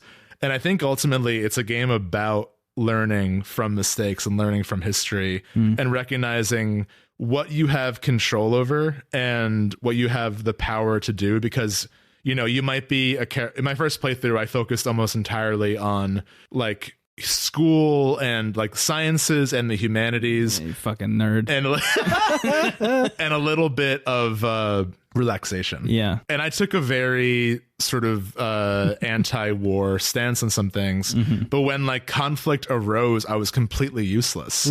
So then I think like by having weaknesses and by having shortcomings in one life, starting the game over, replaying it and focusing on different things and seeing, without saying too much, you can carry over some things from previous playthroughs. And I don't think you need, like, I felt actually pretty good. Like, it was bittersweet, but I felt good about my first ending. And I've beaten the game twice. And what I've learned, at least playing it once more, is that, like, I think the game is taking an optimistic view in humanity, but kind of reminding the player, like, it's not going to happen in your lifetime. Like, it takes the action of multiple people over a long time, and you are a link in a chain. Yeah. But it's saying that in a hopeful way. I don't think it's saying, like, you don't matter. It's saying, like, focus on what you can do and on the people in your life and how you can maybe guide them to a better reality. And this game also has what I call the anti-Fire Emblem paralogs, because in the endings you see like little epilogues of the characters who you either romanced or like got very close with. And like most of them are like somewhere between bittersweet and tragic. And like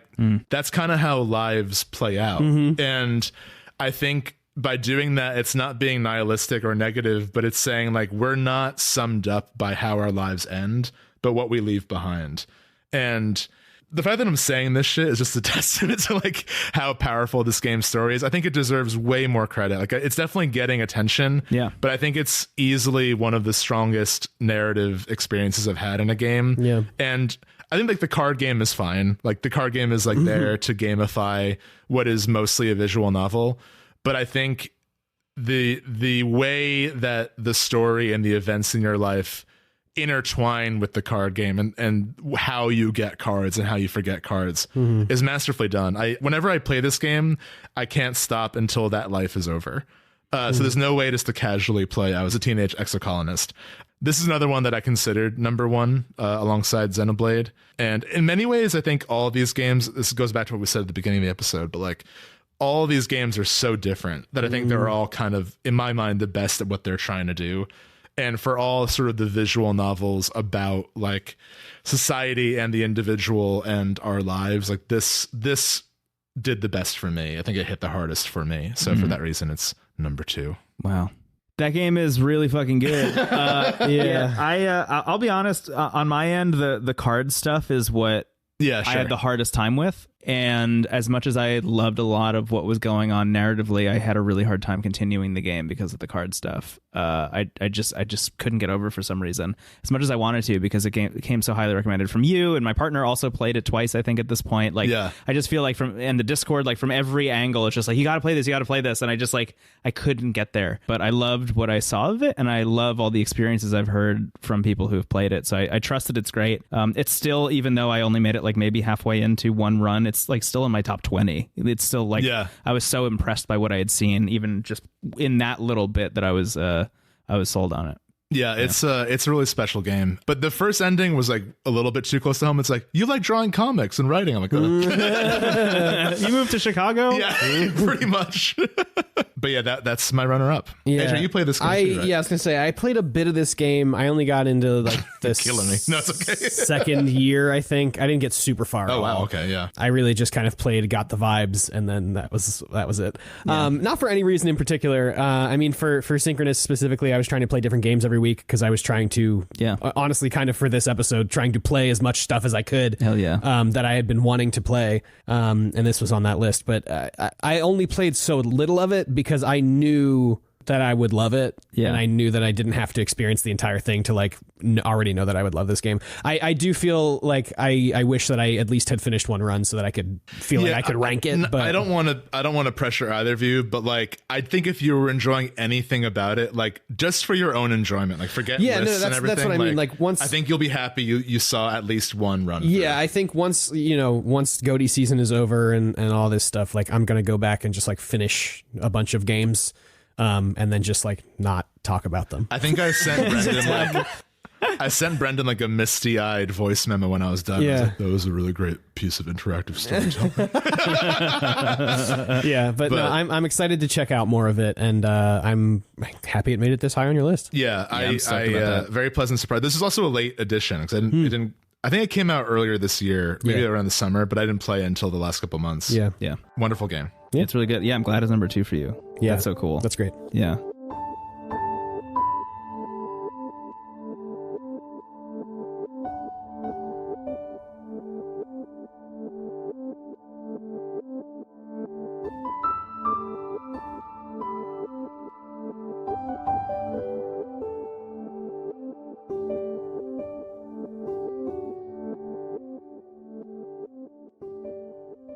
My number 2. Yeah. I'm so excited. Nick. Oh, hell yeah. There you I was go. like, Nick, what? I thought you were going to do the Nickelodeon thing for a second. I was like, what is Nickelodeon? My number No, 2 is Kablam. My Extra number League 2, now. SpongeBob Battle for Bikini Bottom Rehydrated. No, my number 2 is Tunic. Nice. Hell yeah. What a fucking video game. Yeah, it's great. Y'all.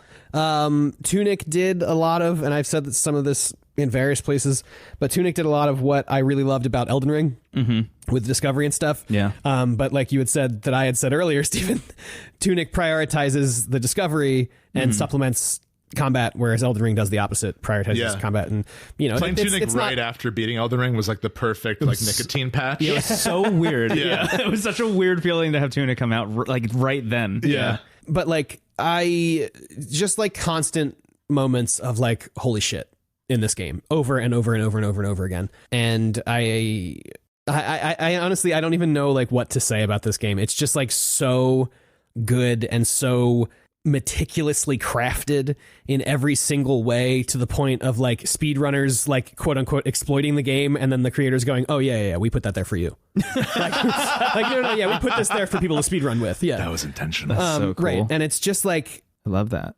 Blows my mind the level of like design that went into this game. Oh yeah. When you think about how long it's been in development too, like it's really clear that so much of that time was like, I imagine sitting down to figure out how this game was going to work must have taken years by itself before you even start like putting pen to paper for real. Yeah. And there's just so much about this game that I could gush about forever, but I think do it for a little bit. Why not? Yeah. Gush. This is gushing the episode. Do it. I just think that's what the G stands for. Gush of the year. I just like from the get-go, the game starting you off with like, look, here's a cave. What's in this cave? Oh, there's a chest. Ooh, what's in the chest? and you're like, oh, it's a sword because I've played Zelda before. It's like, fuck you, it's a stick. You get a stick for the first 2 hours of this game. Eat my ass. Yeah, that's a great decision. It's a great decision. It's an amazing subversion. And even before that, like there's like 2 other things before that. You pass the big yellow block and you're like, I have no idea what the fuck this does. I'm just gonna keep walking past it. Yeah. You find a mailbox. You're like, oh, what's in this mailbox? And there's a language you can't read. Yeah. It's like, okay, cool. Yeah. What's happening? But so starting from there and then just continuing forward, the game just had me like laughing at how much fun I was having. Yeah.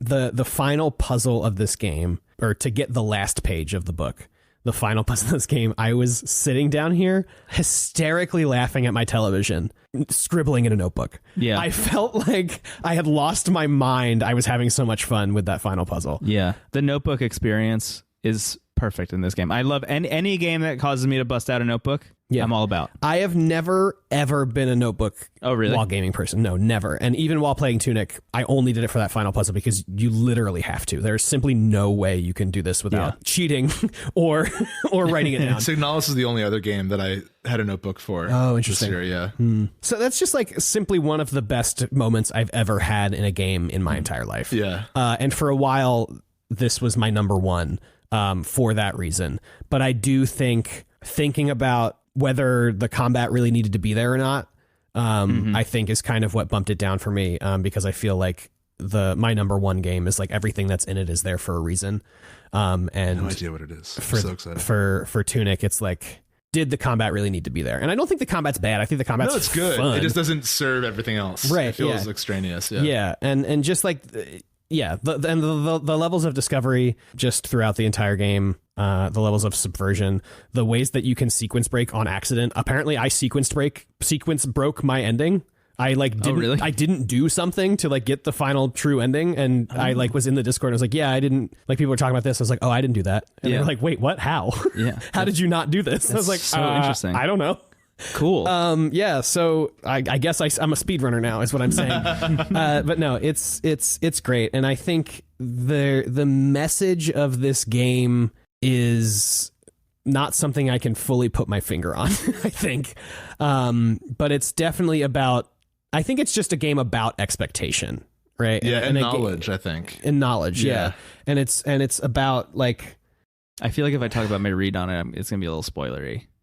I think it's a game kind of about legacy, right? And it's a game about, like you said, Stephen, knowledge and expectation and stuff. And I think it's just a great piece of media talking about that stuff. I think if it were to be more of like if I were going to give like a media studies read of it, I guess I would wish it could be a little more clear or straightforward in some ways, but I don't know. I am just like talking now to try and come up with more coherent points besides like I really liked this game and it was really, really good. I think that's so many of the games this year. Yeah. I mean, as we were saying in last week's episode, or last week for us, I guess, just a lot of the games on my list this year are games I just think are great. And I don't. Last year I had so many like emotional, like heart wrenching attachments to so many games, and this year's like, man, Vampire Survivors is just fucking good, dude. Yeah. You're telling me I could watch The White Lotus and play Vampire Survivors at the same time? I'm gonna do it, my guy. Yeah. That's just how the game. That's just how the year worked out. I think. Yeah. So The White Lotus Season 2 is your number 2. Tunic. That's Nick. Tunic. Really great. Also, soundtrack, obviously amazing. Yeah, it's really good. Yeah. And there's secrets in the soundtrack. Cool. I think I know what your number 1 is. I think eagle-eared listeners might know. Yeah, I believe so.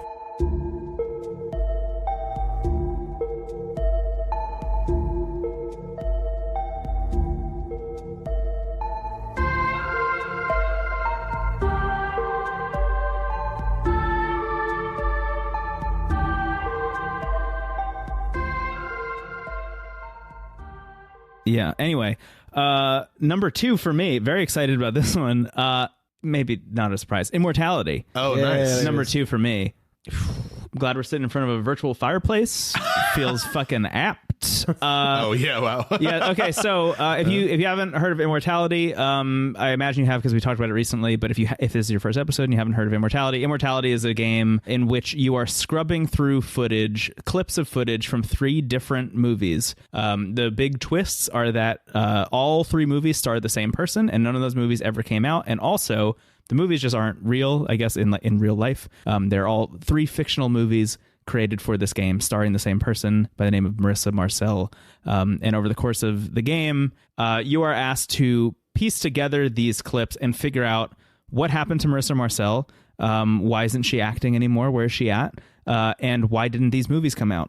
And that's kind of like the baseline question that the game is asking you. And the much higher level questions that the game are asking you are why it's number 2 for me. And I can't really talk about it at length without spoiling it. Thankfully, Stephen and I recorded a spoiler bonus about this game recently. I will say that this game made me ask so many questions of myself about like, why do I sit here and record this podcast every week? Like, why do I put things out in the world? People constantly ask me like, okay, you just released a song this week. Like, where did that come from? Why did you decide to sit down and write a song? Like, when did you start working on this? Oh, I started working on it yesterday. What, you released it on iTunes today? It's like, yeah, I don't know. I just felt like doing it. Like, what is that part of my brain that is constantly getting activated at times that I can't really control, just like forcing me to create and put art out in the world? This game is about that. This game is also about the nature of humanity and what it means to exist on the planet. And, you know, the game is called Immortality. The game is asking big questions about like the limited time that we each have on the planet and what that means. And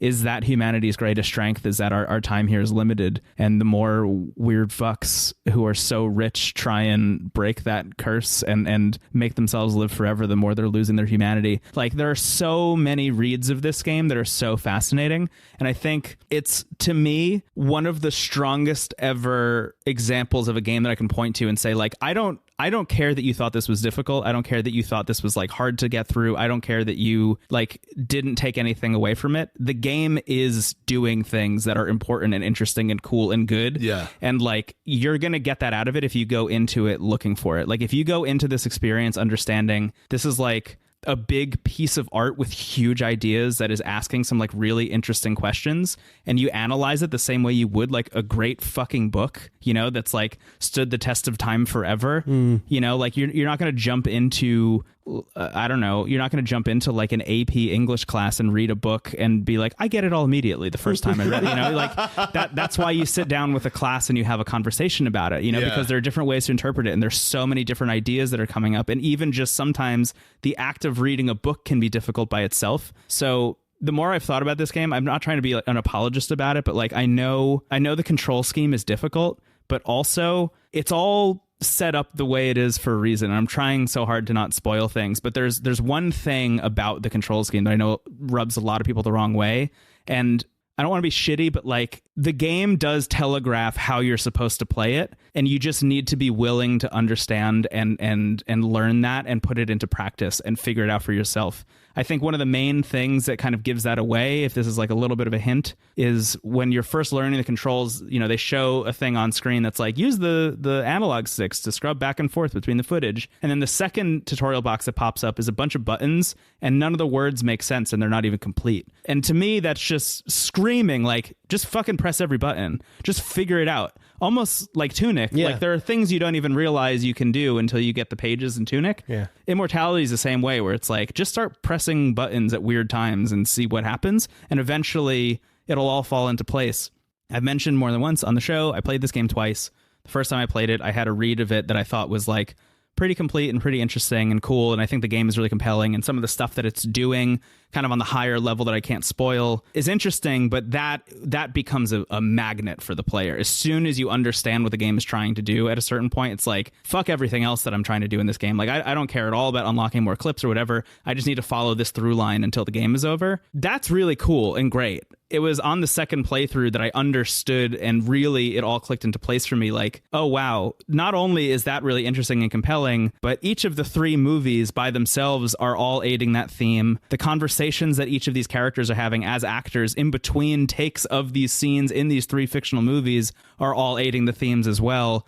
And the overarching storyline about these actors living throughout the course of these 3 movies is also aiding the themes, and all of these themes can be read in different ways, and no matter which way you read it, all of those component pieces add up to the same result over and over and over again. Every read you have of this game comes out complete and feeling like you walked away with like a soul enriching experience about like the optimism of the human existence, and I think that's amazing. Yeah, saying hearing you say all that and remembering earlier today when I was shuffling this and Fire Emblem Warriors 3 Hopes in the same place makes me feel like a dunce. But I mean, think that's true. I obviously know everything is its own experience. But yeah, I mean, Immortality, we talked a lot about it. I mentioned I played it in one sitting before an early flight, and it truly felt like a satanic experience. I think ultimately, I definitely know what you mean about like meeting the game where it's at with the controls. For me, the reason it's an honorable mention for me, because I couldn't not highlight it, because I think it's the reason I highlighted it, and the reason it's also not on my list is I enjoy thinking about it and talking about it more than playing it. But that thing is also intentional. Like I think that's also part of the game. I think so too. And I think it makes you question like what is more important. Yeah. And that goes back to mortality and immortality. Like, is the lasting impact more important than the actual time together? Yeah. Which is fucked. Yeah. That's awesome. I totally think it is. Yeah. I think this game just has layers and layers and layers and layers of subtext that you could just analyze and talk about forever. I mean, like I said on our bonus, but like we spent, about 2 hours talking about the creative angle, and we didn't even get into like the gender identity angle at all. Right. But like that's a whole second read of the game that you can go down that path. And the more you think about it, and this is a discussion that my partner and I have had a lot about this game as we've talked about it afterwards, but like that's a wholly complete read of the game also. I'm not one of these people. I want to be clear. It's a little weird that people who read Infinite Jest get dunked on, but like that's a thing. That's a thing that happens. Like you see a person carrying around a copy of Infinite Jest, it's like, oh, look at that fucking guy. I have not read it, but I know that the act of reading Infinite Jest is like difficult. It's like hard to get through. But the people I know who have done it and have gotten to the end are like, it is actually a really enriching experience. That's very much how I feel about Immortality. Like, I think it's difficult to get through for multiple reasons, least of which are like, some of the actual like content warning stuff that happens. Yeah, it's a heavy game. It gets really heavy at times. But even just the footage of the films can be very uncomfortable. Yeah, exactly. Yeah. What's actually happening in the 3 movies can be tough sometimes. Yeah. But even like down to the control scheme and the way that it works mechanically, I think it's difficult. But if you put up with it, and once you have the like, oh, this is how to reliably do X thing, or this is how to reliably do X thing, or, realizing that I didn't even mention this, but the way you progress through the game is as you click on objects or people in one scene, it'll take you to another scene in any of the 3 movies that will include either that object or person, or like a version of that object or person. Like if you click on a door, you might go to a different door in a different scene, things like that. But even just getting to the point where like, I think I've seen every single scene in here. What else can I click on? What other new things are there to explore? Maybe there's none. And starting to slowly realize like, oh my God, when I clicked on this person's face, it took me halfway into this clip. I didn't even see the whole clip, and realizing if I press L3, I can rewind all the way to the beginning of that clip and watch it from the top. It's like wholly new information being revealed before they even started shooting the scene. And sometimes there are scenes that purposely feel like behind the scenes footage. Yeah. That are scenes of a movie. Right. Yes. So like, specifically in the 3rd one, when someone yells cut, you're like, wait, what? Yeah. People are yelling cut like 3 times in a scene because like it makes sense in the context of the movie, and then again in like the behind the scenes moment, and then again in the context of like Immortality, the video game. So wild. It's so wild what this game is able to pull off. And the fact that it all works at all is a miracle, and the fact that it all means something greater, I think, is even more of a miracle. Yeah, it's an incredible experience. Yeah. I'm really grateful to have played it. Yeah, me too. And I'll probably play it again at some point in my life, I imagine. I think it's maybe one of those things I revisit every once in a while just to like kind of reframe myself in there. And I think you and I talked about this a little bit in the Patreon bonus. I don't want to go too deep into it because I think it does get a little bit too close to spoilers, but there is a little bit of a potential read of it that's like, we're fucked. Humans suck. Like, there's no reason for us to keep going. Like, what are we worth? Why are we making things? Why are we continuing to move on? And I think once you round that corner and get closer to like the higher level readings of the game, it does become this more like operatic, optimistic view of the human race in a way that I think is really beautiful, and is something that I think it's helpful to have wrapped up in something that seems so fucking dark. Yeah, that's also weirdly a common factor in a lot of these games. Yeah. I mean, between Stray, Citizen Sleeper, Exocolonist, and Xenoblade Chronicles 3, all of those games are kind of about like, it's worth trying. Yeah. Like it's worth trying to claim at least the construct of humanity. Yeah.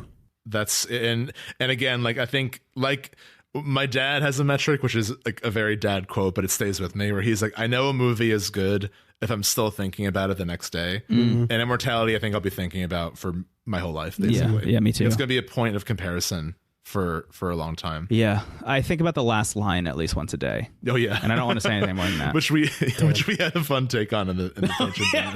I forgot about that. Yeah. AJ, you haven't played it yet? We bazingaed the last line of that game. Yeah, we did. Sorry in advance. Sorry. No, I haven't played it yet, and it's on my list. So I've just been being silent until you guys were done. Until you guys were done, so I could go, but what if Mario was in it?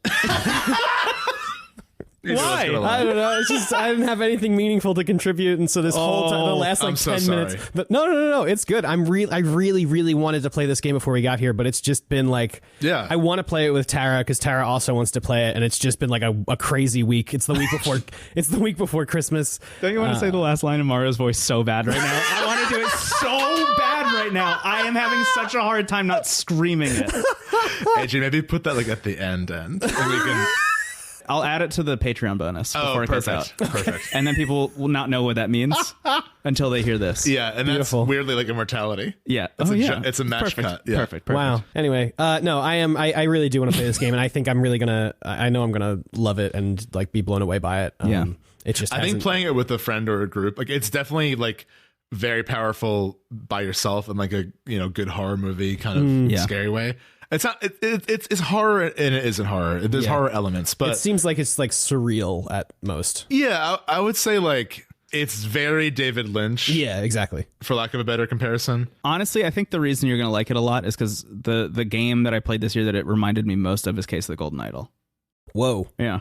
Okay. But I was going to say, like, for those who haven't played it and who want to, I think playing it with a group might, if everyone's like on the same page of like what's in the game, like make sure everyone has seen just like read the content warnings beforehand. Yeah. Which are in the main menu, which is awesome. Oh my God. Yeah. Biggest tip is read the about page before you start playing. Yeah. Because they don't tell you to do that, but you really should do that because it actually just like frames what you should do in the game. Yeah. Yeah. It's very silly. Awesome experience. Immortality. My number two. Wow.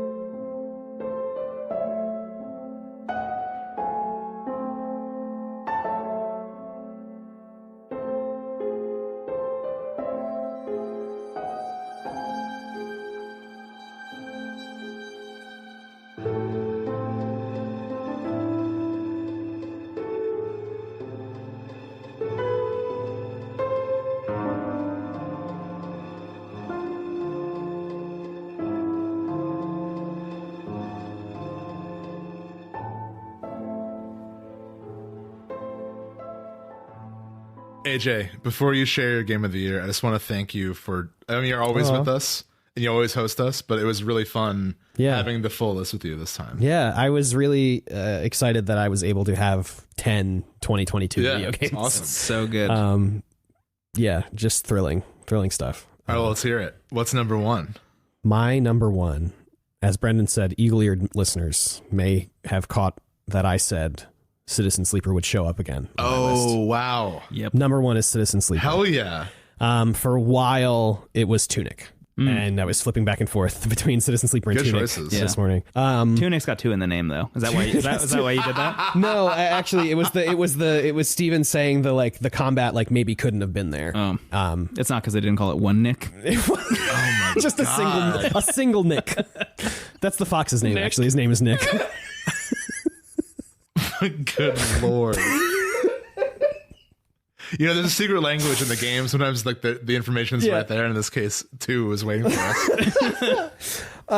Citizen Sleeper. Citizen Sleeper, my number one game of the year. Just an incredible game from start to finish. I think the story is great. The writing is great. The soundtrack is great. Yeah. And the fact that it's like, hey, here's some board game rules in the very beginning. Instantly in. Oh yeah, that's your in. shit. Yeah, that was my shit. I love to read rules. I love to know what different dice do. I do wonder if you can make like a tabletop version of this. I constantly am thinking about it. I guess you'd have to write your own characters and stuff. Yeah, well, it's such an interesting. This is a very interesting thought experiment. Yeah. That I have thought a lot about. If you were to make a Citizen Sleeper like board game, I think it would be unlike basically any other board game that currently exists. There's like Fog of Love, which is kind of about creating a rom-com story. Like there are cards. Like wait a second, that sounds great. It's a 2-player game. I have it. It's great. Okay. It's a 2-player game, and you each play the opposite. See you soon. You each play the opposite side of a rom-com. Yeah. And you choose like personality traits and all this stuff and whatever. One Nick and two Nick living in the same house. And I think, What's gonna happen? Get the fuck out! Get the fuck out, Tunic! Sorry. but I think I need some late night energy. You know? We've been recording for a while. it's dark outside it's now. dark. Yeah, It's a dark It has hour. gotten dark out. No, I think, but to finish this thing, and then I'll go back to talking about the actual game. I think it would be kind of a situation of like choosing these cards that like make up a personality, and then rolling dice based on the stuff that happens, and you'd be pulling cards for like events and stuff. Is what I think. Yeah. An actual board game version of Citizen Sleeper would be. Yeah. And at the current rate that there are video game board games coming out, I would say probably 2024 we could expect a Citizen Sleeper board game announcement. Slay the Spire came out this year, right? Slay the Spire came out this year. Elden Ring already has one. No way. Bloodborne came out with one a few years ago. Yeah, Elden Ring. I played the Bloodborne one. It was awesome. Yeah. Yeah. But I don't know. I think it's not completely off the table. Like the mechanics and the rule system in this game carry over very easily, I think, to real life, or to like a terrestrial, like a tabletop board game. Totally. Anyway, the actual game is outside of the mechanics. I think the mechanics are really great. Brendon, when you said on Synchronous last week, every morning you wake up and it's a literal roll of the dice of how good a day you're going to have, that like cracked my skull open.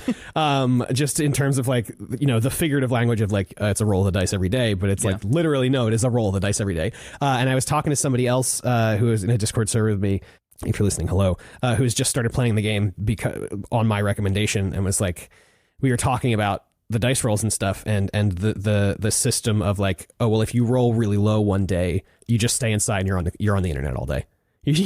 Oh my God. You don't leave, you just go on the internet all day and then you go to sleep. That's so funny. Like, yeah, it's exactly, that's just, exactly is what it is. I love that. But I think, analogy aside, I think that system of like being able to use high and low dice, I think is absolutely incredible. I think later in the game, when you get to the Haifa commune, the greenhouse part of the ship, I guess light spoilers for areas of Citizen Sleeper.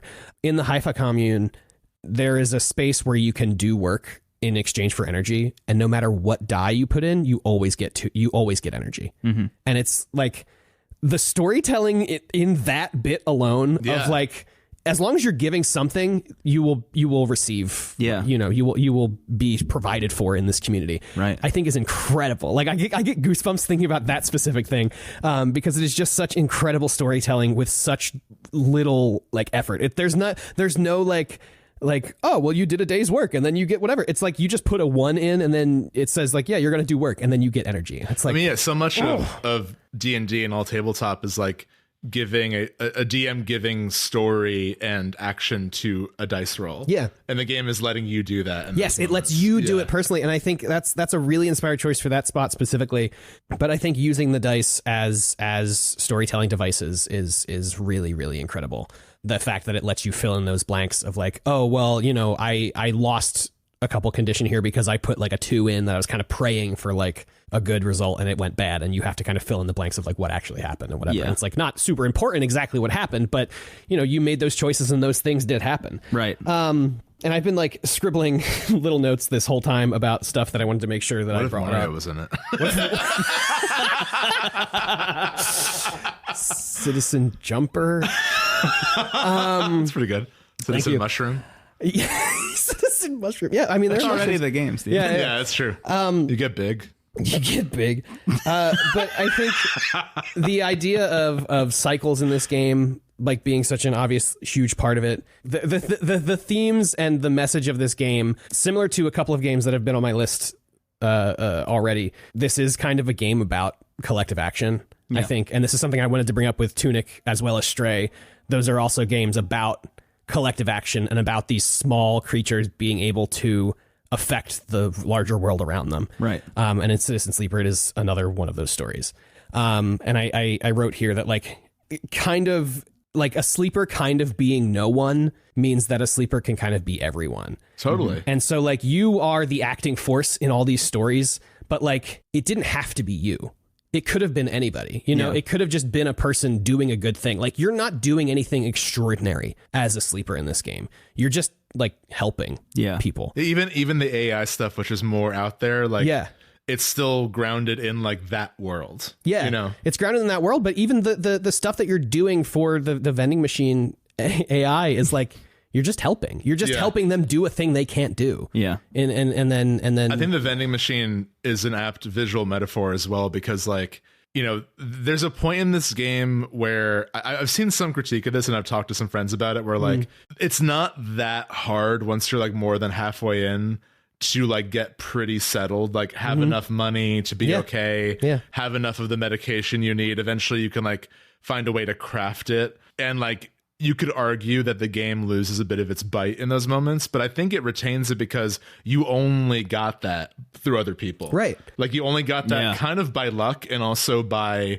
helping others. You gave a vending machine money and you got something in return. I will say my first run of the game, that was definitely the case for me. And the second run of the game has been a fucking travesty. Oh, like, really? Nothing has worked out for me. All of my rolls are getting fucked up. Like, really not going very well. Yeah. And I think that's as much a part of the story as any of the other stuff is. It's like the dice can just be bad, and you can just have bad luck. Yeah. And it's like you said, Stephen, halfway through the game, chances are you're going to be pretty settled. You're going to kind of find a stasis with, you know, your money and your stabilizer and stuff, but like maybe not. It also reminds me, I mean, like, you know, it made me reflect on my own situation, which like, you know, I consider myself fairly stable. It's okay, I have a job, I have health insurance, right. like all of that can go away. Yeah. You know, and it's like the illusion of stability and how close we all are to being reliant on the help of others. 70, if not more % of the country, I think, is at that point. Yeah. You know? Yeah. If not like 90. Yeah, no, exactly. 100%.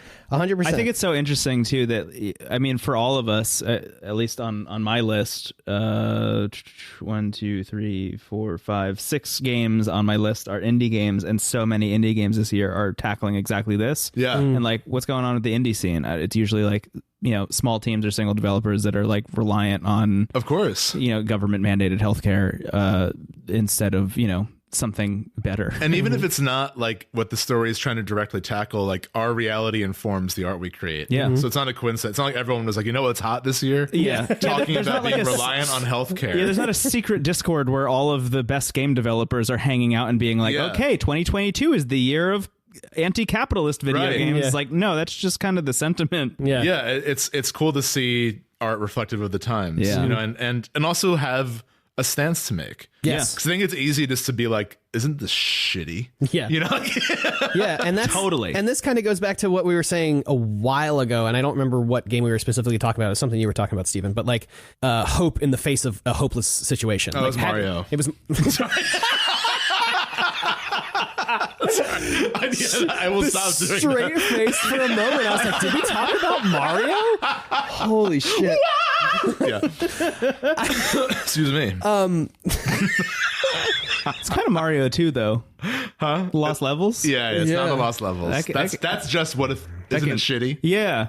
Yeah. That's the nihilistic Mario. Yeah. God. Anyway, I'm so sorry. No, you were on a roll. But it was like, but it's these narratives of being hopeful in the face of like a seemingly hopeless, not even just situation, a hopeless world. Yeah. You know, like the eye being Erland's eye being this kind of like just this thing that is just like in the middle of space spinning and is just like on cycles forever is just I don't know. I think there's something so compelling about telling stories in spaces like that. Yeah.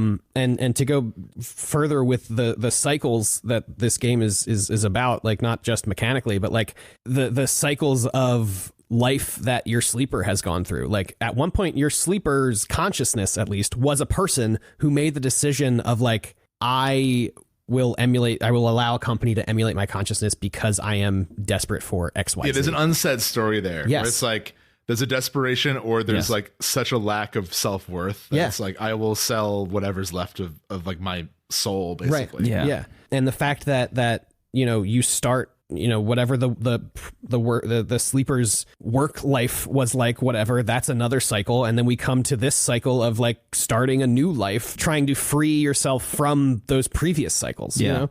And in some ways, like, it doesn't matter specifically what happened in the past because that stuff is done and you are here now doing what you're doing. helping people, having people help you. Like those are the things that matter. Now is the time that matters. It doesn't matter any of the stuff that happened in the past, regardless of if it was good, bad, whatever. And just like giving the sleeper, who narratively is like a being created without choice, as technically I guess we all are, nobody is asked to be born. I did, but I'm an outlier.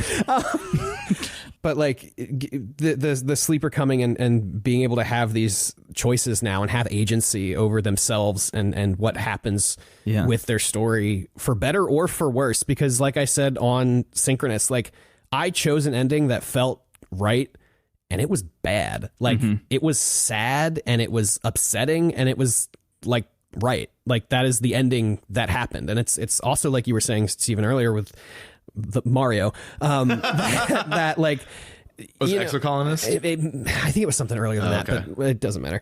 But like the choices you make aren't always going to work out like how you want them to or how you think they should, but like those are the choices you make, and you are only the result of your choices, and like no matter what the outcome of those choices are, it's just up to you to make more choices in the future to affect your life moving forward. And I think this game is just it's about choice, and it's about agency, and it's about what it means to be a person in a place, in a community. And I just think it's a really beautiful thing, and I wish I could be in that world kind of forever, because it is just like, despite being kind of this corporate hellscape, is this place full of such hope and such like optimism for what is to come. Isn't that amazing? I mean, it reminds me a lot of Midgar. We talked about FF7, where it's like a similarly bleak place that like is given charm and appeal because of who is there. Yeah. And that was beautifully said, AJ. Thank you. Yeah. Yeah. It's Sin Sleeper is an absolutely incredible piece of interactive media. It's great. And I want to experience it again, and it is another one of those games that I wish I could erase from my mind and start over. Well, you can sell your consciousness and that's right, yes, play it as a sleeper. There you go. Another great soundtrack. I don't know if we mentioned another really good soundtrack. Yeah, all good all these games incredible soundtracks. All these games are really good soundtracks, except for Mario, but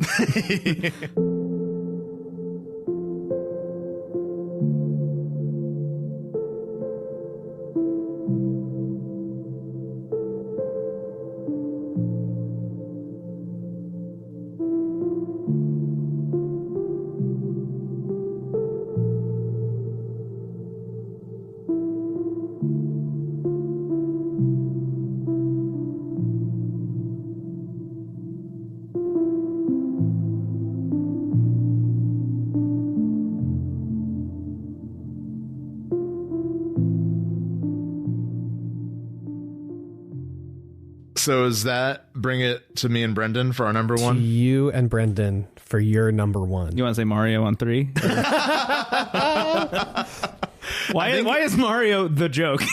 I don't know. It's funny. It's making us laugh too. at least. I know. I can't believe it though. It's just like it's worked like 6 times. I know. I feel like we've deconstructed video game podcast to its barest form, where it's just like Mario. Yeah. Losing my mind about just the existence of Mario. Yeah, exactly. I mean, when you're right, you're right. When you're right, you're right. Yeah, sure. It's Elden Ring. I was about to say, AJ, give us the theme. Oh. Yeah, no surprises. And I don't want that. It's tricky. I feel like the challenge this year, I'm not saying this because Elden Ring was number 4, but the challenge for me was sort of a devilish imp on my shoulder being like, wouldn't it be cool if Elden Ring was number 5? Don't you want to have an original number 1? Yeah. And the appeal was great. I was like, wouldn't it be fucking sick if Exocolonist is number 1? Yeah. And again, like they all like are fantastic in their own way. Right. But Elden Ring, it's the kind of thing where like, in my lifetime, I think there are like 2, maybe 3 other games that have achieved a level, like delivered on the hype that was behind them. Yeah. And we're so easily numb to spectacle at this point. Like we live in a time where like Shovel Knight Dig is ignored and like technology is wild and we're just like, whatever. Like on my phone right now, I have like a 3D Colossus card that just like moves when I move it around. And like there was a time in my childhood where I paid like $30 for like a weird plastic toy full of dust that I could resemble a Remember shape. Hit Clips? Remember we used to pay like $10 for 5 seconds of a song? Yeah. Exactly. And an MP1 of a song. Yeah. Sorry, MP1 really got me. MP1. Audition has an option to export things as an MP2 every week. I'm like, maybe I do an MP2. I just want to point out we've had recurring bits about Mario and the numbers 1, 2, and 3 for a large portion of this episode. But yeah, I mean, Elden Ring is I think Brendon said in our episode about it that it delivers on the promise of video games. Yeah, I mean that's like kind of the best way to sum up everything. That's exactly how I feel about it. I think like you and I, Brendon, like we've been FromSoft fans for a while. I got into FromSoft. I played the first Dark Souls and like wanted to get it, but didn't really. I got up to the Bell Gargoyles and I was playing it on like a somewhat broken 360. And I was like, this feels like not the best way to play Dark Souls. And I ultimately just got more frustrated than not. Then Bloodborne came out and that felt like, let me try it again. Right. And I feel like a lot of people have a similar like ramp onto FromSoft stuff where it's like initially there's like this Mr. Darcy acceptance of it where it's like initially you have this like really bad opinion and then eventually it just will find you at a time. Most ardently. Yeah. But see, we have good jokes too. It's not just Mario here. And We're cultured. I don't know if that was as good as Mario either. We're all just trying to hit the same high of Mario. Yeah. But regardless, I think the thing about, and not to pit them against each other, but the thing about Bloodborne and Dark Souls and Sekiro is that I feel like all those games ask you to meet them where they're at. Elden Ring does in some ways, but I would say one of the reasons for its massive popularity is it does allow you to play it the way you want. Yeah. And I think if there's any element in a post Breath of the Wild world of like, what is it that makes a good open world game, it's trusting the player and leading by curiosity. Yeah. And I think for a series that is known for like euphoria from banging your head against the wall over and over again, it's always the phrase that's used. Yeah. I think Elden Ring does allow you to prioritize what is meaningful to you, you know, and that comes down to like how you play it in the combat, who of the NPCs you prioritize like getting to know and doing their quests, where you explore,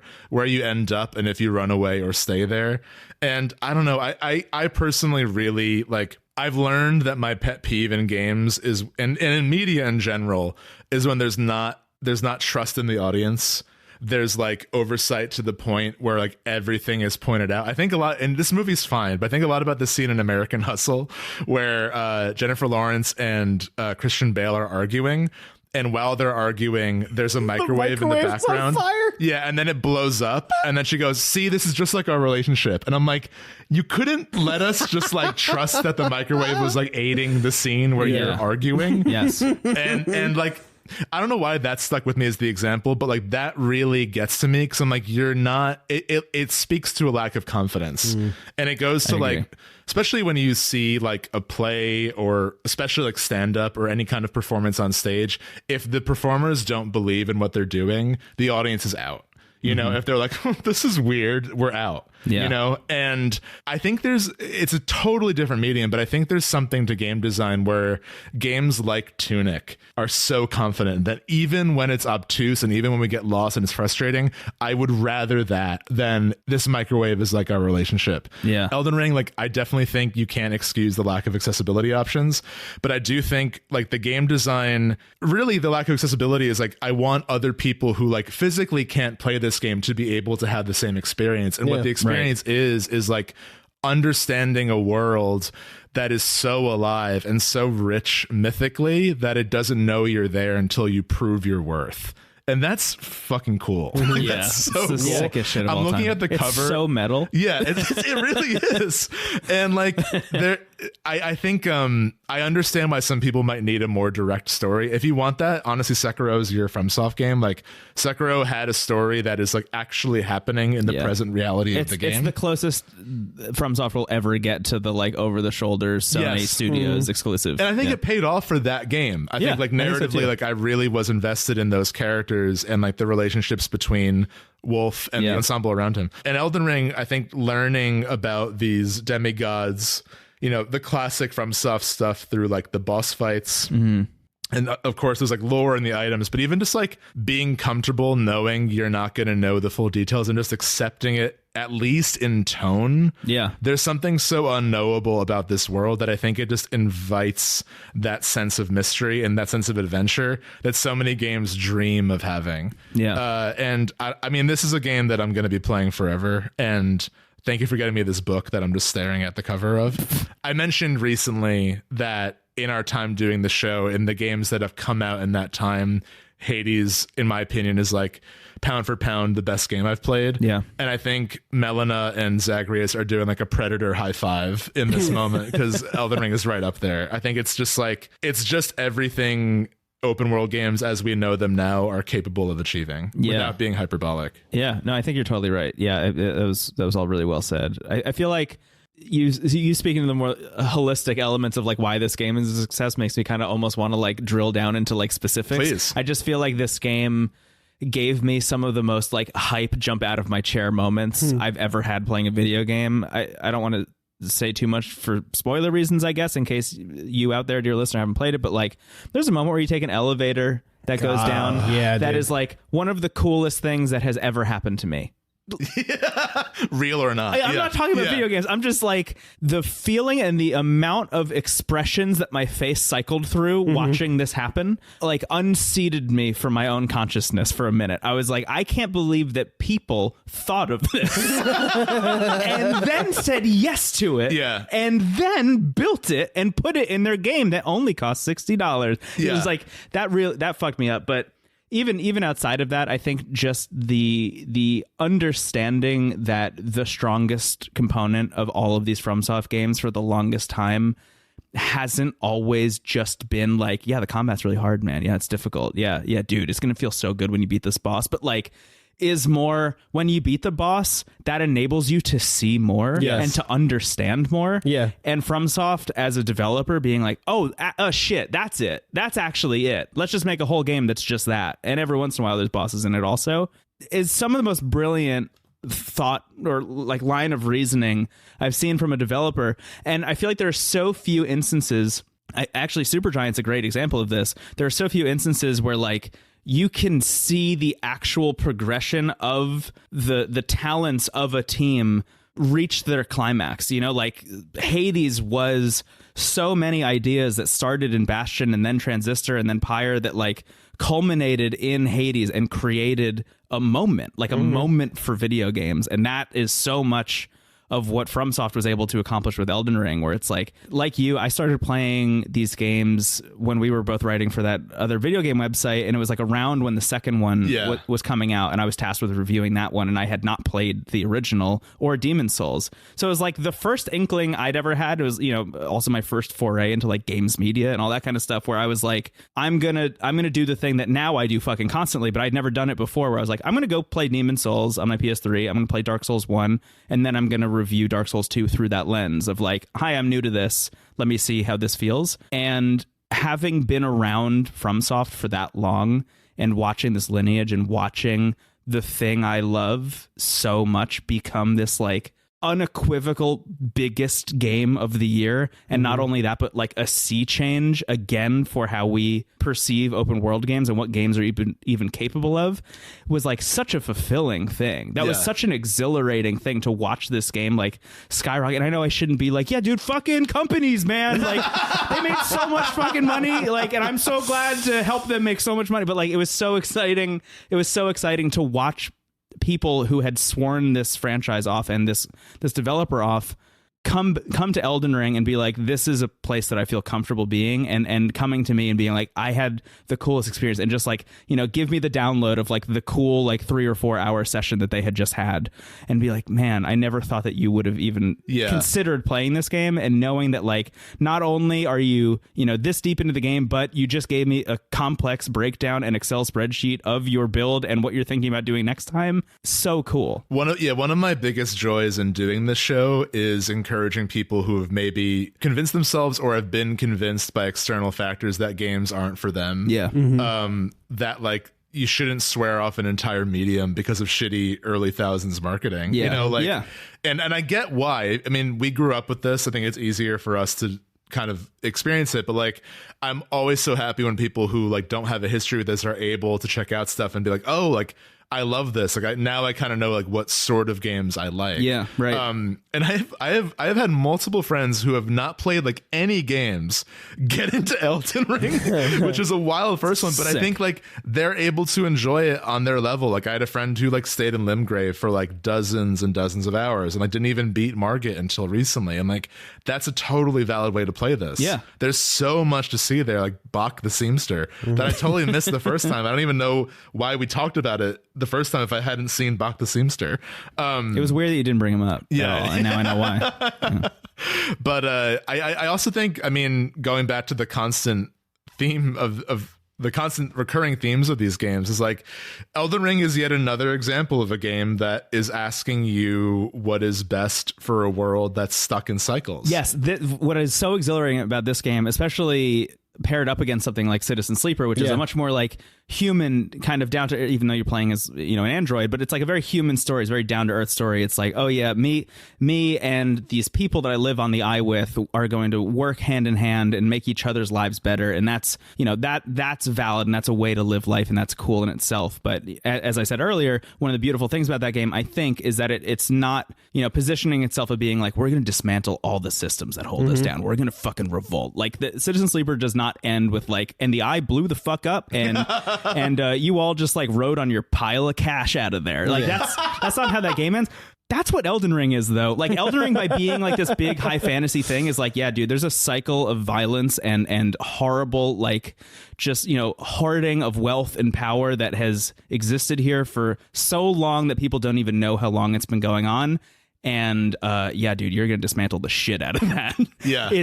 It's like power fantasy to the greatest degree, you know? And I love the fact that like you are given the language of a chosen one. Like, you awake from eternal rest with the message, become Elden Lord. But that's also given to like dozens of other Tarnished. So it's like, yeah, I'm also the chosen one. And seeing like other characters who are trying to dismantle the same powers for different reasons, and the various endings that range from like, is the move as Elden Lord to like follow the systems as they were? Should you burn everything down, like literally? Yeah.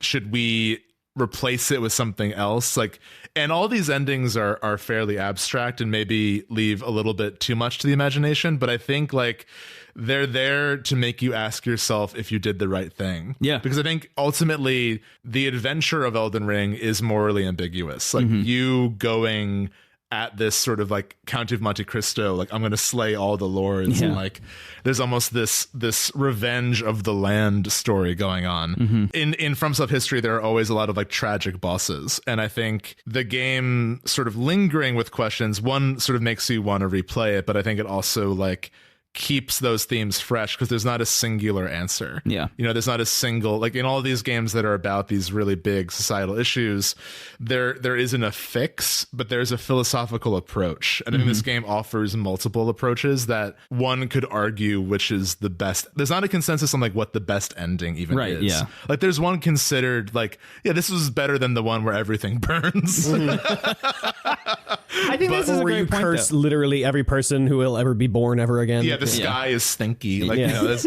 I think this is a good point to bring up, though, because even in stories about dismantling these systems, you know, the question of like, oh, fuck, what happens now is like always lingering, is ever present, right? You know, something like Breath of the Wild ending with like, oh, you beat Ganon, everything's cool now, you know, like that's not realistically how things would happen. I know it's very silly to graft the idea of realism onto something like Elden Ring, but like that's what the game is about. Also, I mean, it's like what we said with our Norse mythology episode. Yeah. You know, we talked about God of War, is like myths exist as reflections of people. They're made bigger and larger. Yeah. But like, you know, I think every FromSoft game is Miyazaki and his team are fascinated with the idea of like sort of a purgatorial existence. Yeah. And like, they're all rooted in myth and they're all fascinated by myth. Exactly. Yeah. But I think they also still explore, you can interpret them and apply them to things that actually exist in the same way you can with mythology. And like, what is the symbolism of Radon and his tiny horse? Just the idea of like a really big guy who refuses to get a bigger horse is like the silliest microcosm of what all of these stories are about. Right. Yeah. Yeah, Elden Ring's the best game of the year. For me, at least. For me as well. Yeah, I don't think I'll play a game that is going to hit me this hard for a while, I imagine. Like, it's interesting thinking about the hype cycles of the game as well, you know, being unveiled in a teaser at the Game Awards like years ago and then moving through to like every year, like, oh, fuck, are they going to show more Elden Ring? Until like eventually it's like, it's getting announced and it's coming out so soon. It was like, brilliant move, first of all, just to, you know, understand where the hype level was at and be like, we can't show this again until it's like ready. Very smart. But I just like, I don't know what other games are building that kind of hype right now outside of maybe the sequel to Breath of the Wild. And like, even that, we were talking about it actually on the car ride over, the idea of like Tears of the Kingdom is coming out next year. That's an exciting prospect for a game. I'm not personally anticipating it being like a sea change for me. Like, I'm not anticipating it being like, oh my God, this is so much better than the first one. This is going to blow me away. This is going to be my favorite game of all time. Best game on the Switch, et cetera, et cetera. I'm like expecting it to be like a pretty good sequel to the first one, you know? Yeah. But Elden Ring to me feels like the first, like in the same way that all these games like Tunic are trying to take from software and take those ideas and those learnings and abstract them and find new interesting ways of coming at them and taking inspiration from that franchise. I feel like Elden Ring is the first game to actually take inspiration from Breath of the Wild in a real way. And to me feels like the percolation of an idea that I'm hoping is going to bubble up over the next like 5 to 10 years. Where like 10 years from now, when we have like 50 games that we're like, man, it's so clear this game was inspired by Elden Ring, we're going to be so lucky to have like 50 games inspired by Elden Ring. Yes.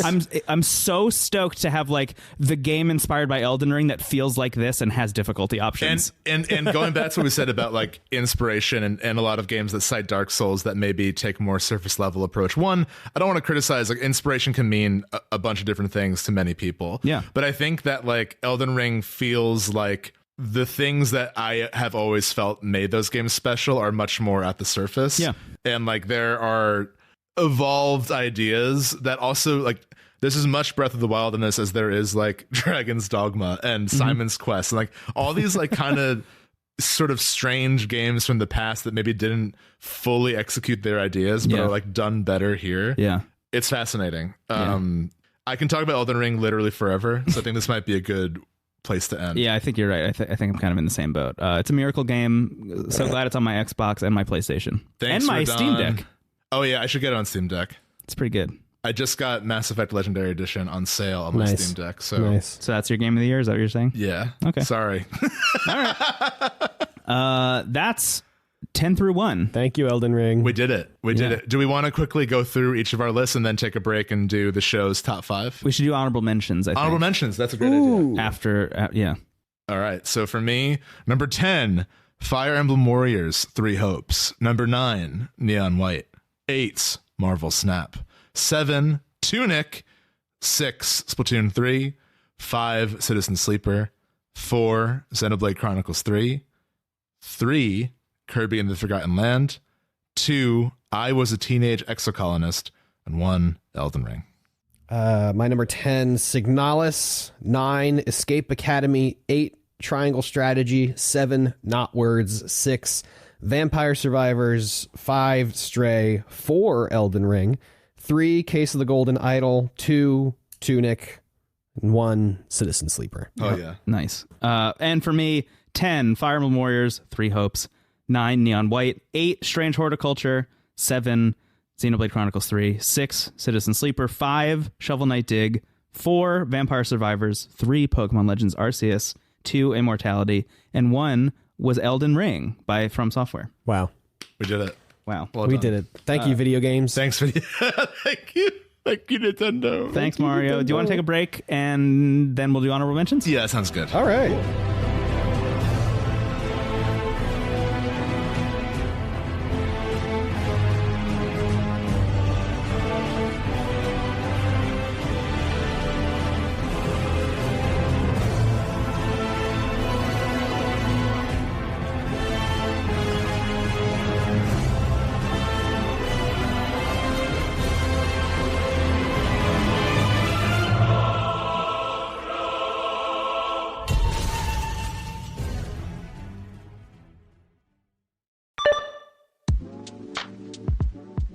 Hey guys, this is Alanna. I've been thinking a lot about 2022 in games in general, not just GOTY, but sort of the year writ large. I wouldn't say that this is the year that, like, you know, my favorite game ever or my favorite, you know, sort of hit parade of games ever came out. You know, like there was a year that Fire Emblem Three Houses came out, for God's sake. But I do think that this was like maybe the most important year for games in my life. And I guess what I mean by that is it made me so excited, both as a consumer and as someone I think whose relationship to games is changing a little bit. You know, I've been sort of futzing around with maybe seeing if I could make some of them myself. And all of that is to say, I think that we're just like staring down the barrel of such an exciting moment in gaming. Like, I would have to say that, like, on some level, my GOTY is the Steam Deck, you know, just the existence of this thing. The fact that I can have Elden Ring on it, which, you know, we'll get to that in a second, as well as, you know, all of these little indie games that I've been sort of digging around on Steam for over the past few years, just like feels nothing short of miraculous. But like, listen, my game of the year is Elden Ring. Like, it is. Elden Ring was a force. Like, Elden Ring tilted me off my axis. It's honestly, on some level, even though like I have no interest in making an Elden Ring, I don't even know how you would. It was actually like becoming so obsessed with that game when I did really pointed me in the direction of like YouTubers. Like, I got so interested in like Elden Ring lore. You know, once I'd sort of found that like sort of pathway, I got actually pretty interested in how people were talking about other games. And then that led me pretty quickly to, you know, game dev YouTube. All of this is to say that this feels like the year I really got excited about what is happening under the hood in a variety of different ways. But thank you guys so much. I really appreciate you letting me ramble. And I really just appreciate all that you guys do for, you know, the people who want to talk about games and the people who love to play them. So hope you guys have a restful and safe new year, and I will see you next year. More like Smeldon Ring. Sorry. Mario. You didn't even finish saying it. Mario. That's right, dear listener. We're back from our break. Oh, was that Gamer Fuel? Mountain Dew. Oh, it really actually is Mountain Code Dew? Red. Can I give the backstory to that can of Mountain Dew? Please. So in the year 5000 BC, Queen Marika descended from the Elden Ring. I stole the rune of Mountain Dew long ago. Fucking Christ. I reach into the fridge, lights off. I was getting another beer, and I asked AJ if they wanted anything, and they said, yeah, whatever's next to it. It was a Mountain Dew. I wonder dear if you listener. knew, now that I'm recalling that quote. But I reached into the darkness and pulled out two cans. One was a PBR, which I took, and one was a Mountain Dew. The two most Eldritch drinks, I would Yeah, say. this is like when Radigan America split. and Ronnie stole the rune of death Actually, yeah. and teamed up with a werewolf. The Ronnie crew is sick. We didn't even talk about Yeah, them. they're so cool. She was assigned a werewolf, to be fair. That's true. He was created for her. Yeah, that's a good point. Yeah. We'll talk about Blythe one day in more detail. Okay. I could talk about Blythe forever. That's Anyway. right. We're going to do our honorable mentions. Yeah, right. That's right. Podcasting. It is time to do. I guess I'll start because Sure. I got the mic. I'm going. We're all passing around one microphone. Anyway, Can you imagine? That would be very romantic. it'd be also like so hard. Yeah. That'd be fun. Maybe One day. Patron bonus. Actually, now that I think about it, like early years of the show, that's essentially what you and I were doing. Game of the Year 2018, we like huddled in front of the mic like a quarterback. Yeah. Yes. And whoever else plays football. And quarterback and the rest of them. And the quarterback and the other guys. Yeah. Anyway. Sorry, Mom. I didn't make QB this year. Yeah, I'm just one of the other guys. Oh, the other guys. I made ensemble. Sorry. I play a tree. So who else on the team? Well, I'm quarterback. He's Javert, and everyone else is ensemble. Dude runs around with a stick. I don't think he knows the rules. Tell me quickly, what's the story? He just gets tackled. That's right, dear listeners. Yes, we are doing honorable mentions. Something. One microphone. We're all laughing. Tunic's my favorite game. Okay, sorry. As I mentioned, and as I mention every year, I usually keep a running list of every game that I played that I think is eligible. This year it was 62 games. I'm not going to go through all of them, but I do have a backlogged link where you can check out the ranked list of all 62 GOTY contenders. Yeah. If you want to check that out. All this will be on backlogged as well. Yeah. Our list and stuff. So if you want to yell at us, you can do it in those comments, which we definitely read. So I'm just going to go through, I think, 11 through 20 real quick. Please. And if you want to see 21 through 62, go for it. But number 11 for me, really hard not putting this on the list because it is the game I think I played the most of this year. That is including Elden Ring. That is including Vampire Survivors. It's including everything else. It's Super Auto Pets. Oh yeah. I've talked about this. Did that come out this year? I think it's it's technically maybe a GOTOY. But it was like, mid. It was early access at some point. Early access and launched, I think, fully this year. Holy shit. On mobile specifically. Kind of a Vampire Survivor situation. Sure. In that way. Super Auto Pets, brilliant auto battler. I think like the one that I would just hand to everybody, even if it was like, I don't need you to know what video games are, but you'll like Super Auto Pets. Like it's just that good. It's great. My partner Percy and I play it like literally every single day, and like part of our like wind down routine sometimes is like we'll just like lie in bed and both like play Super Auto Pets for a bit before we go to sleep. It's like very cute. It's very nice. But I love this game so much. I think it's incredible. I return to it all the time, and since launching on mobile, they've updated it with like here's a bunch of new animals, here's a bunch of new like animal packs and things, and they change it on a weekly basis. So the game is like literally changing constantly. And it's like just fun to figure out. It's like a little puzzle every week to see like how you can find new synergies with weird animals. And that's, I've already talked more than I wanted to about Super Auto Pets. I just love it so much. No, it's great. 12, Tunic. It's got the 2 in the 12 and the 2 in the name. So, I had to line up somewhere. No, Tunic rules. I think in most years, Tunic would have been in my top 10. Yeah, I was going to say, I was really surprised given how much you love Fez. Yeah. We were talking while you were gone, AJ, that I feel like if it wasn't for Elden Ring, like I really wouldn't know what number 1 would be because I feel like they're all like killing it in their own way. Yeah. They're all so good at what they're trying to do. Yeah. Fez, one of my favorite games of all time. I think it's a masterpiece, and Tunic, I think like gets close to figuring out why Fez was so great. I think on that front. Sure. Another game I like busted out a notebook for. Yeah.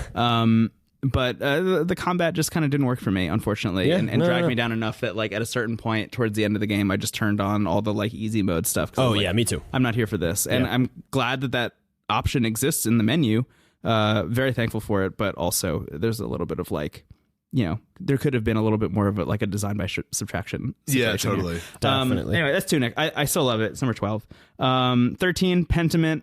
Unreal that game exists. Obsidian making a game about a guy who is an illuminated manuscript artist working in an abbey. I don't mind saying, I didn't want to say this on our first episode about it, but I don't mind saying this now that we're like 5 hours into our GOTY episode. But it's a game that like, starts off with, I'm just having little conversations with people in town. I'm just learning what it's like to live in this time period. I'm like creating this character, whatever. Oh shit. Now it's a murder mystery. And now I'm a detective, even though I have no right to be a detective because I'm just an artist working in an abbey. I got to figure this out, I guess. And that involves interrogating all the people in town. But also the game takes place in 3 acts, and each act is a different portion of time in this village. So you're like moving, there are huge time jumps in this game. And I think just like seeing even from act 1 to act 2, like your choices as your character rippling out over, the like 20 years between act 1 and act 2, and like why do you still find yourself living in this town that you don't really have a connection to in the first place? Also, why are you the go-to detective for this is fascinating. But how did like the one shitty remark you said to somebody ripple out into like their whole life being fucked up? Wow. How did your one little bit of kindness to somebody that you thought like was totally nothing ripple out into like, wow, this person is, they have a great life, and it's like maybe my fault. Sounds like the promise of Fable in a way. Yeah, no, it super is. And I think a lot of that is due to scoping, it's like just due to the game being this like kind of side-scrolly 2D animation. Not that it's not hard to make that, because this game seems so difficult to put together. But it's more focused. Yeah, exactly. And I don't want to say much more, but I think, again, this is one of those situations where like what happens between acts 2 and 3 is such a huge seismic shift in what you think this game is, that moment by itself should have like propelled it towards top 10. But I just think this game is a little bit drawn out at times, and it's kind of hard to play for long periods because it is reading a book, like straight up. Like that's what the game is. Yeah. It's a good book though. That's like my biggest problem with like all these really great visual novels this year is that there's no voice acting. Because like if there was voice acting in like even Exocolonist, like I would have done it in one sitting. I was just like too tired to keep reading. You know what's amazing? I didn't even realize there wasn't. I guess because I think my foundation of being like a young age playing like FF7 and stuff, I think that has like made me more comfortable with no voices. Yeah. But I totally get where you're coming from, because like if it's a little, even an Exocolonist, I think has incredible writing. Like there are moments where that I kind of breeze past. Right. Yeah. Well, I did that with Citizen Sleeper too. Yeah, like some of the best writing I've ever read, but some of it I was just like, Yeah, like, it's just like I've been reading for so long. Like I'm at the end of a 2-hour play session and I'm just starting to glaze over. Yeah, that was the big issue with me and Pentiment. Also, it's like I loved that game. My routine the week that game came out was like I would go down the street, I would get a bottle of wine, and I would like drink a bottle of wine and play Pentiment. Shit. And it was like such a fun week, obviously, but also not the ideal conditions to consume a game so dense. Yeah, it's almost like the opposite of the cutscene problem. Like if a game is entirely cutscenes, we're just watching a movie. Yeah. And if a game is not gamifying the dialogue enough, we can feel even if like we like reading. Yeah. We can become impatient, which I think honestly like one of the best ways of a game handling being primarily text is Kentucky Route Zero. Oh, yeah. Because it really leans into that. And it's like there are so many moments of that game early on where like everything in the background will fade to black, so you really are like that is the closest to an actual book that a game has ever gotten. Yeah, totally. And Pentiment, I said this before, but I'll say it again. It's the closest I've felt to feeling the Kentucky Route Zero thing. Yeah. Oh wow. But there are some issues I think in pacing occasionally. Number 14, Marvel's Midnight Suns. A late release that I am like totally still hooked on and playing almost every single day, like a lot. I think it delivered on the promise of what I thought that game was going to be. Yeah. And then some.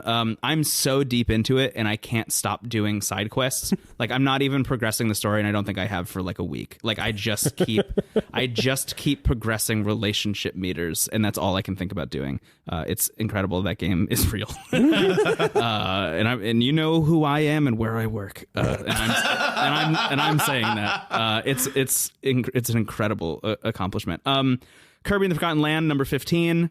I love it. It's Kirby's like my favorite dude. Number 16, Case of the Golden Idol. As everything you said, AJ, I feel applies here. I felt like a genius sometimes, but also sometimes I felt like a huge fucking idiot. Yes. And I just love the art. I just love the art in this game so much. I think it's so pretty. It's unbelievable. 17, God of War Ragnarok, a game I haven't finished. And that to me says more about how I feel about it than anything else. Yeah. I think like having played 2018 for the first time, I could not put it down. Yeah. I also liked Ragnarok a lot. But yeah, it has some serious pacing issues, I think. Yeah. And if you're subscribed to the Patreon and you've watched the videos of me making my way through, you can see and probably hear me getting like less enthused on the game the further in I got. And I've heard that it ends wonderfully.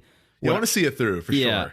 Me too. I'm definitely going to chip away at it over time, I think is my plan. But it was one of those games where like in the lead up to GOTY, I was like, is this going to be a thing that I'm going to really want to put the time into? Am I going to really like shift my opinion on this if I finish it, if I'm not being drawn to finish it? You know, like how much should I put stock in the fact that maybe it'll be great at the end, you know? if I'm not loving it now. But that having been said, I gotta see what Asgard looks like in this game. Yeah, I'm invested enough in the characters still. Yeah. And the story, because there's a good story there. Just the way it's delivered is confusing. Yeah. Not in like I can't follow it, and just like, why is this the way it's being told? Yeah, it's you and I think talked about this off the show. I don't know if we talked about this on the show, but I think the game is asking you so much to trust that it's going to pay off. And like, yeah, you built up a lot of goodwill with 2018, but also I'm like 12 hours into this game and I don't fully know why I'm doing anything I'm doing. It also kind of feels like the friend who like you're going out to dinner with and they're like, so where do you want to go? It's like, I don't know. Wherever you live here. Why are you asking me? You're like, we're not going anywhere then. Yeah. I'm visiting you in your hometown. Yeah. You need to tell me where to go. And then their dad calls them and is like, you have to choose your path. Anyway, I really do love what I've played. I think there are moments of God of War Ragnarok that are like, oh yeah, the opening beyond. is so good. Yeah, I was like fully. Again, yeah. By all means, a great game. Yeah, 18 Pokemon Violet. Nice. A game I like a lot. It has a lot of issues. We've talked about them a lot. Yeah, Fuecoco's in it, so going to be Not in the top 20 at least. Number 19, I was a teenage exocolonist. Nice. Like I said, didn't finish a run.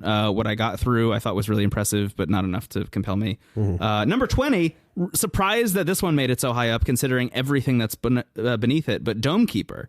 Nice. Is a game that I think I brought to the show during October, during spooky season. Yeah. And have actually returned to like a lot. It's kind of been one of my go-to Steam Deck games, which I've been surprised by. Yeah.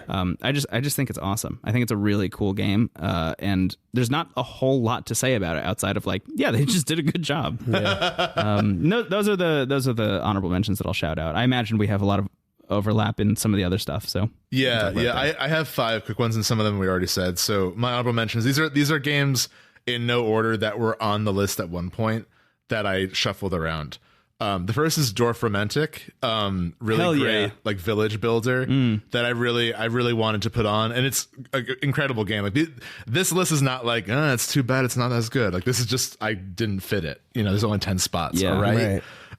Really incredible village builder. It's like I think the Giant Bomb crew on their game of the year, they had that in the lineup for one of their categories, which was like best game to play while you're really drunk or really high. and I was thinking while listening to them talk about it, it's like you just gotta be really high for that one. I think if you're really drunk, you're gonna be so weirded out by that game. I think I described this game as Settlers Solitaire. Yeah. So it's like it's got that kind of Catan resource management. Like it feels a little bit frivolous at first, and then you're like, oh, I messed up 8 turns ago. Yeah. It's that kind of game. But it's just so pretty. It's so fun calming to play. Highly recommend. If you like city builders and games that are kind of zen, but you maybe want a little bit more of an ask, this is like a dream come true. Yeah. Even when you like royally fuck up in that game, you're like, I'll see it through. Yeah. It's so chill. It's great. Yeah. Pokemon Legends Arceus. Arceus was the one. Yeah. I want to play more of Scarlet. I'm still really early on in Scarlet, and I've actually had a number of people reach out to me being like, you got to see the end game. Yeah. Because it's wild. Yeah. And I really trust that. So like, I want to, yeah. The games that, again, our relationship with games changes over time. And like the beauty of our show is we'll have more than enough opportunity to revisit all of these games, regardless of where we personally rank them. So these are all games that I am excited to say more about at some point. Yeah.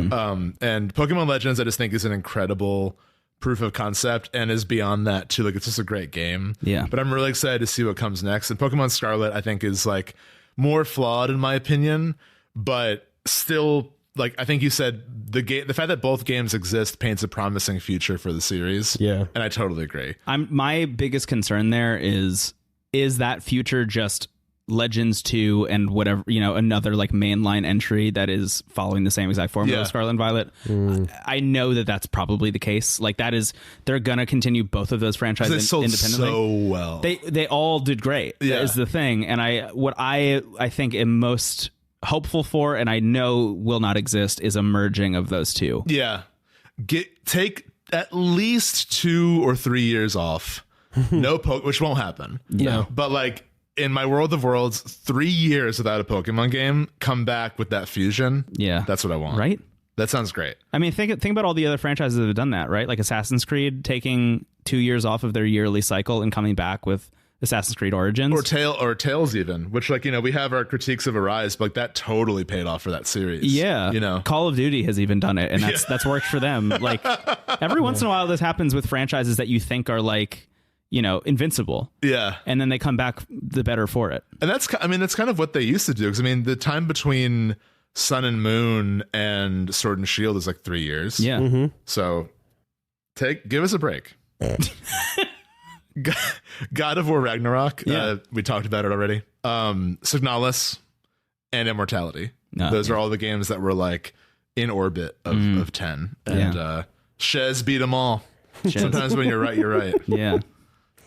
Yeah. I don't really have honorable mention stuff. I have stuff that I still want to play from this year. I want to try and finish Triangle Strategy. I know it's on my list, but I want to try and actually like get to the end of it. Keep an eye out for the salt. Yeah. Live Alive was a game that I was really curious about. That's one of my biggest, like, in another life. Like, I just didn't have time for it. Yeah, that's what I feel like it's going to be like. I feel like I might actually just play Live Alive instead of finishing Triangles. That's kind of like, at a certain point, it was so late in the year that I'm like, I can't just like dip my feet into this. I need to like actually play the game. Right. Yeah. And I'm excited to see more of it. I almost did that. Like I almost made it all the way through. I got through 4 of the storylines before I put it down, and I really wish I'd kept going. But were you having fun? Yeah, it was awesome. With it? Okay. Yeah, it's so fucking good. Yeah. It's maybe honest. Like if I'm being real, I think of all the 2D HD games that Square has released, that is the best one. That's the best one. Yeah. I'm excited to play it. We'll see how Octopath 2 does, I guess. Yeah, it's true. That comes out early next year. Yeah, that's going to be an unhinged episode, soon. I think. Yeah. Yeah, we'll see. I'm curious. You haven't talked about Octopath since early days. Yeah, that was our first episode. Wow. Look at us. Horizon. See, Octopath knew they gave us 4 years of nothing.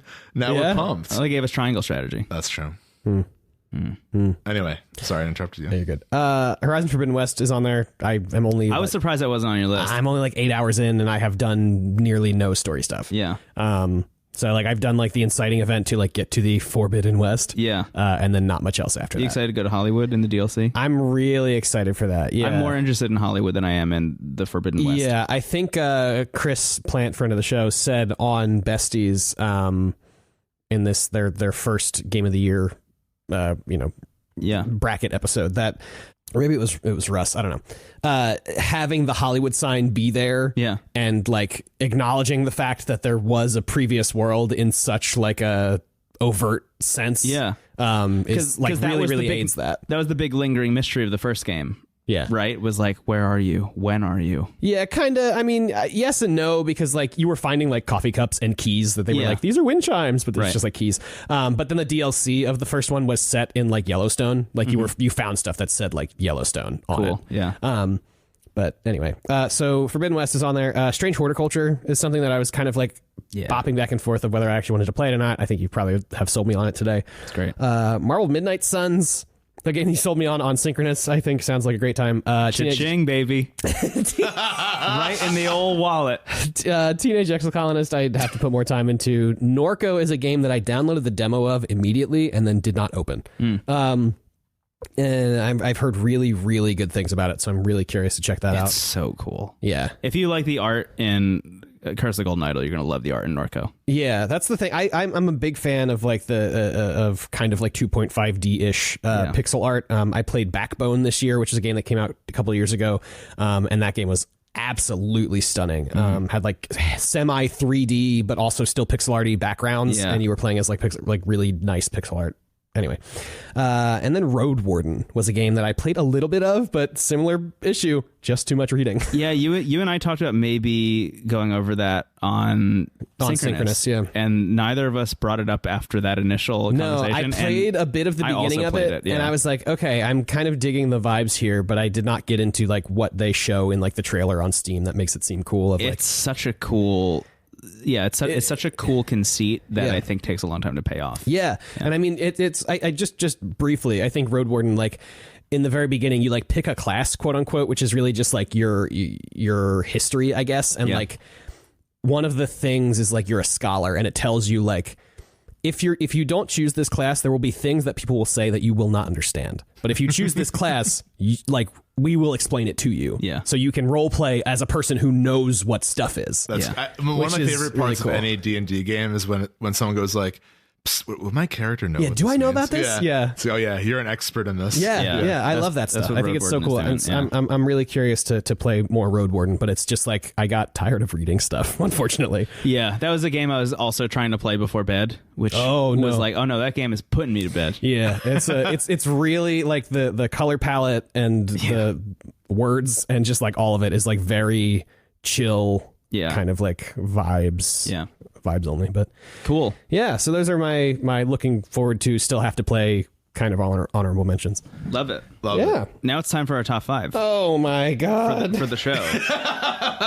Jesus Christ. I think. I mean, it's nice to just know that Elden Ring is number 1. Yeah, I think it would be silly if it wasn't after what just happened. But honestly, like you and I were talking about this a little bit in the break, but like we have 5 games that overlap in our top 10 lists, but they're all over the place.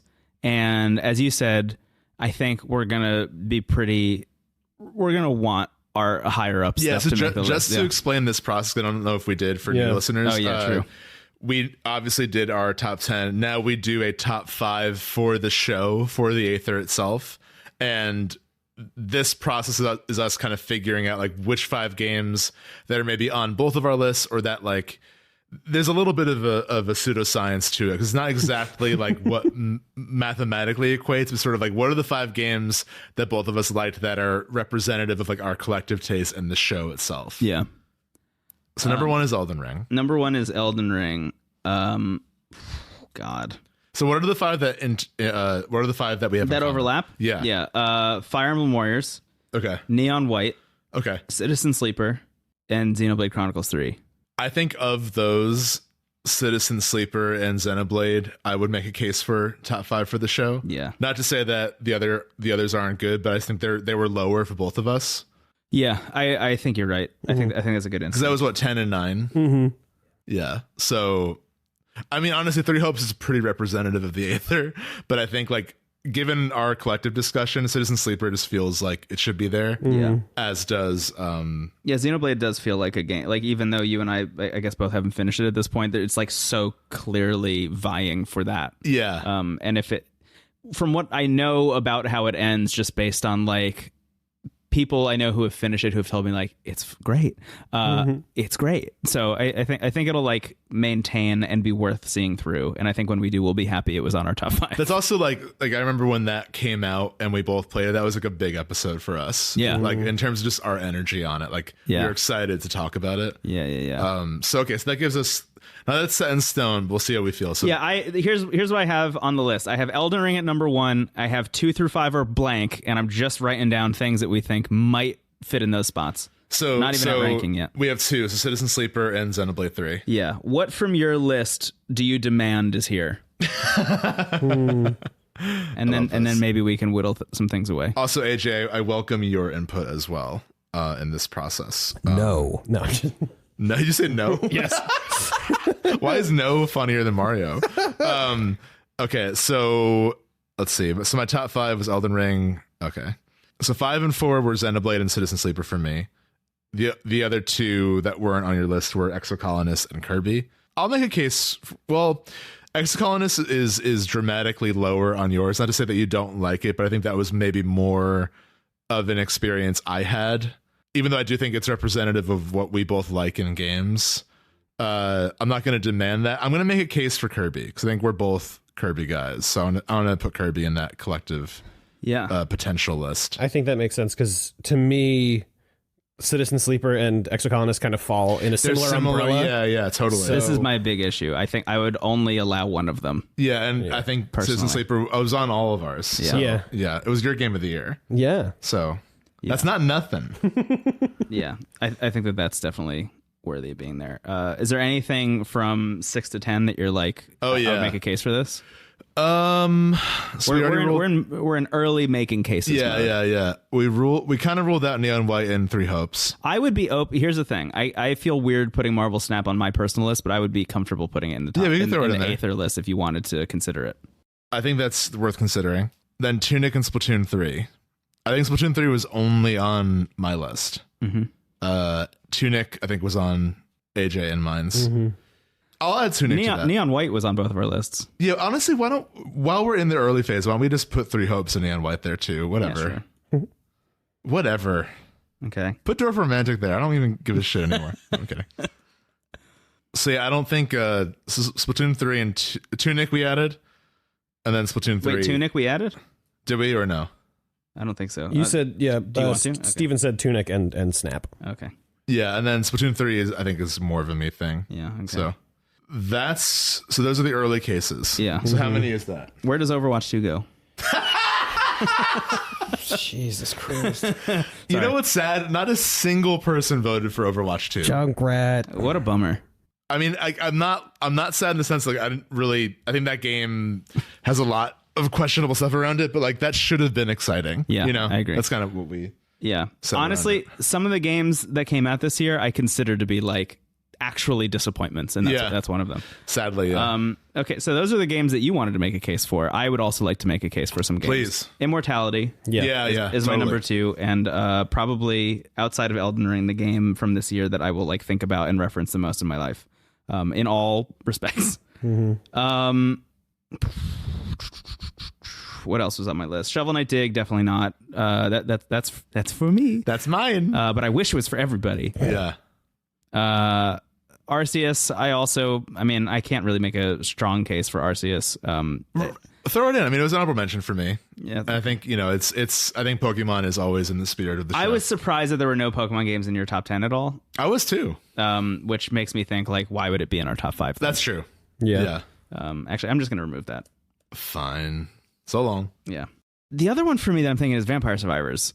Yeah. Which was on your list also. Yeah. And is good. I think it's like one of the breakout hits of the year. When I think about 2022, I'm going to be thinking about Vampire Survivors. Yeah, that's what I was going to say. It's like alongside Elden Ring. Weirdly enough, those are like the two big games. But like, should the big game be the one that makes it? I don't know. I mean, we already put Elden Ring on, so yeah. I was going to say that's kind of a moot argument. Yeah. All right. AJ, anything you want to make a case for? The only one I would say. Besides Vampire Survivors and Tunic, which we've already added, is it Idol? It is Golden Idol. Yeah, is what I would. That's definitely like that's our vibe. Yeah, while we're just pitching things, that's It makes me wonder if you would like Ace Attorney. Probably hearing your praise for that. Yeah. Probably, I think the Great Ace Attorney Chronicles at least. Yeah. All right. So we have that's 10 games in this list that we need to whittle down to 4. Yeah. Oh my God. Okay. So let's start. You just want to go through and see what each of us think? Yeah. That might be the best way to do it. Okay. I like that. I like that. Before it gets contentious. And this isn't like, this can just be the next step. We don't have to do exactly 4. It's sort of like yay or nay kind of thing. All right. Citizen Sleeper is an obvious yes for all of us. I think so. Yeah. Right? 100%. Okay. So we can say yes to Citizen Sleeper. Great. Xenoblade Chronicles 3.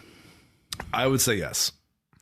For our top 5 list, I had a number 7.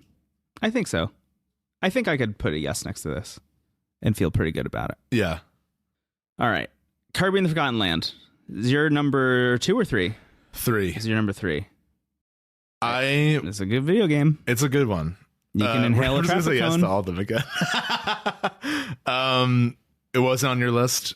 Was not on my list. It was number 15 on my list. For the sake of having to make hard choices, I'm just going to say maybe we can cut this one. Okay. Sadly. I'm going to put a little mark next to it just in case. Wow. Yeah, just a question mark might be good. Here's the biggest question for me is Marvel Snap. Marvel Snap, you had pretty low, actually. It's 8. I will say before I removed it from my list, it was number 3. Oh, really? Yeah. Wow. I personally, I just think it's like such a well-designed thing. It totally is, yeah. But I agree with a lot of the stuff about it. So I'm a little bit hesitant about including it on our top 5 for that reason. And if it was so low on your list, like if it was higher on your list, if you were like, this is number 2 for me, I would be like, yeah. Yeah, maybe a question mark for now. Yeah, I'd say for now, I think it's like a soft yes. Yeah. Okay. Neon White is the other overlap for us that I think is worth considering here. Yeah, I mean, on both our lists. I think it's a really cool game. I mean, obviously, really special. Yeah, all these games are great. Just to remind the audience and myself, dude.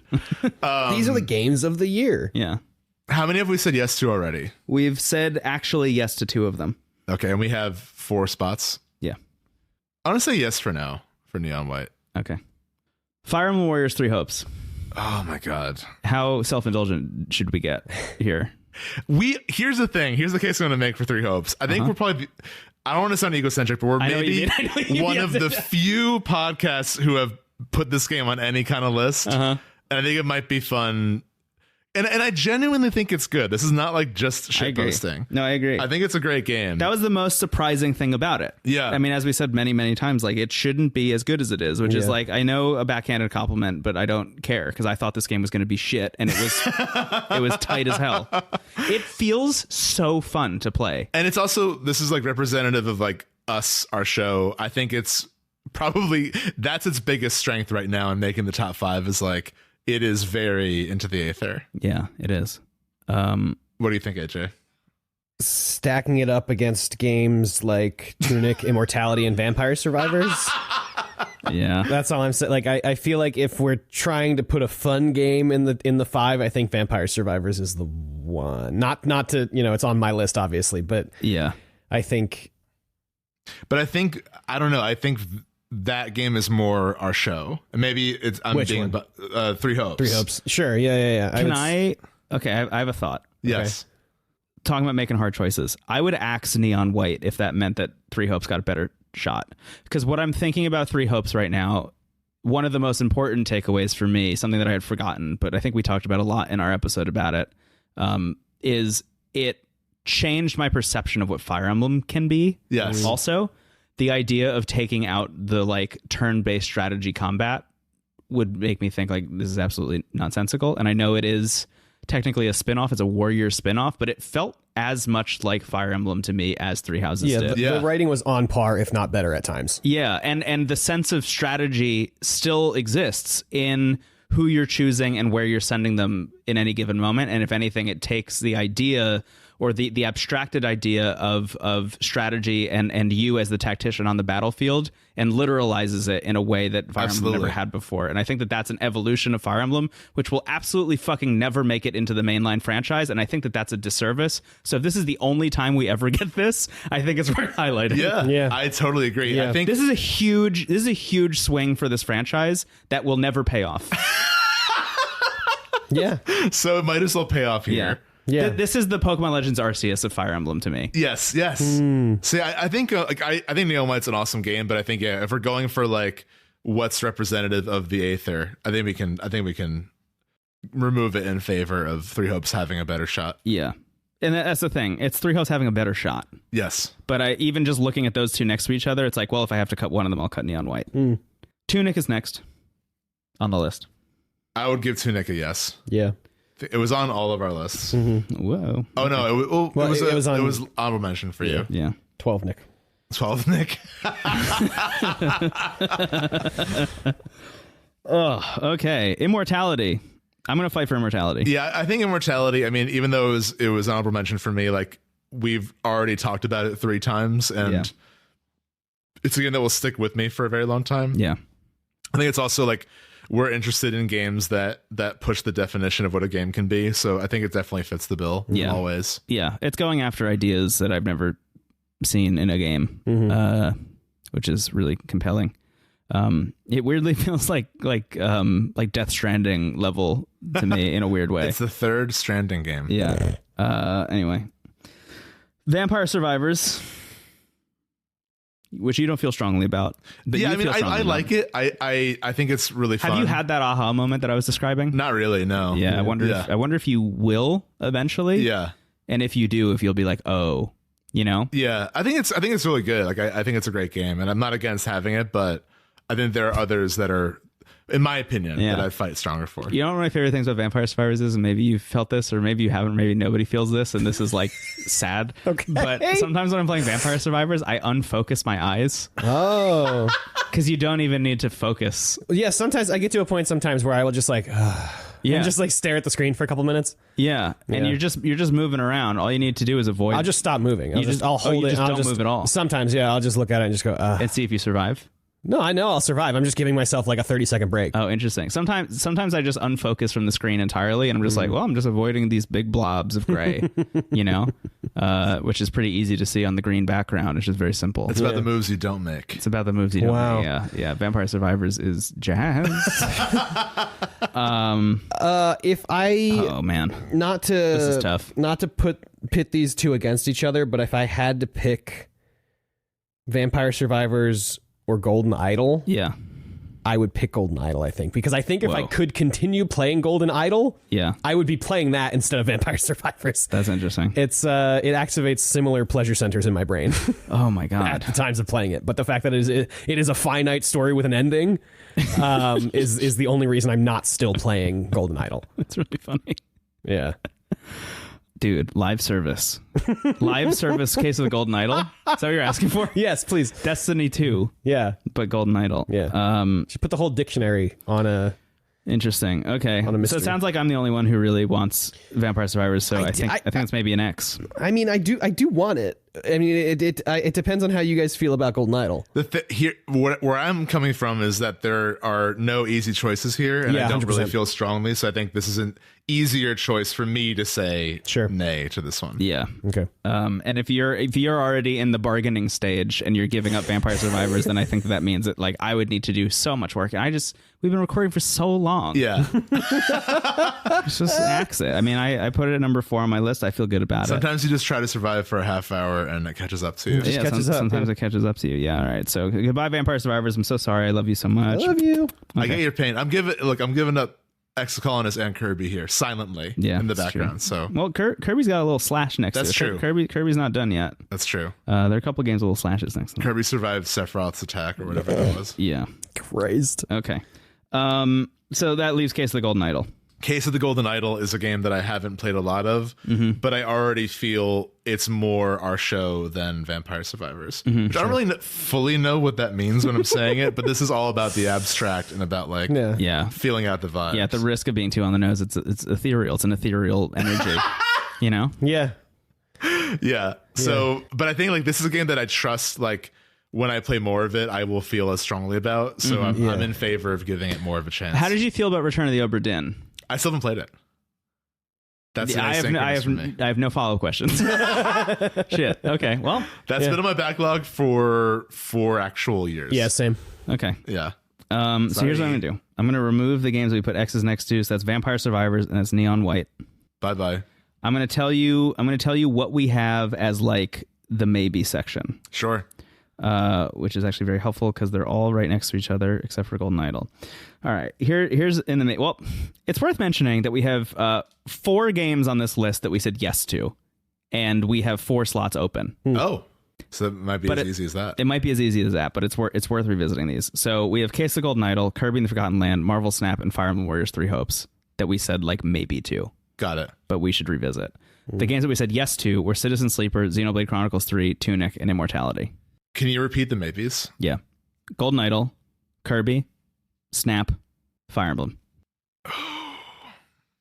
And the yeses were Xenoblade, Tunic, Citizen Sleeper, Immortality. I'm worried about Immortality. Yeah. You didn't play it. I didn't play it. I really want to, and I'm sure it's going to be a great... You didn't have it in your top 10. Can I swap 3 Hopes for Immortality twice in the same day and claim to get art, you know? Can I do that? I think you can, yeah. I think it's okay. I really like the ones we said yes to, honestly. The 2 on the maybes that I would make a case for are Kirby and 3 Hopes.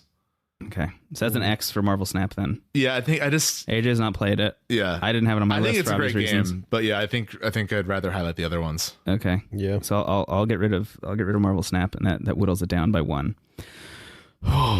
Okay. I feel like right now, obviously Citizen Sleeper is making the list. We can iron that in. I'm gonna separate that out from everything else. I feel like everything else is a little bit up in the air for me, at least. So that leaves Xenoblade, Tunic, Immortality, Case of the Golden Idol, Kirby, and Fire Emblem. I think we could maybe lose case now that we're hearing all these other ones. Does that work for you, AJ, or would you make a case for it? I didn't mean to do that. Nice. You had it at number 3. Mm-hmm. I had it at number 16. Mm-hmm. Here's the thing for me, and this comes back to the exocolonist versus citizen sleeper of it all, is that when I think about like games where I'm a fucking detective and I'm figuring stuff out, Immortality does that. Yeah, Immortality is the one for me, and honestly, saying more. Sure. Yeah, for sure. Golden Idol is like a fun romp. Yeah, it's a romp. It does not have a message. Yeah. Well, even if it does, it's like, don't be a rich person. Yeah. Exactly. It's like literally that. Yeah. Like, dude, greed? Yeah. Not for me. Ugh. Yeah. I like Jesus. No, yeah, that's a good enough case for me. Because not having played Immortality yet, I was bucketing that or umbrellaing that with Citizen Sleeper. But if it's more of a detective thing than it is like a story thing, I think so. Yeah, I mean it tracks based on what you've said. Like, how did you feel about it? Because the pull for me, at least initially, was like, I'm a detective. I'm going to figure out what happened to Marissa Marcel, you know, and then obviously turns into you're investigating. That's like the main verb, I guess. Yeah. So it's very different in terms of how they like portray that verb. Yeah, absolutely. Yeah, but like when you're framing through a clip, you know, literally frame by frame, so you can click on the one object that shows up for 1 second when somebody turns around, you know, and you're like, ha, I fucking got it. And then you match cut that. That's a cool feeling. Here's my compromise. I think if you get Immortality, I would request either Kirby or Xenoblade make the 5. Yeah. I mean, I'm very happy with Xenoblade making the 5. Yeah, I was going to say, I feel like at that point it's Xenoblade. Xenoblade. Yeah. And I'm cool giving Immortality. I think this is a vote for future you. What? When you play Immortality, you'll look back on this moment and be like, yeah. Oh, I'm sure. Yeah. I think it's similar to God of War 2018. in our 2018 episode, where I was like, I'm putting it on the list. Yeah. And you're going to be happy I did. and I am. Future Stephen is. Yeah. Okay. Yeah. Yeah. I don't even know. Was I advocating for like Octopath? Like, what was the obstacle there? I don't remember. Yeah. Oh, it was Celeste versus Hollow Knight, I think. Something like that. Yeah, Celeste was on it though. It was Celeste, Hollow Knight, and Spider-Man were all vying for 1, 2, and 3. And then we compromised. But God of War, I like shoved into number 4. I think the ones that were in orbit were Into the Breach and Monster Hunter World. Oh yeah, yeah.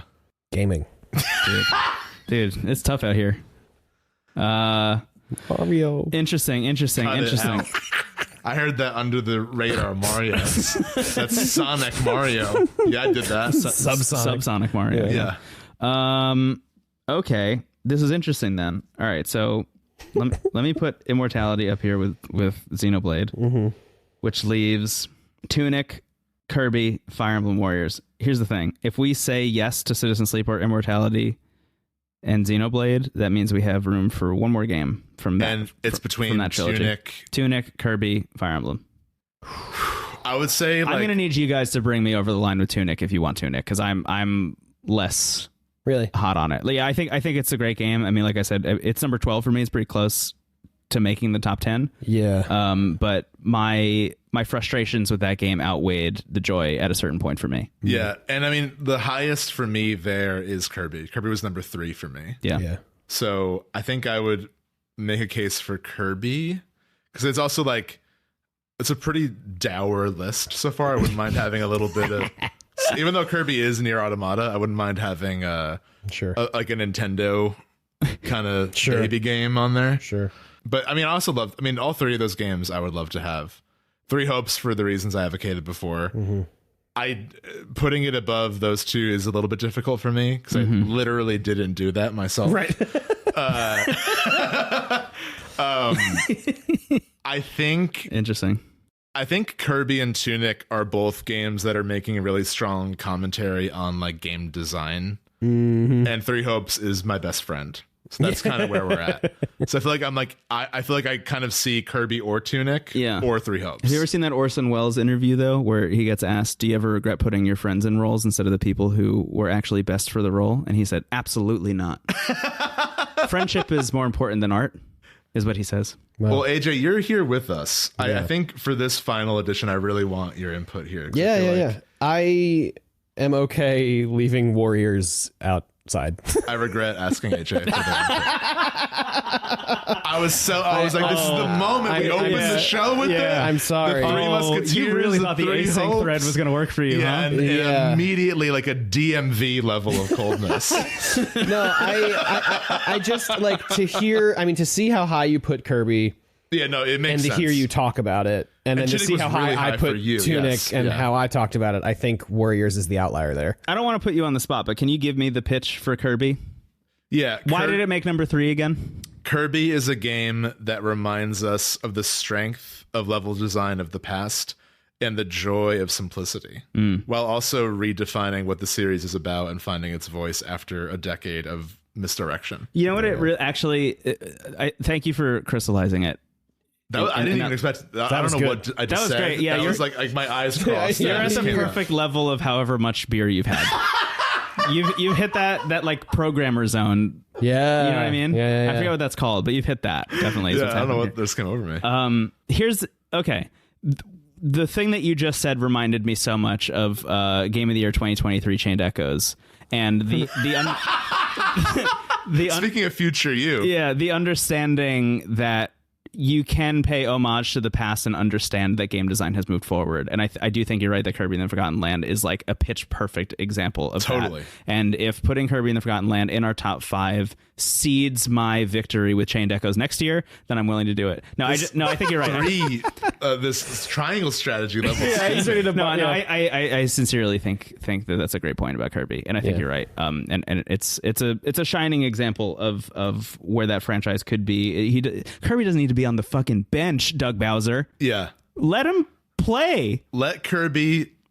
His parents came out to see him. Suck up a truck. Yeah. And drive it into God. And fight God, yeah. Which, that's not even a spoiler. That's how every Kirby game ends. It kinda does. They always get cosmic. Yeah, I don't know how the game ends, but I'm just assuming you fight God. You fight a really interesting beast. Cool.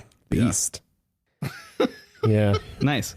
So is that it? That removes Tunic from the list. Okay. I guess. It's a bummer. I asked you to make a strong point for Tunic. Yeah, let's hear it. What do you got for me? I don't really have a strong. Tunic has just had one of my. No, it's a very personal You thing. looked at me like you were really mad. I'm so sorry. No, that wasn't meant to be. Well, you asked me a different question, which then Stephen opened the floor to. Anyway, Tunic has had one of my favorite gaming moments ever that I've ever had in a game. Solving that final puzzle. That's number 2 for you. Yeah. Do you have like a game on this list that you feel strongly about? That's what I want to make sure. I want to make sure we all have like a piece here. I mean, Citizen Sleeper is on there. Oh yeah, of course. So yes. So cool. Good. Goodbye, Fire Emblem. Oh, God. Yeah, it's sad. I mean, we've already honored this whole episode is us gushing about everything. We've honored it. It was true. honored. It was on both of our lists. Can you believe it? Yeah. We do need to cut one more game out, though. I don't want to. Between Tunic and Kirby. Yeah, I don't want to leave Tunic, but Steven's made a better case for Kirby than I could make for Tunic, I think. I think I just got possessed by Orson Welles. That's what happened. Yeah, I mean, one, not going to be able to form as coherent a thought as that encapsulation of Kirby was. That's true. I just like, it won't be as crystallized. I don't think it'll just be more, I don't know. Well, that's Tunic. Tunic is all about mystery. Yeah. But I just think the puzzle solving and discovery in Tunic is like unmatched to me. And like talking about the Dark Souls coming back to the Firelink Shrine, like that happening over and over again in Tunic, and it always hitting. Yeah. The moments that like come to surface in Tunic are unmatched. Yeah. Like we said many times this episode. And like the understanding of like what is possible and the things that you could have stumbled into at any point. Yeah. Had you found a page or not. Right. Is shocking. Yeah. It seems like both Tunic and Kirby really understand their game design intention. Totally. Which is what's tough for me. I mean, also not having played Kirby, I don't really. And Kirby, if you upgrade the ice power, you breathe out snowmen. So if that helps you make a decision. Nice. You can cuddle up in a little bed and look at a figurine of yourself. That's what I'm doing anyway.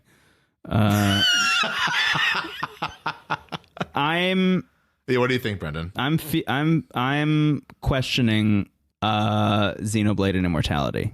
Really? Yeah, I'm like, would I cut in favor of Tunic and Kirby? Yeah. Interesting. I mean, I think in that case, I mean, you had Kirby above Xenoblade. Stephen? I did. Xenoblade was number 4 for me. Yeah. So in my world of worlds, we get Kirby and Xenoblade. Yeah, right. But I wouldn't ask that of both of you. Yeah. So I think, I mean, Xenoblade was what, 6 for you, 7 for you, Yeah. and Immortality was Your 2. deal was, though, if Immortality makes it in, it's either Xenoblade or Kirby. That's true. So I think for us, AJ, based on what we've shared, I know you haven't played much of Kirby or Xenoblade. Based on what I've played we've none shared, of either of them. Yeah. right? But is there one that you would want to play? You've based also on what you've edited heard? the podcast where we talked about them. Yeah. That's fair. You've been here all along. Yeah. Footprints in the sand. I don't know. I don't know if that's a fair question for me to answer because I didn't mean to put you on the spot. No. I just mean like Xenoblade is not the kind of game I'm interested in playing at all. Yeah. Too long. I get it. Too long. Too much happening.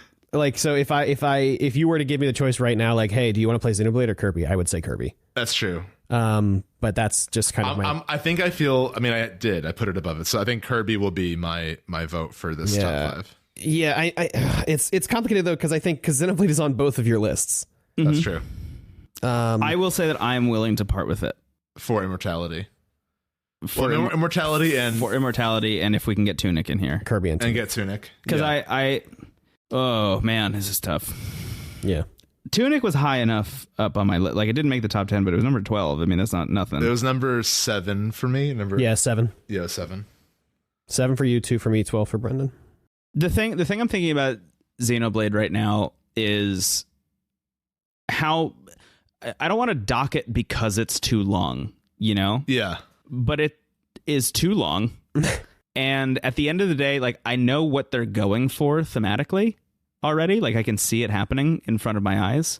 And I'm asking myself how hard that's going to hit by the time it all wraps up. Like, I think how much of the way I'm going to feel by the time I'm done playing the game is going to be just because it took a long time and I was with these characters for such a long time that I feel like this real emotional, overwhelming, like dump of feelings about them and the struggles that they went through, et cetera, et cetera. Like, and is there also something to be said for the fact that the game worked with that kind of runtime? It's a little bit Persona 5-y, right? Where it's like, it's a miracle that game can hold your attention for 100 hours. You know? It flies by in Persona. Yeah. Because it has that life sim stuff. Yeah. And it hasn't for me with Xenoblade. Yeah. Like, Xenoblade, sometimes, as you even said, sometimes I'm like fighting against my own urge to do what the game wants me to do, which is like to spend all my time going and doing hero quests and side quests and all this other stuff, because I'm like, I am just kind of interested in the main story.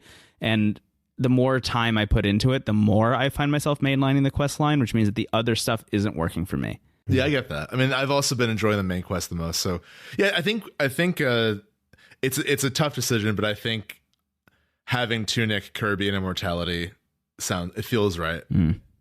I would just say this is like a totally unfair comparison, but Elden Ring is a 200-hour game on here that you have both said that you have fun playing. Yeah. And I did beat it in 90 hours. Yeah. But I mean, but you're playing it more than once. That's true. Yeah.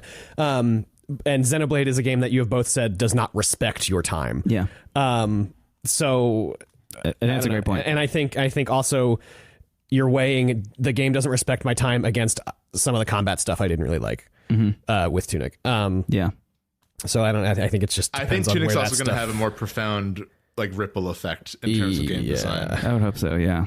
Like I love Xenoblade. It was number 4 for me, but I think like I can point to Tunic as like, here's an example of like intelligent game design and like one that respects the player and leads with curiosity, just like Elden Ring does. Yeah. I think all of these games on this list, if we were to take out Xenoblade, I think Elden Ring, Citizen Sleeper, Immortality, Kirby, and Tunic all have things you could point to that is like, this is like, in this moment, this is like pushing the medium forward. Yeah.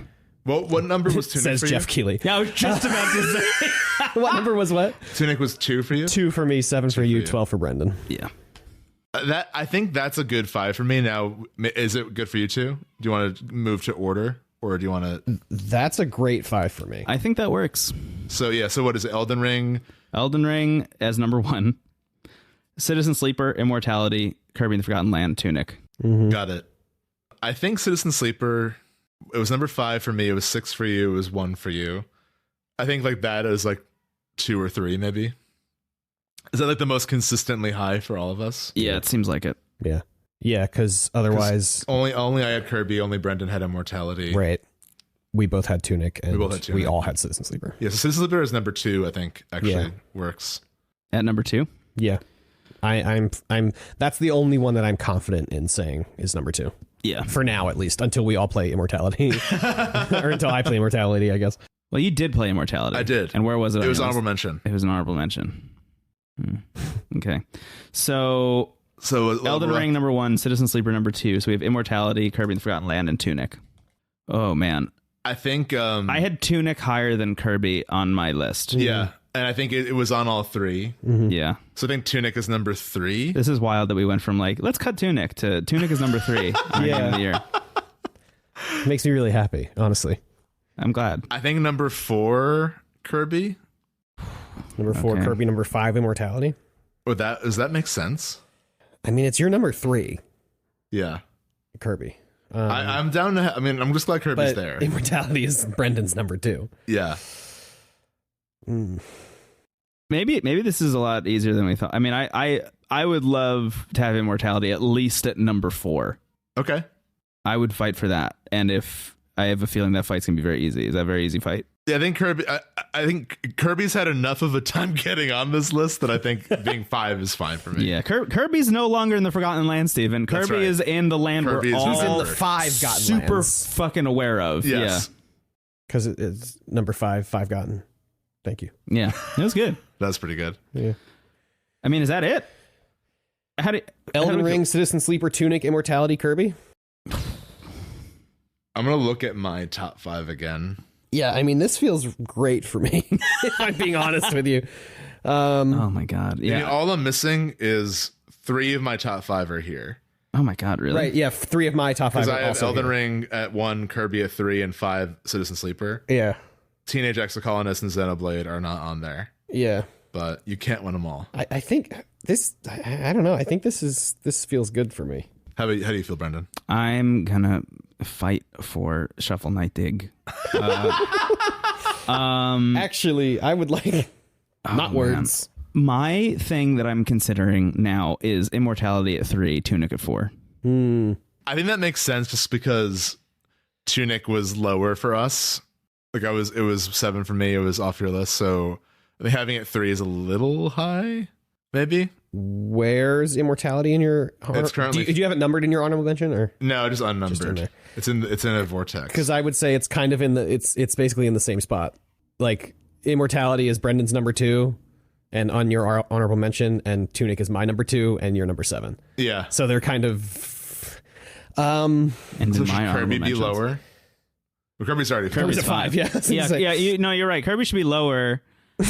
And Shovel Knight Shovel Knight Dig should be number 5. Pokemon Red. No, Yeah, what GOTOYs can we get in here? Yeah. Let's put Portal 2 in. Chrono Paper Cross. Mario! Oh shit. What is your case for Immortality 3? It's like over 2. I think it'd be cool if they made a second one and then they should make a third one. Yeah. Okay, This is so the third Elden time Ring, we're Citizen talking Sleeper, about it. Tunic, Immortality. Well, here's so your number 1 is 2. Yes. My Our number 2 is 3. Yeah. I don't even know what math I was trying to do there. Yeah, this is always what happens is like we get into this like bargaining phase that really just equates to us being like, what if we opened Excel? Let's give that a shot. Yeah. Can we Matt assign figure point this out? values, yeah. But no, it just has to be. This is the hardest it's has to be been in a long conversation. time. Yeah.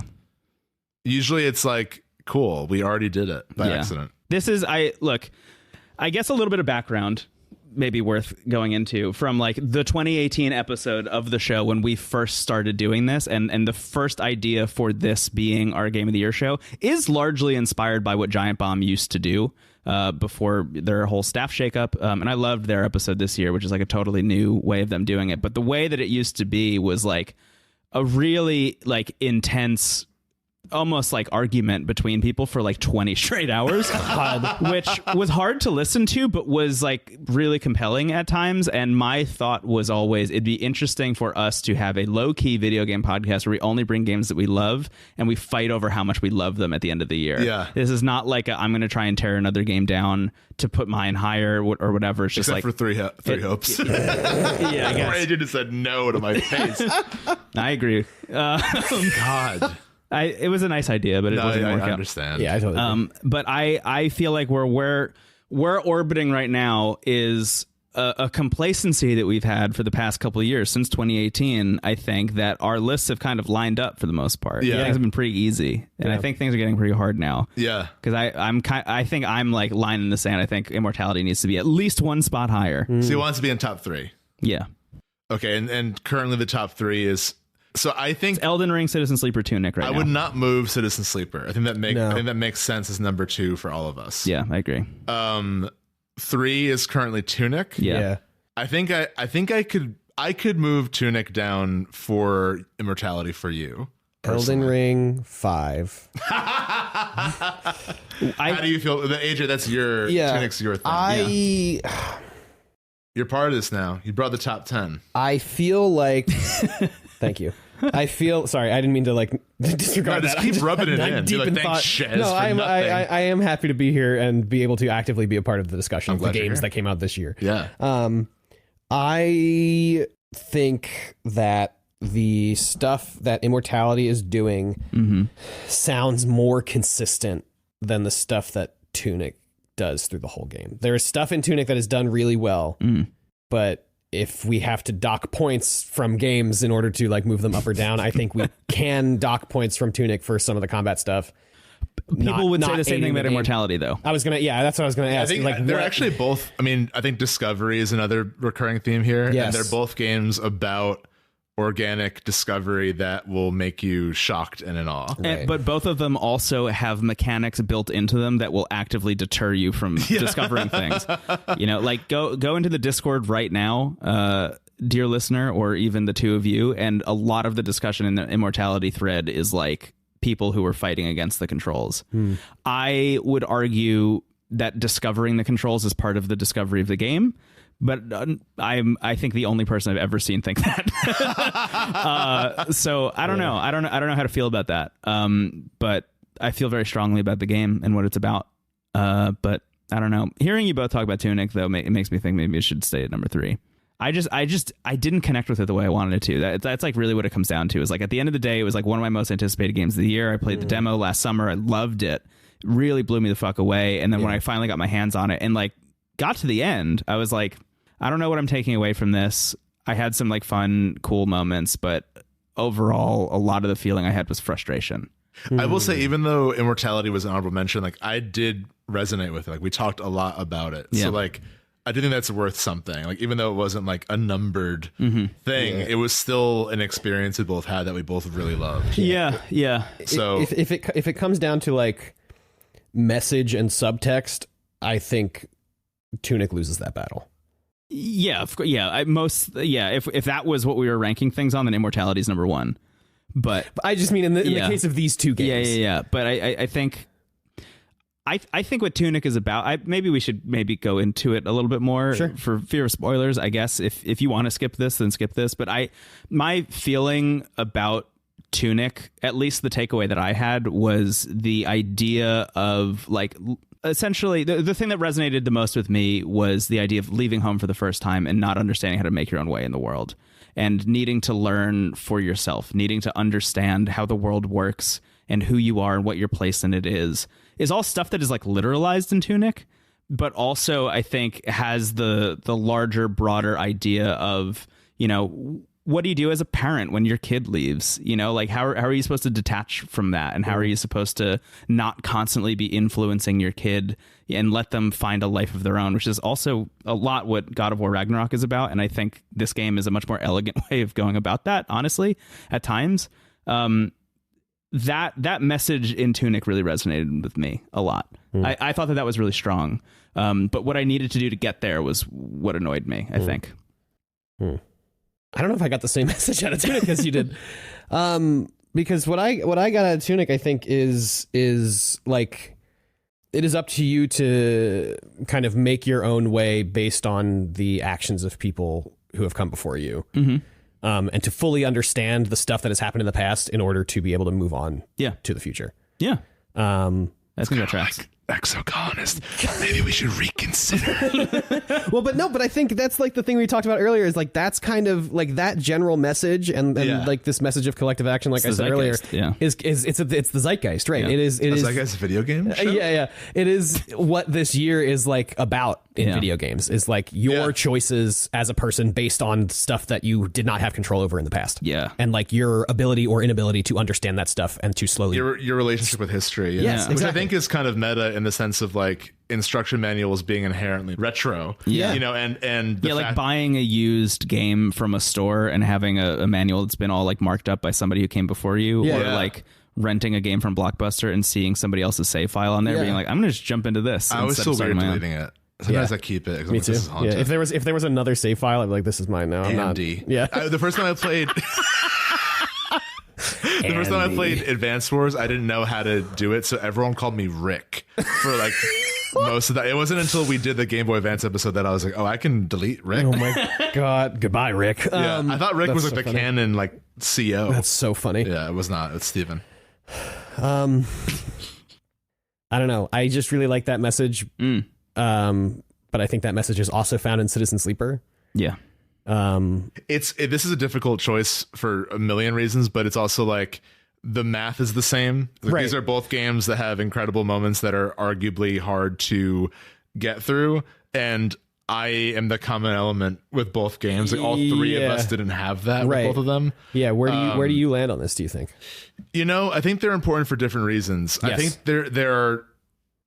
I think Tunic. This is also where they're opposites. Where Tunic is a game that is in a genre that is arguably overpopulated. Sure, but is overpopulated. It's a hard term, but there are a lot of games like that are trying to be Zelda or trying Dark to be Souls. it. Yeah, and Tunic stands out by having this really wonderful conceit for a game with the instruction manuals. And I don't know any game like Immortality.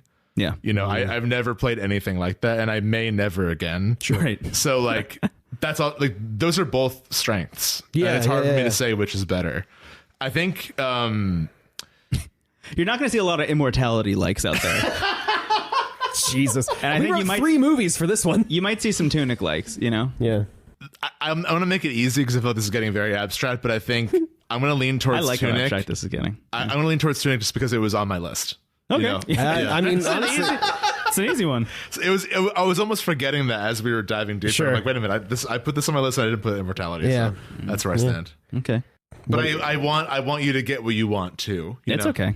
yeah, and I mean, No, I think you're making very cogent points. I think Tunic at number 3. I even convinced myself into Tunic at number 3. So I was gonna say I'm really happy with Citizen Sleeper at number 2. So if we like really, This is also what happens. I feel like Brendon wanted us to have these arguments, but we're both like, whatever you want. yeah. No, I sorry. think I mean I'm happy with Tunic 3, Immortality 4. Yeah, I'd be happy either way, honestly. Yeah. So like that's another thing. It's like if you would be happier with Immortality higher, that's also fine for me. no, I think it's cool that it made the list at all. Yeah. Yeah. It's kind of where I land on it. I don't need to say this, but I'm going to say this. I think playing Immortality as another communal experience that I will have with my partner, Yeah. I think will ultimately make it better in my head than Tunic. But as I stand right now, You haven't played it. I have not played it. So Interesting. yeah. So maybe egg on my face in the future, but we'll see. Okay. It's on the list, so that's probably good enough. I mean, it beat out 62 games. Yeah, 60 61 other games, or I guess, not that many. 57. Beat out a lot of games. Yeah. 58 games. So that leaves us at Elden Ring, Citizen Sleeper, Tunic, Immortality, Kirby and the Forgotten Land as the Into the Aether top 5 for the year. I like that. I love Kirby. That covers a lot of ground. I It's so love weird. Kirby on that list. It's such a weird, fun, cool list. I like it. Yeah, I like it too. It's totally fucking bizarre. Outside of Elden Ring at number 1, which is like obvious. Are you gonna fight against that? Do you care? No, I mean, Okay. it's like, I could, but it's like me fighting against every other video game journalist in the in the world. Yeah, that's You understandable. stand against the wind. Yeah. What is it? The Fallen Leaves tell a story of how Elden Ring became number one. Yeah. We No, will I'm- sit here That and one guy doesn't like the recall. toothbrush. He's not even a fucking dentist. 4 out of 5 dentists. No, I think I'm really happy with Elden Ring number one. I think that's fine. Yeah. That is where I expected to end up. Yeah. I mean, if we want to get spicy, I could say Elden Ring number 2, Citizen Sleeper number 1, but I don't think so. Yeah, that wouldn't win for me. Unfortunately not, even though I do love Citizen Sleeper. You would need to have come with like a prepared speech and deliver it like Phoenix Wright. Yeah. Basically had Spectacle. I would need spectacle. I would need spectacle and basically brainwashing. You need to sit me down and show me propaganda. Yeah. For days. If you want to create the greatest podcast moment of all time, be my guest. Yeah. But I do think Elden Ring is going to remain at number one. I think so. All right, let me go get the. I should have come prepared for 3 hopes. I should have stacked. La la la. Yeah. What if you could do it all over again? But this time you had cooler hair. What if Raphael was less interesting? Oh my god. That's true. What a bummer. Yeah. Jesus. Yeah, some of the Golden Deer were like, what if you didn't have a story this time? You're right. That game shouldn't have been on our top 5. What were we thinking? That's so interesting because I feel like all the Black Eagles are like, what if we were smarter? Interesting. Like, what if we thought like people? Yeah. I really liked Marianne was like a star. She's great in 3 Houses, but she gets over her stuff earlier in 3 Hopes. Should we put it on the list? Look at what just happened. Look at what just happened to us. I was trying to make a case for it, and AJ looked me in the eyes, like our pupils magnetized, and he just went, no. And he like moved on immediately. I agree. What would get removed, though?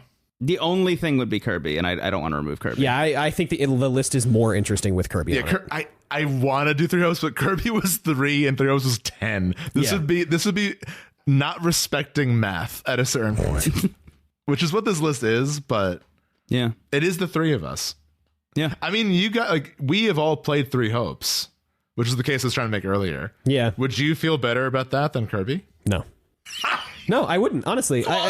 Well, yeah, because I feel like we have said that I am so with you. we have said that Warriors is like Unbreak my heart, my best friend said no to me in my face again.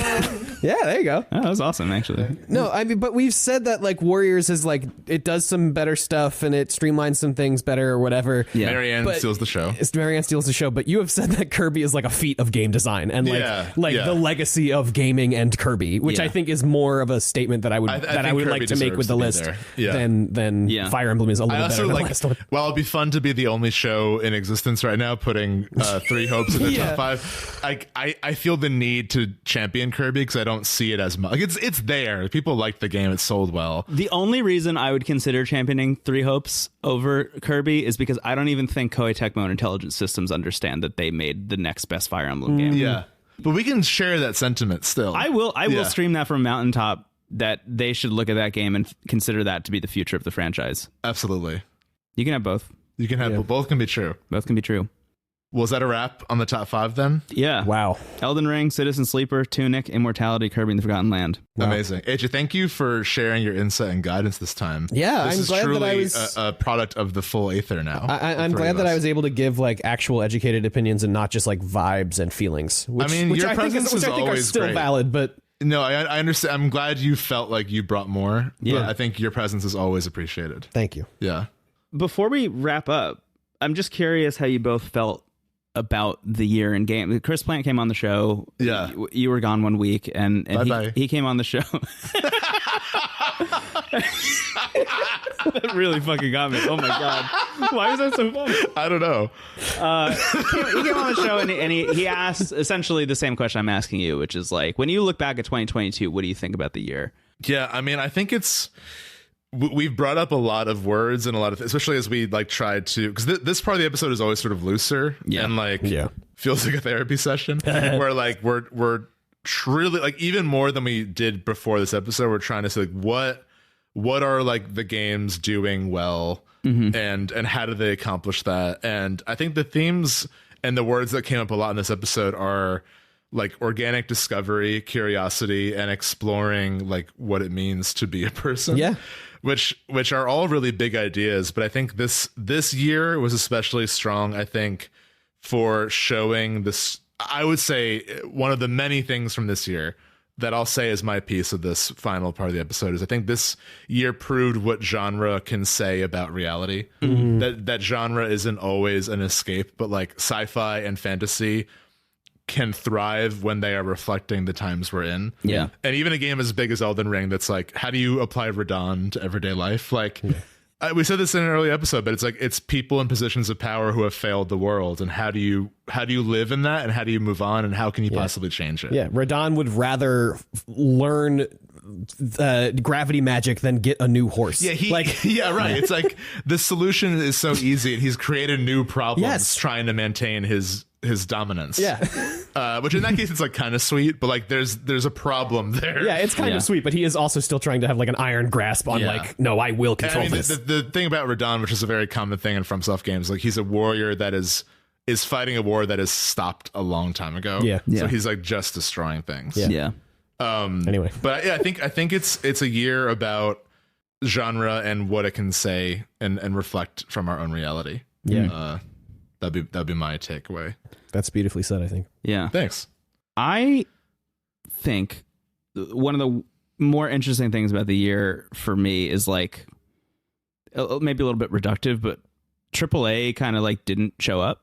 Yeah. For the most part, which I think is one of the things I'm going to look back on the most this year. Like, I mentioned Elden Ring and Horizon. No, there are AAA games that came out, but even some of the ones that came out, I like wasn't excited about or interested in, and a lot of the indie space picked up the slack there. I mean, even looking at my list, like I said before, 6 of my top 10 are indie games, but even looking at like the top 62 that I have, most of them are still indie games. Like at the end of the day, most games on my list are indies, and that is really cool. It was really nice to see a year where a bunch of smaller teams made things that were like rivaling and making me ask, like, is this better than the new From Software game? Yeah. And the answer is always no, unfortunately. Elden Ring became number one for me. But the fact that there are games that I started playing, like when I started Pentiment and got like a couple hours in and hit the first act break, I was like, this might be the one for me. Yeah. You know? And it didn't get there. But it was like still a really compelling, shocking experience. Immortality, like how often do I finish a game and then immediately pick it up and play it again? I will say like time? the ending montage of Exocolonist, that was like a moment where you kind of like your whole body kind of like feels like, oh, this is like a masterpiece, maybe. Right. Beautiful. It was a beautiful experience. Yeah, and getting that kind of feeling over and over and over again, like jumping into Shovel Knight Dig and being like, I think this is on the same level as Spelunky, one of the best games of all time. Yeah.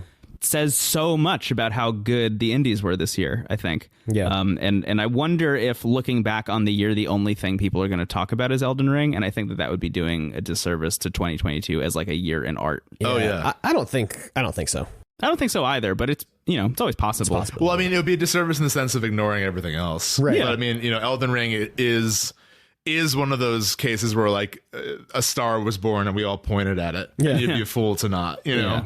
Because I think that's the larger thing is there's a lot of people going into GOTY season, even listeners of shows and people who are like reading websites who are like, it's going to be boring to just see Elden Ring at number one in all of these lists.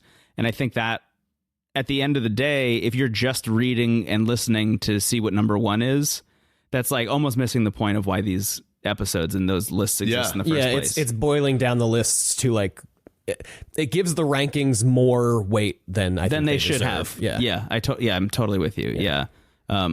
Because at least the process of going through and making a top 10 is like a really enriching experience. And I feel so much about all the games on here. Me too, yeah. Elden Ring just was the best one for me this year. But I would champion all this stuff forever. Absolutely. Yeah. I mean, I think, you know, in the years we've been doing this, like, I think 2018 being our first year, like, our number one picks were Celeste and Hollow Knight. Yeah. And those were two games we had a profoundly personal experience really personal with. games. Yeah. Obviously, they were both huge games, too. Yeah. But, like, it was impossible for us to put one over the other without basically saying, like, no, me. Yeah. You know? Right. Yeah. And then years like this and 2020 where like Hades comes out, Elden Ring comes out, it's like, oh yeah, that one. And then but the rest is so valuable. Yeah. And as we were talking about, like last year's in comparison to this year's is almost the exact opposite, where you just have no fucking clue who's going to put what at what point on their list. I just opened up my 2021 Monster Hunter Rise, Ratchet and Clank, Forgotten City, Psychonauts 2, Tender Creature Comforts were my top 5. Like, what? Chicory was my game of the year, and then our game of the year was the Forgotten City. So wild. Yeah. Wild. You know, like complete inverse of this, where like nothing is obvious at all. Yeah.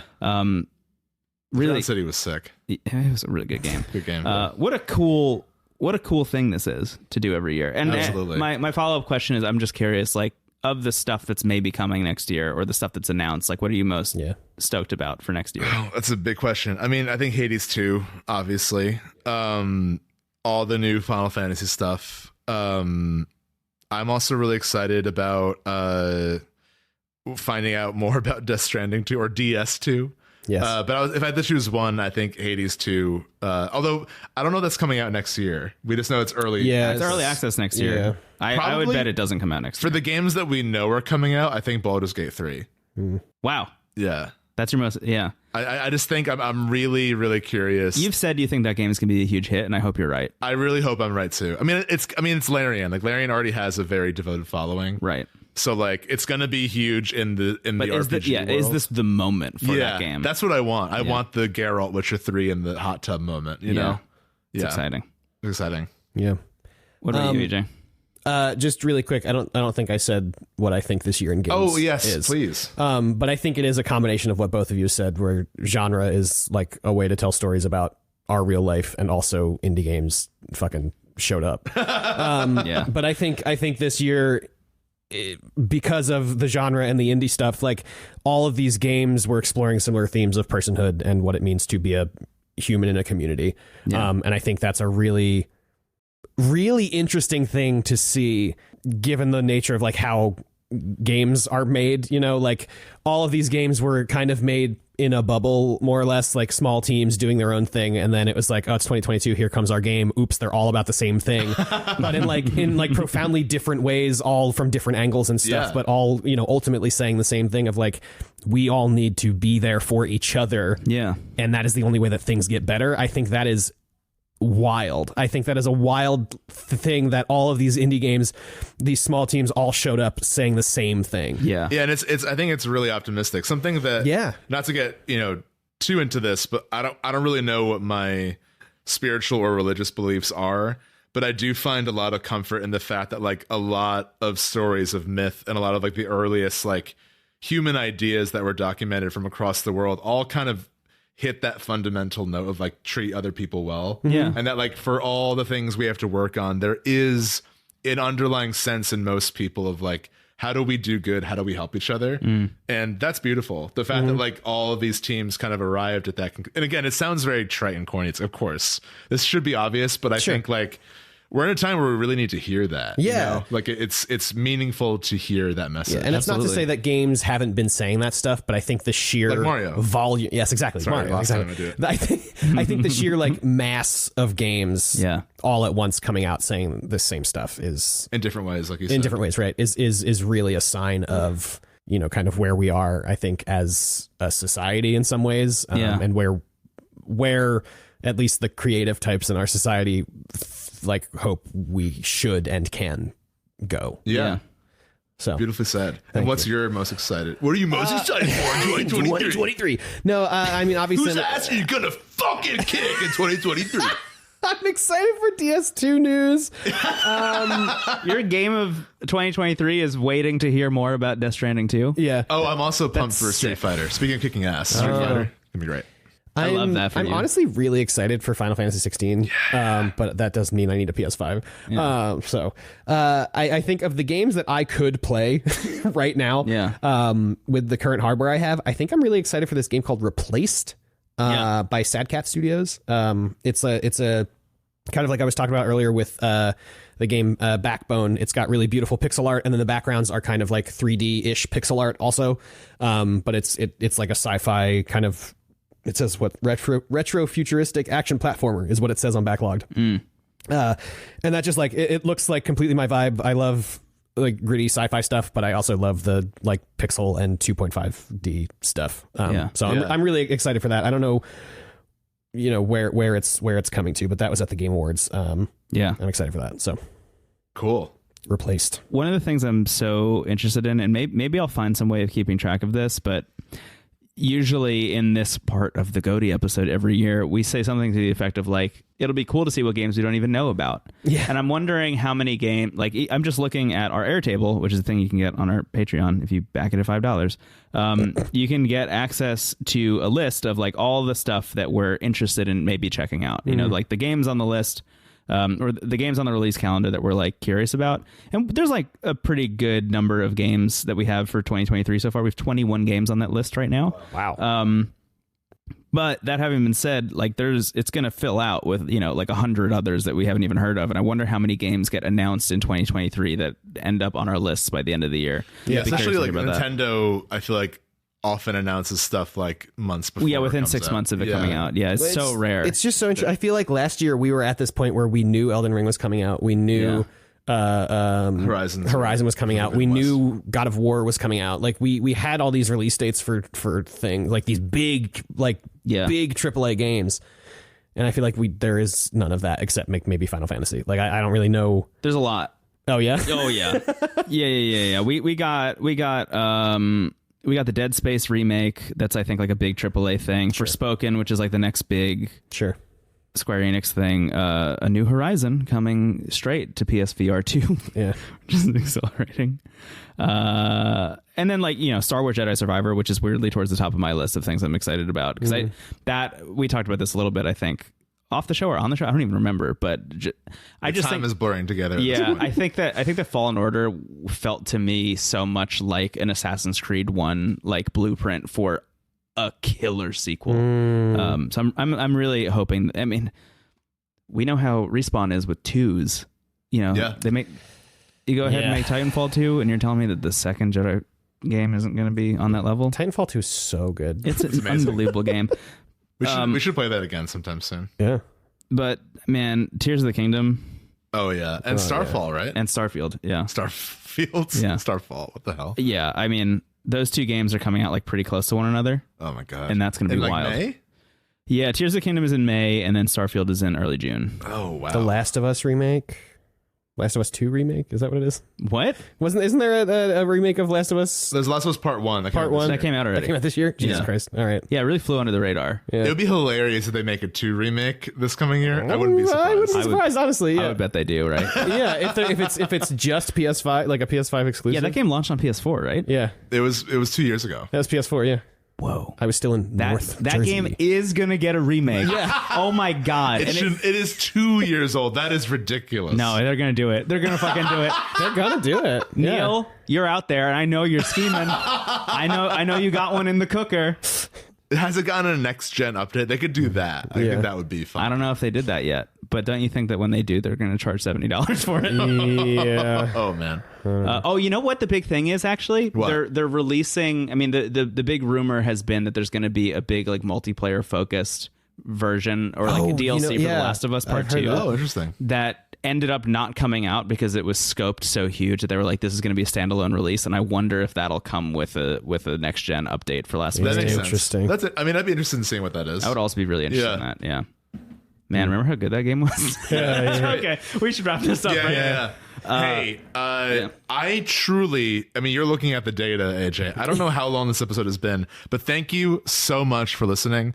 Thank you for being part of this with us. I think all three of us look forward to this episode all year. Oh, yeah. And it's always so much fun to be together and to have these conversations. Yeah. And this has been just an especially good year for games and also a really big year for our show. I'm really proud of the show we make here, and I'm really happy people listen to it and seem to like it. So just thank you for listening and for being part of the show. Yeah. Yeah, totally. If you made it all the way to the end, thank you so much for listening to it. But please share it with a friend. We don't do any marketing for the show at all. We just kind of ask people to share it with other people that they think would like it. And you know, I said it at the top of the show, but you know what the mission is. You know what our vibe is. You know what we're trying to do out here. So if I don't know if you resonate with that, then share it. And even if it's the length of Julius Caesar, I think it actually is a pretty good intro to what the vibe of the show is. I think so too. A lot of people have written that they've gotten into the show either through Game of the Year or through our season premieres that are. Or the game of the decade. Yeah. So we have a 10-hour episode. Yeah. That was not a single session. It was recorded over the course of a month. So it's kind of like 10 episodes in one. Yeah. But that episode is one of our most popular. Yeah. Wild. People come to the Discord, it's like, yeah, I started there and then have gone back. I'm like, wow. Yeah. Good for you. It's so Thank cool. you so much. That's amazing. It's so flattering. It's wild. But I mean, this I think these episodes are a good intro to what we do here. Yeah, definitely. Yeah. It's all about celebrating games, right? Yeah. It's all about just talking about how much we love stuff. And that's what we try and do on a weekly basis. So thank you all if you're new to the show. Thank you all definitely if you've been around for a long time for coming back and for sharing the show. Thanks and for being so sticking around. supportive. Yeah. Yeah. I would recommend going to intothecast.online at some point. That's our link to everything. That includes the Discord. That includes the Patreon, which you heard about earlier. There's a lot of good links there. Yeah, I would just click around. Best links. Just click around. We're also, I think we have time. plans to write out our lists eventually. I'm not sure like when that will come out. I've been having the hardest time writing it this year. Yeah, I think so difficult. I think we should take our time with it because I think I'm going to. Yeah. So that might be like an early next year thing, but. Yeah. Or who knows? Maybe I go into like a weird writer's fugue state and it's out by the time this episode's out. But I don't know. Right, every time I sit down to write the Elden Ring one, I'm like, what the fuck? It might take me longer because I want to do little drawings with them. But I think it's fun to take a moment to like kind of reflect in a different way. Yeah. And through a different medium to talk about these games. Can I tell you what my initial pitch for the Elden Ring review was? Please. It was going to be how hard it is to write an Elden Ring review and realizing at the end of it that in doing so, by finishing writing something about Elden Ring is the equivalent of beating Elden Ring. It's the Dark Souls of Elden Ring reviews. It's the Dark Souls of writing content on the internet. That's on our Medium. I highly recommend. We both have our lists from last year written out. Brendon's is a wonderful read. Highly recommend reading. Thank you. And we also, I mean, the Medium is not something we plug often, but while we're talking about it, like we have a lot of really great stuff there. We used to have a newsletter where we featured other writers and artists, and like that's all still there for everyone to see. So if you're interested in the past, it's all there. Steven's got a great piece on Outer Wilds. Oh, thank you. Yeah, I love that. I really liked that. I'm proud of that one. Thank you. Yeah. And that's a space that I like updating every now and then. I think now that we're active on Tumblr, I could see that kind of melding in some way. That's true. Yeah. Because blogs, dude. Yeah, blogs. But before I end this episode saying blogs like a Nickelodeon announcer, I just want to once again share my thanks. And anything else you guys want to add? No. Thank you so much for. I mean, I don't know. Listening to the episode, and then also like thank you two for having me here on the show. Of course. It's a delight to work on this show, and I love. And you're part of this. Yeah, I love being part of it. No, I really do. We love having you. And Tunic at number 3. This is a very special part of my year, and it means a lot to me. So. Hell yeah, nice, cool. Well, with that, have a wonderful day. Have a great holiday season. Whatever you celebrate, I hope it's a great day. Spend some time with your family and friends. Have a great end to your year. Do some reflection. Yeah. And look forward to the future. Wow. That was really great. That was another Orson Welles. Oh, was it really? Did you just quote Orson Welles, or did you just make that up? I don't know what I said. You made that up? Wow. I feel like I'm ruining it by continuing to talk. We should have just cut. See ya. Bye-bye. Bye. Love you so much. Serve your community the best you can. Any small change is good enough. Yeah, wake up, sleeper. Become Elden Lord. Nice.